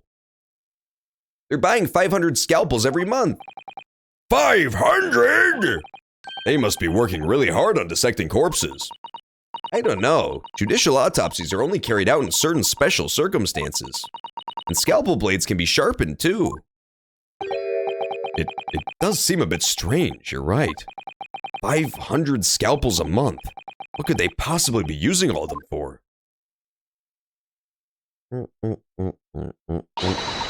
It was story progress. Oh my god, I can't fucking believe that shit. I can't believe that was actually a fucking progression lock. I can't be the only schmuck who got stuck on that for 80 years. That's absurd. What are you doing? Ah! Sorry, we had something we wanted to ask you, but you weren't here, so... See, she does. She has the cross with the little dinkle on it. Just like on Enoch Weber's super business card. Where's his business card? Oh, Lestrade straight up actually took it, okay. We had something we wanted to ask you, but you weren't here, so... So, you thought you'd snoop around? That's acceptable to you people from the East, is it? Well, what do you want? Lord Strongheart told us, you see, that it was you who examined the victim's body. Mr. Osmond's body, I mean. So we came to ask you about your findings, on Lord Strongheart's advice. Very well. If the Lord Chief Justice has given his consent, I'll tell you what our investigation revealed. But when we're done, you must leave immediately. Let's converse with her. She seems like a pleasant person. The first thing she did was call me stupid for being Japanese. And she's got Twizzlers for a hair. So, you want to know what the forensic investigation team determined from its examination of the scene? The victim, Mr. Odie Asman, who disappeared from the experimentation stage amidst an explosion, and the Mr. Asman who appeared moments later partway up the Crystal Tower, were without question one and the same person. That is the team's conclusion. But that can't be right. If it was an elaborate trick, we can only speculate about how it was carried out. Let's see. If two people who looked very similar to each other were involved, they could have made it appear as if one single person had switched places, couldn't they?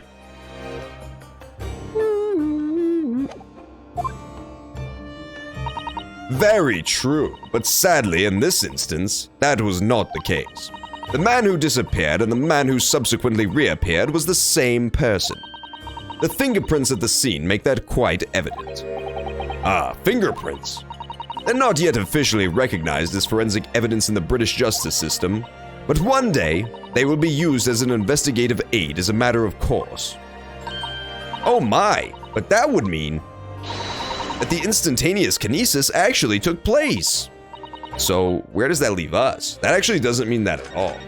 What that means is that he was actually in those two separate places at some point, but unless these fingerprints are being like dated somehow, it does not mean that it was in that order. It does not at all mean that it was even on the same day. Where does that leave us?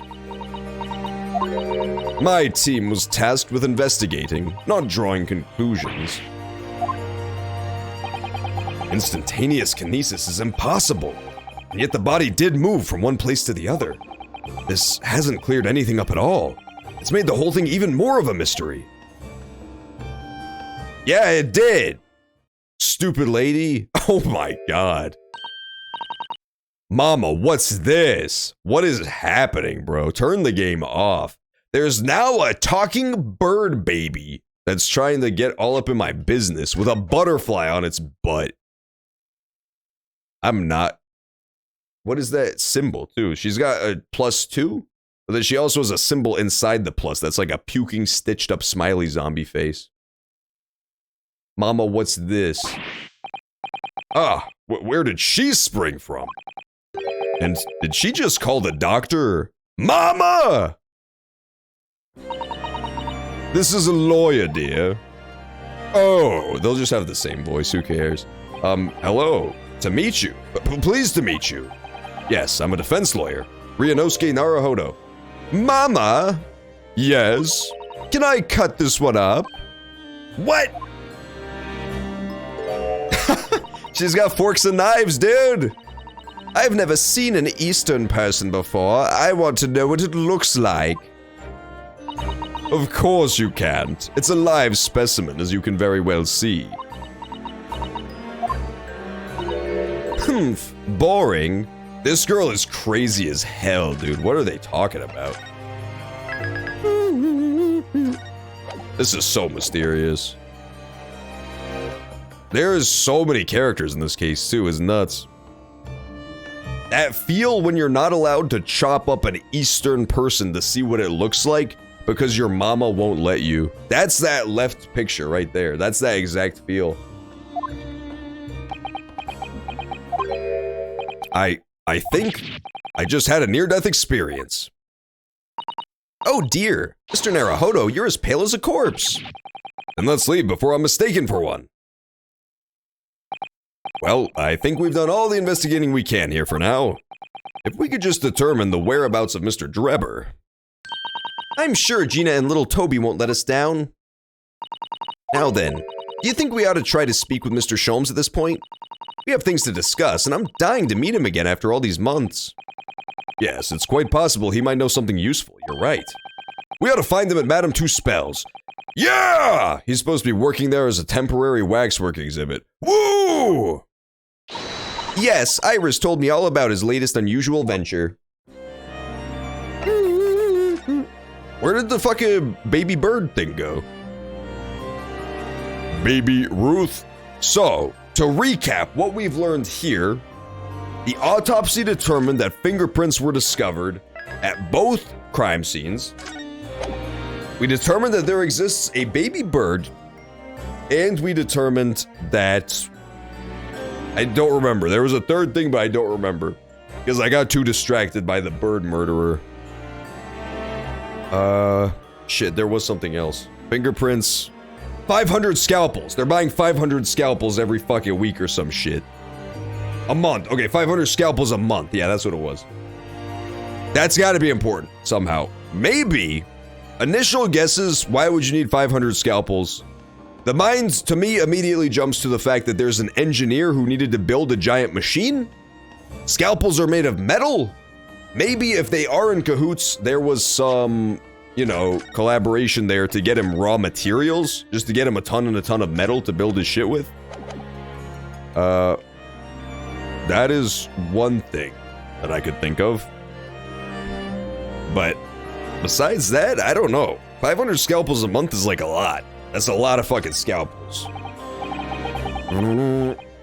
So what are you doing at the moment, Doctor?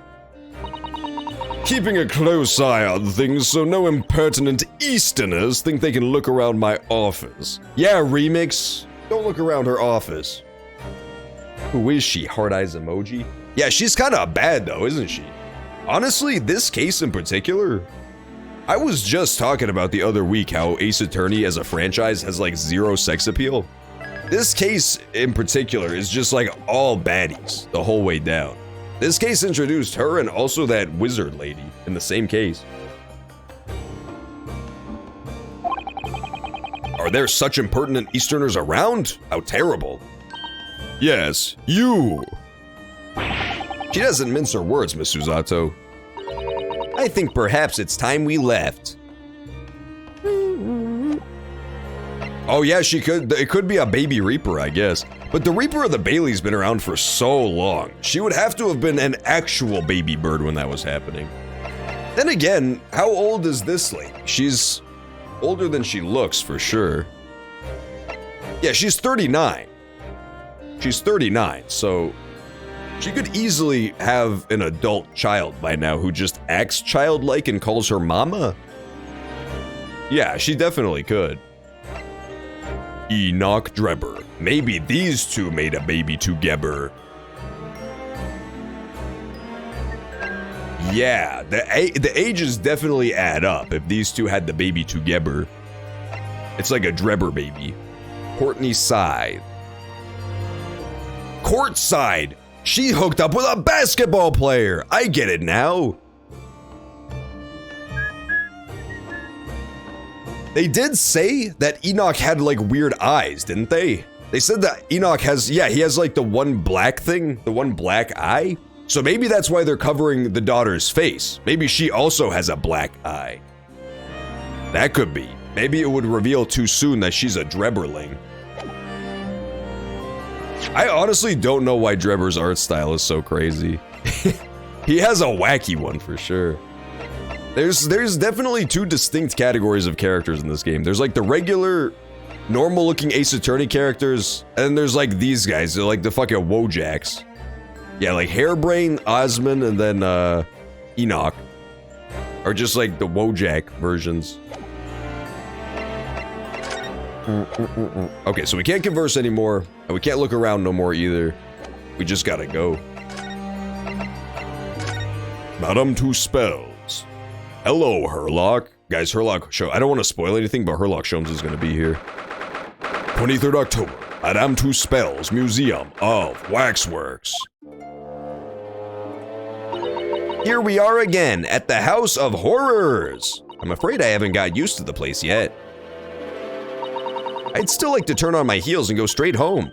Via the confectionery, of course. I still know what that means. That makes no sense. Susato-san really is after something sweet today, isn't she? My dog Yodato-san was also after something sweet today. She made me stop to get her ice cream. She definitely made me stop to get her ice cream via the confectionery, as they say.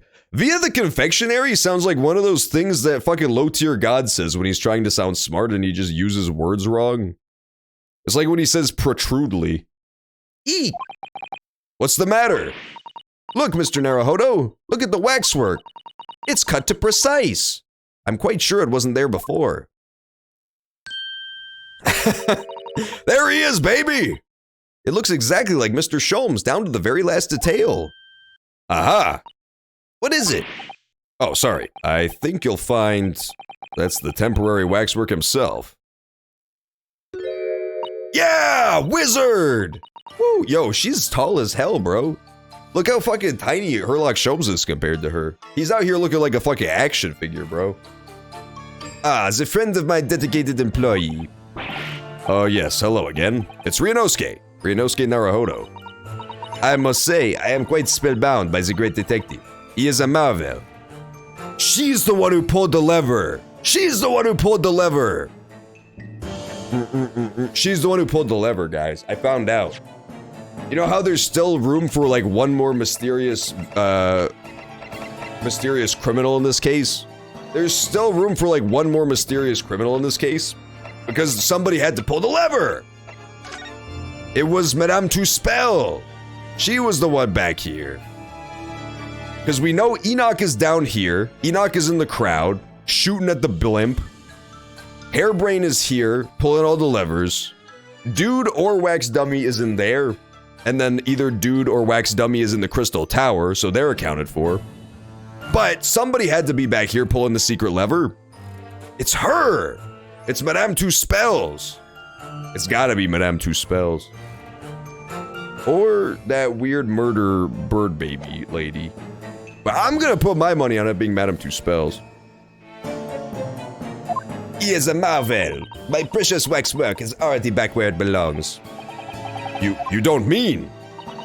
But yes, the mystery is solved already. Wow, Mr. Sholmes can really engage his brain when he's hungry enough. So as you can see, he has returned to his habitual duties. Yes. His habitual duties? Hello. Do not disturb, huh? This is so crazy. He actually found the wax dummy? Poor Mr. Susato-san. She looks very perplexed.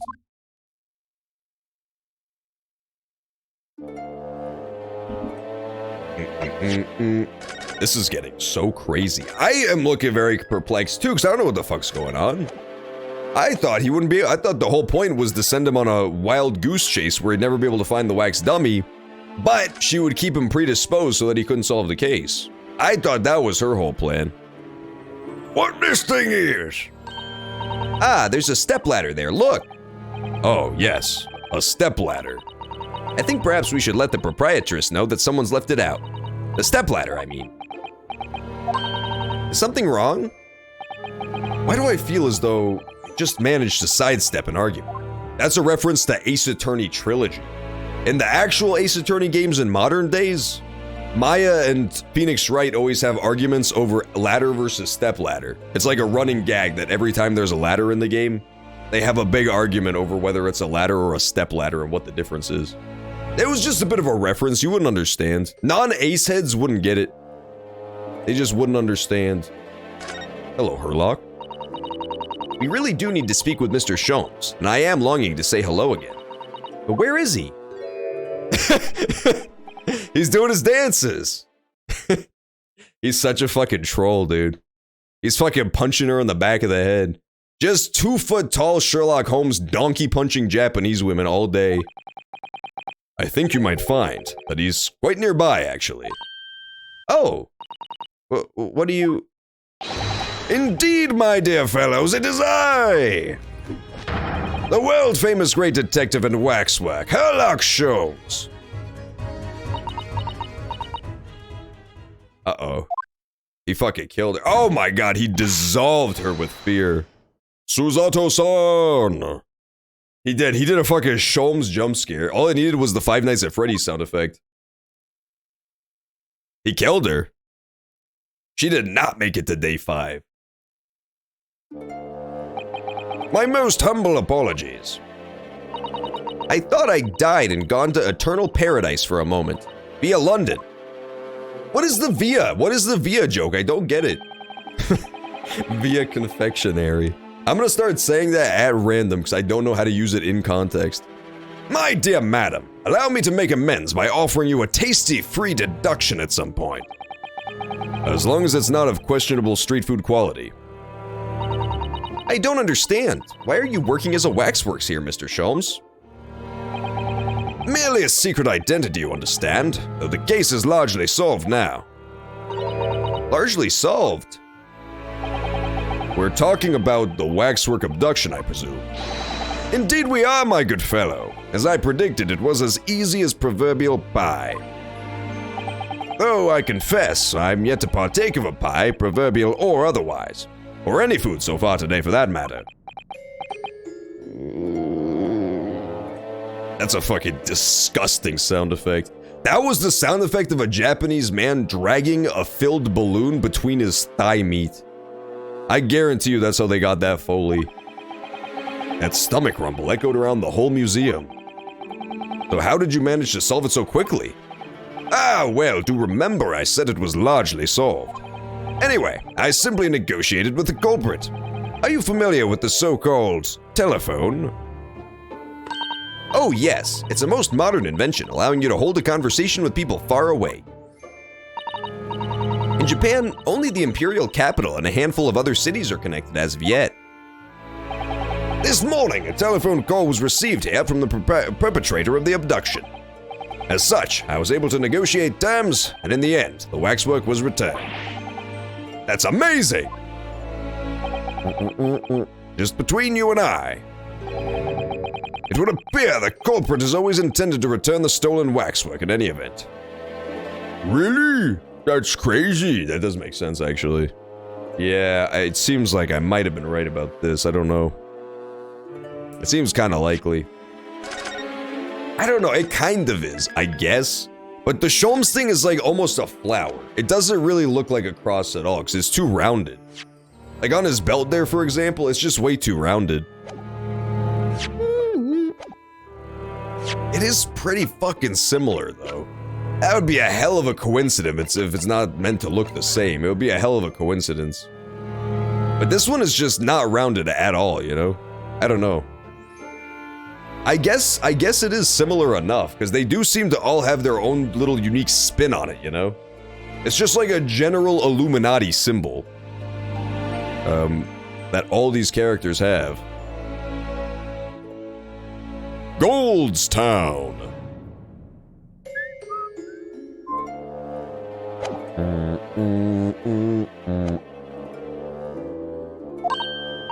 Oh, but I thought whoever was responsible had demanded a ransom, no?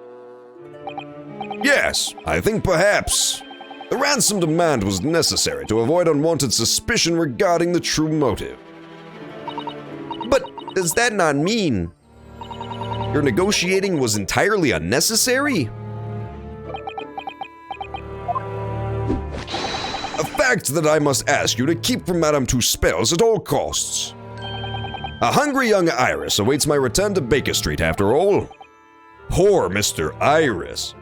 How come Ryunosuke's saying it now? He stole her catchphrase while she was gone. Now then, do I sense you have some business with this great waxwork? Yeah, we were gonna talk to you about the fact that you lied about our friend being dead. No biggie, but you did tell us that our friend was dead. Mr. Sholmes, did you lie to us? My dear Mr. Naruhodo, stay that piercing stare. What is this about? Last winter, when we were first on our way to Britain aboard the steamship, your words were very clear.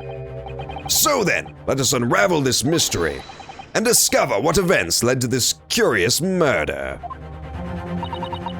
You told us that it was murder, and you examined Kazuma-sama's body.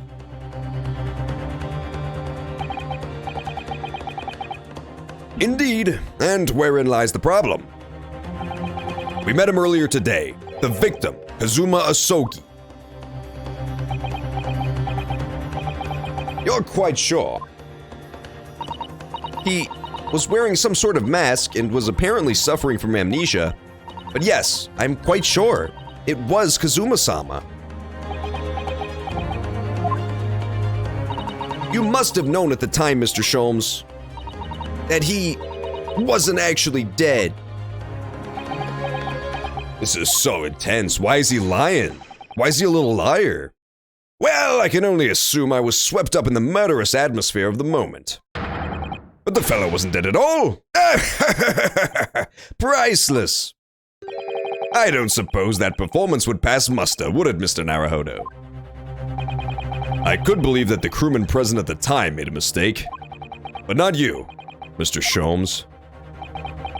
He's so evil. I will now tell you something of the first importance, my dear fellow. Great detectives are wont to lie. It will serve you well to remember that. Please, Mr. Sholmes. Tomorrow in court, you will find yourself on the threshold of a very great mystery. For now, I'm afraid that is all I can say. That's so mysterious. I'm so curious. It's definitely all about that fucking Hound of the Baskervilles case, but I don't understand how at all. It's definitely a mystery that revolves around Sholmes, Banziks, Susato's dad, Ajin, and Lord Strongheart for sure. Like, those are 5 of the major players in the Hound of the Baskervilles case. And then probably also the murderous professor. The mysterious professoress murderess. Enoch Drebber. We're in the process of trying to track somebody down. Oh? Yes, a man by the name of Enoch Drebber. He's the swindler who duped Professor Hairbrain, and the engineer who built the kinesis machine.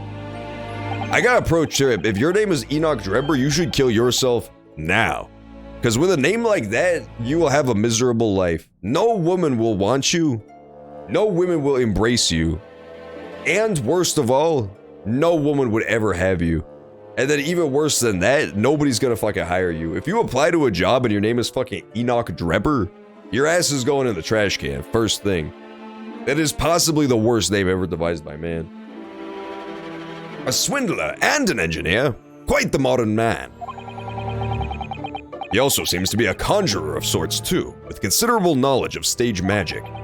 We really need to locate him before the trial resumes tomorrow morning.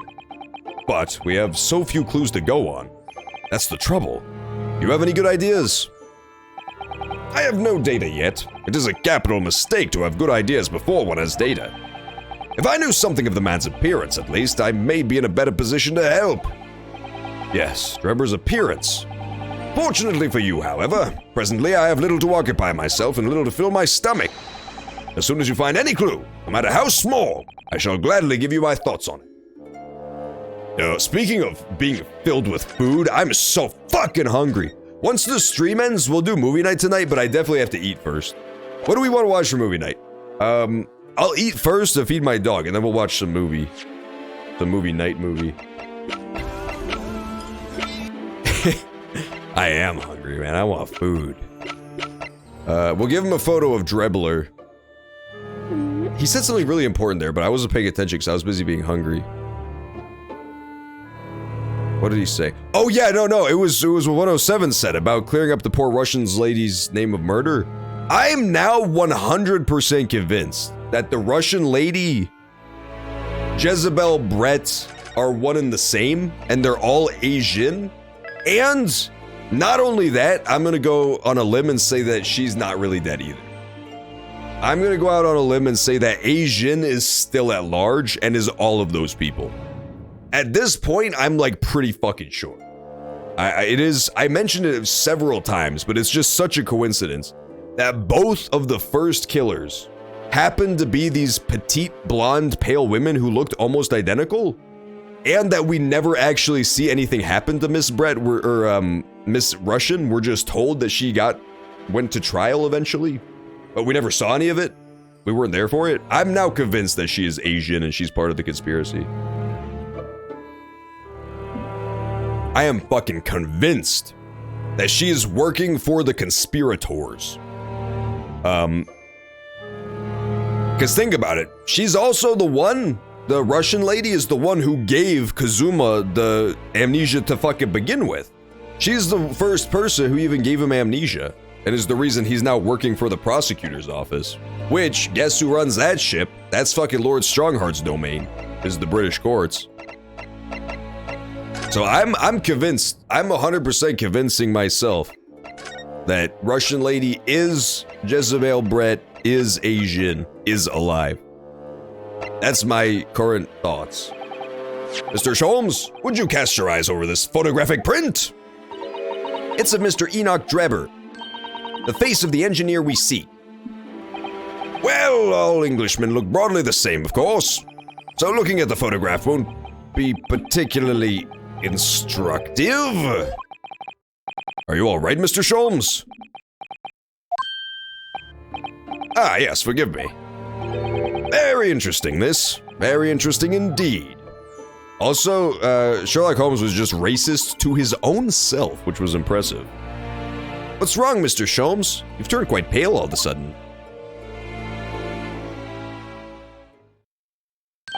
I have a suggestion, Mr. Naruhodo.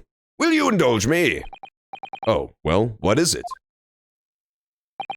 As I explained for you when you arrived, the missing waxwork has been returned. And I personally reinstalled it in the exhibit from which it was taken, behind those thick curtains. Oh yes, the Professor exhibit, isn't it? Would you like to see it? For a mere 5 shillings? That's a special one-time only price, you understand? What? The opportunity won't come again, I might add. Wouldn't you like to see the fruits of my labor? Oh, well, we do have a rather pressing investigation to carry out. Perhaps we could postpone? The price is a very reasonable 5 shillings. I think you'll find it well worth it. Are you being quite serious, Mr. Sholmes? Surely, you need only look at my expression, and to ascertain if this is seriousness or silliness. I can never tell with you, that's the point. Very well, it couldn't hurt. Here's your 5 shillings. Gratefully received. So, the special exhibit awaits behind the curtain. I invite you to peruse it at your leisure. Bye, Mr. Sholmes. Well, the money's been spent, so let's go and see the special exhibit. Through those heavy curtains at last. Whatever happened to the witch lady, dude? She showed up for literally only 2 seconds. That was such a ripoff. That was not 5 shillings well spent. 5 shillings we've had to pay. Doesn't seem right somehow that Mr. Sholmes slipped the money into his own pocket, does it? No. Ah, we could ask Gina to retrieve it for us, using her special skills. Pickpocketing police officers and diddling detectives. Is this what makes Britain great? Not to mention demigod prosecutors taking the law into their own hands, or chip-loving inspectors. Inspector Gregson comes off rather well in that list, I think.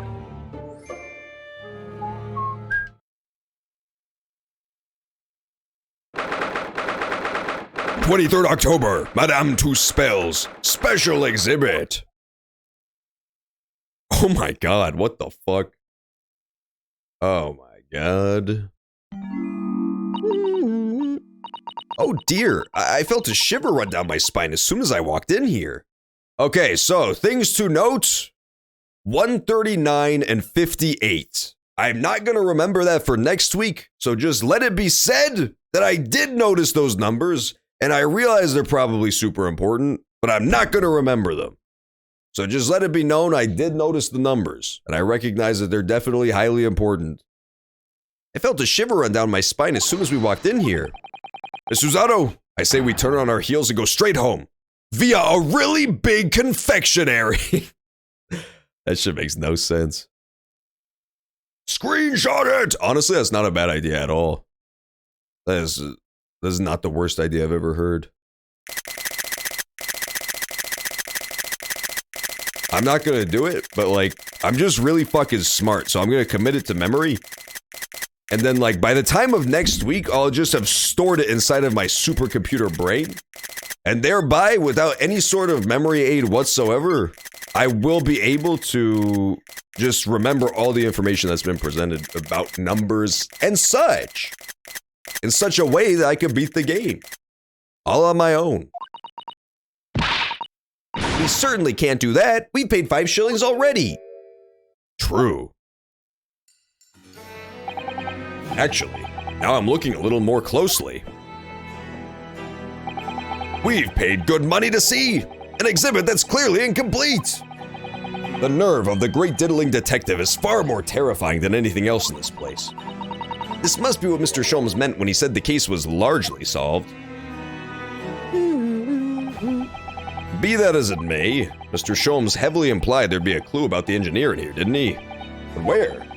Since we paid 5 shillings, let's do 5 shillings' worth of investigation, shall we? Yes, we will get what we paid for. Is that fear or frustration that's making Susato-san's voice tremble? There's a fucking zombie in this game.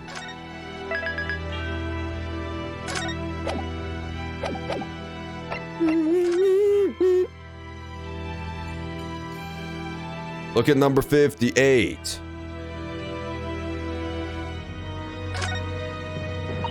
This part of the exhibit is just as disturbing as the rest. It looks so real. It seems to be a young man. Oh, it's talking about the young man. Okay, in a white over. That's a man? Get a haircut, hippie.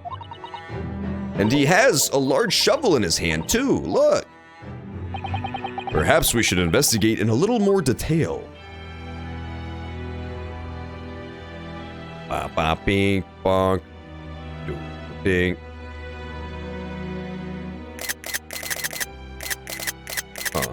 There seems to be like something on his posterior, so I'm just trying to get a bit of a closer look. And just, I don't know, try to get some clues. I'm just like searching for clues and shit at the moment. The symbol! The symbol! Oh my god, it's the symbol. I just gotta see that the symbol's there, bro. That fucking symbol of the conspiracy. It's that guy! This is the mean man. He's got the black eye patch thing. The monocle.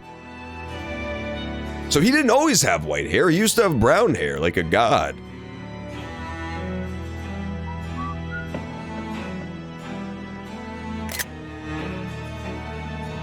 And he had a camera, too. Why did he have a camera for?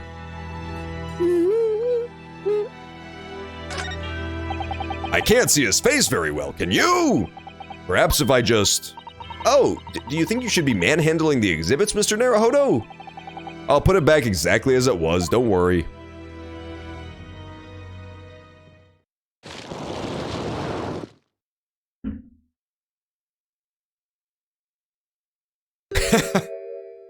That is a horrified face after all. Ah!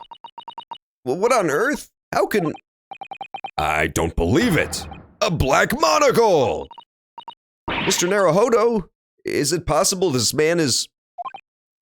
Yes. It's Enoch Drebber! The color of his hair is different, but it's unmistakably him. Indeed it is. Oh, it's him, okay. I didn't know who it was, so I went in between the two voices. Mr. Sholmes! This man is the subject of your present hunt, I believe. Yes, that's right. Just who is this man? Why is he here in this exhibit? I think I cracked the case. I actually think I figured it out. For sure. And why does the convict behind him have no head? The head was missing when the model was returned by the thief who stole it. What a surprise. So then the case isn't yet solved, is it? Did I not say so myself? Largely solved with my words, I believe. But I must locate the missing head, tout de suite, as the man would say, or I'll be in grave trouble. A very hungry iris still awaits my return to Baker Street, preferably with rations, via confectionery. Do you know, though? Something about this room is strange. Strange? What do you mean? I don't know what she means. Well, the displays in the House of Horrors are supposed to depict real events, are they not? Indeed they are, Miss Susato. Do go on. Is she gonna try to say some fucking cringe atheist shit like zombies ain't real? Come on, Miss Susato, I actually thought better of you, to be honest. And as terrifying as they are, the scenes in the other exhibits are believable. But in this one, this surely couldn't ever really have happened, could it? Yeah, so it seems like this murderer climbed out of the grave. So do you see where I'm going with this? I think that these dudes have been in cahoots for a long ass time. I think this guy, number 139, is one and the same as Mr. Odie Ass Man, the criminal leader. And he's been having this guy help him fake his death multiple times when he gets in too deep. Like whenever he gets in actual hot water, he calls on this dude to help him get out because he's like a magician. He's an escape artist. So anytime he needs to fake his death, he calls in dude and then he fakes his death and reappears as somebody else. I think his initial identity was this guy, number 139. and he didn't actually die. This surely couldn't have ever really happened, could it? I think it's time I educated you a little. Sit your white ass down and listen about the nature of the incidents involving the professor 10 years ago. Yeah, I think Odious Man is the professor. I'm calling it here. Odious Man is the professor, and he's been having this dude help him escape. Okay, let's have him educate me. The resurrecting convict. I believe I told you a little about the professor yesterday, did I not? He took the lives of 5 victims, every one being either a member of the aristocracy or royalty. All were attacked by an enormous hunting hound. Oh, it was the Hound of the Baskervilles. Let's go, baby. And had their throats ripped from their bodies. That is what it was in the book. But in the book, the Hound of the Baskervilles, it was like some sort of minor noble was the killer. He wanted like inheritance or something, I think. He wanted to like take over, and so he was having the hound go around and kill people who were in his way. So maybe something similar here, since it's literally the same story. Oh gosh, an enormous hound? How awful. After taking the life of his 5th victim, the killer was apprehended. It was a case of unprecedented magnitude in Britain, you understand. Accordingly, the professor was tried in a closed court. No members of the public were permitted. Closed court? So you mean that the professor's identity? As you've surmised, my dear fellow, his identity was never made public. Naturally, he was found guilty and was summarily sentenced to death by hanging. He was buried in a grave at Lowgate Cemetery, which adjoins the rear of the prison where he had been held. However, that was not the end of the affair. Oh! The very night that he was buried, the convicted man came back to life. Came back to life? He clawed his way out of the ground and emerged into the moonlit graveyard. The exhibit here depicts that very scene as described by the sole witness to those chilling events. There was a witness? But of course, my dear fellow, it was none other than the young man in the white overcoat. Enoch Drebber. He saw it happen. Doog. This is getting so crazy. This case is gonna be a fucking bitch to solve. Next week, we only have 10 minutes left in the stream today, so we're definitely not getting to trial, but next week, when we actually do the trial sequence, this shit is gonna be hard as fuck. Hopefully, this is gonna be the last trial sequence for this case, but I don't even know if that's true. It's gonna be so complicated. So this is a waxwork model of Enoch Drebber. 10 years ago, the convicted professor, having been gibbeted and buried, emerged from his grave in the dead of night. The sole witness to that unimaginable scene was this young man. From appearances, I would say he was about 20 years old. It's so horrifying.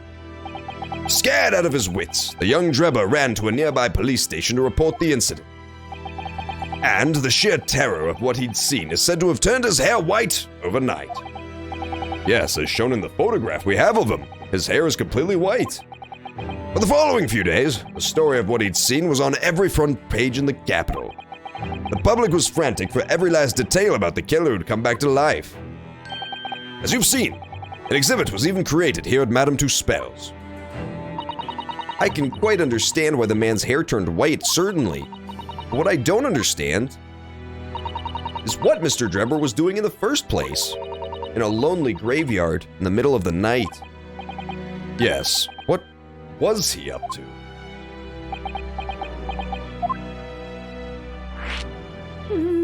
Following the execution. The professor's acts of terror threw London's upper classes into complete panic 10 years ago. It was a great scandal, one might say, at the very highest levels of society. And since the killer's identity was never made public, rumors abounded. After all, no killer had ever before systematically employed a dog as a weapon of murder. Yes, I can imagine the impact the case must have had. But in time, of course, the rumors abated. So too did talk of the shocking witness account of the convict who came back to life. It was forgotten, dismissed as a dubious ghost story, a preposterous parlor tale.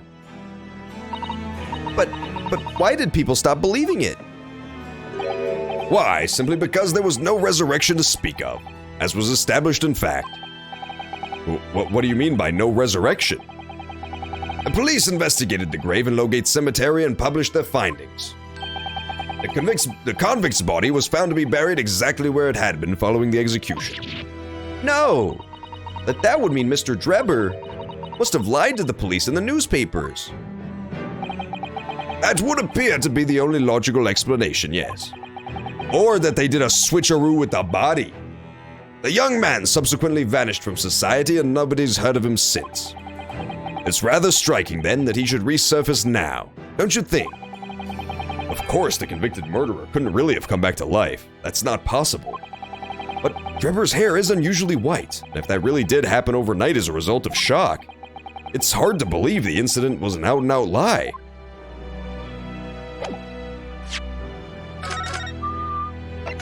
This is getting so complicated. I don't understand. This truly was the return of the great departed soul. I feel like the fact that this dude is secretly Odie Asman is like, it's almost hard confirmed by the fact that they won't let you see the head, right? Like the fact that they won't let you see the face is just so, unless that's intended to lead you down the wrong path and make you think it's him, there would be no reason why they can't let you see the face. This must be the killer, the fiend known as the Professor. Yes, I think so. According to what Madame Tuspel said, he killed 5 victims, all of noble or royal blood. The waxwork is so lifelike, isn't it? Like all the models in this place. I know. Looks like it could start moving at any moment, doesn't it? Only it had a head, that is. Perhaps we should examine it in a little more detail. Now, prisoner 139.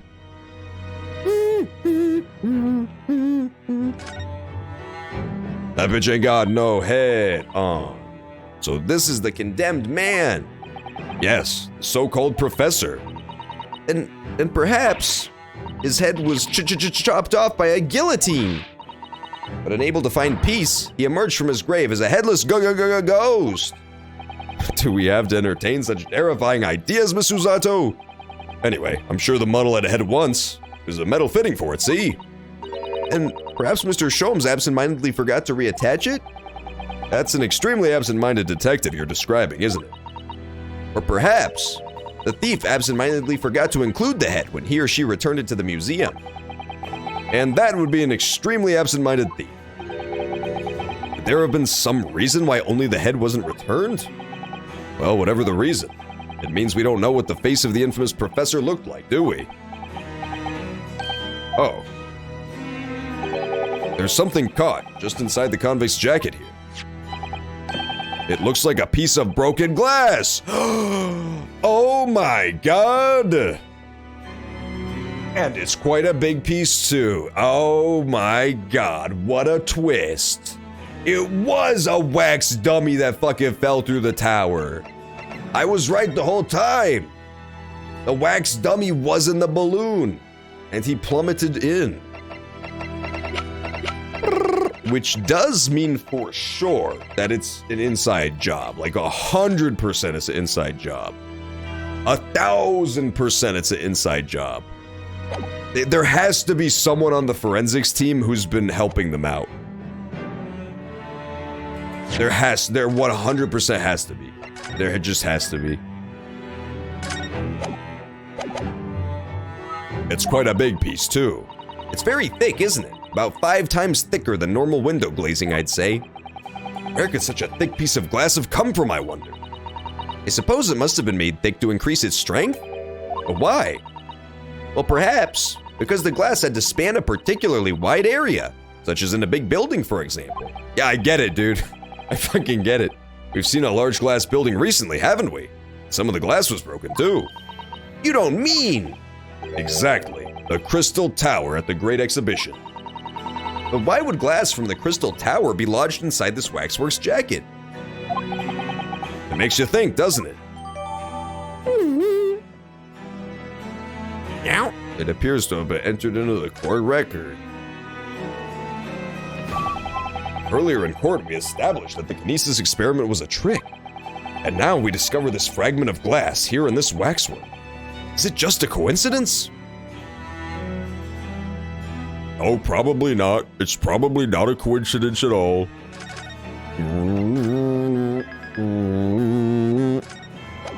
Wow.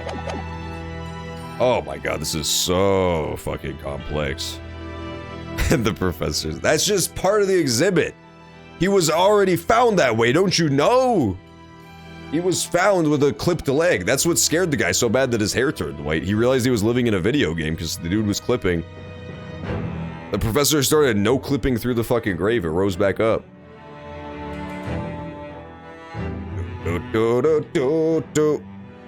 Hey, and there's an evil ass owl too.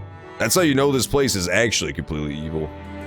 If it wasn't bad enough that there's been a man horribly murdered, there's also a fucking evil ass purple owl. It doesn't matter if they're here in Britain or Japan. Graveyards are scary. Now I come to think of it, this is the first time I've seen a British grave. I hope to see many more in my day. As a proud American, I hope to see many British graves before I go. I hope to cause many British graves. According to what I've read, the custom in Britain is to bury the dead as they are, without cremation. What? But if you do that, you might accidentally bury people while they're still alive! Or on purpose. Dun, dun, dun. I'm not sure that would be worse than accidentally incinerating people while they're still alive. I think we can both agree that it's best not to be still alive when our time comes then. And what am I to say to that? That's crazy. This is getting so Halloween spooky.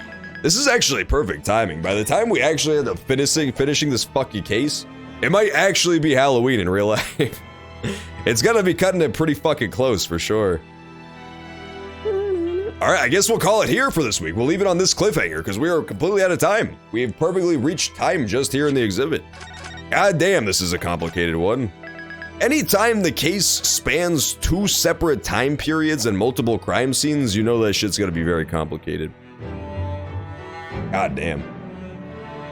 But yeah, this seems really interesting so far. The camera is also really fucking interesting on this guy. Why would he have a camera specifically is the question.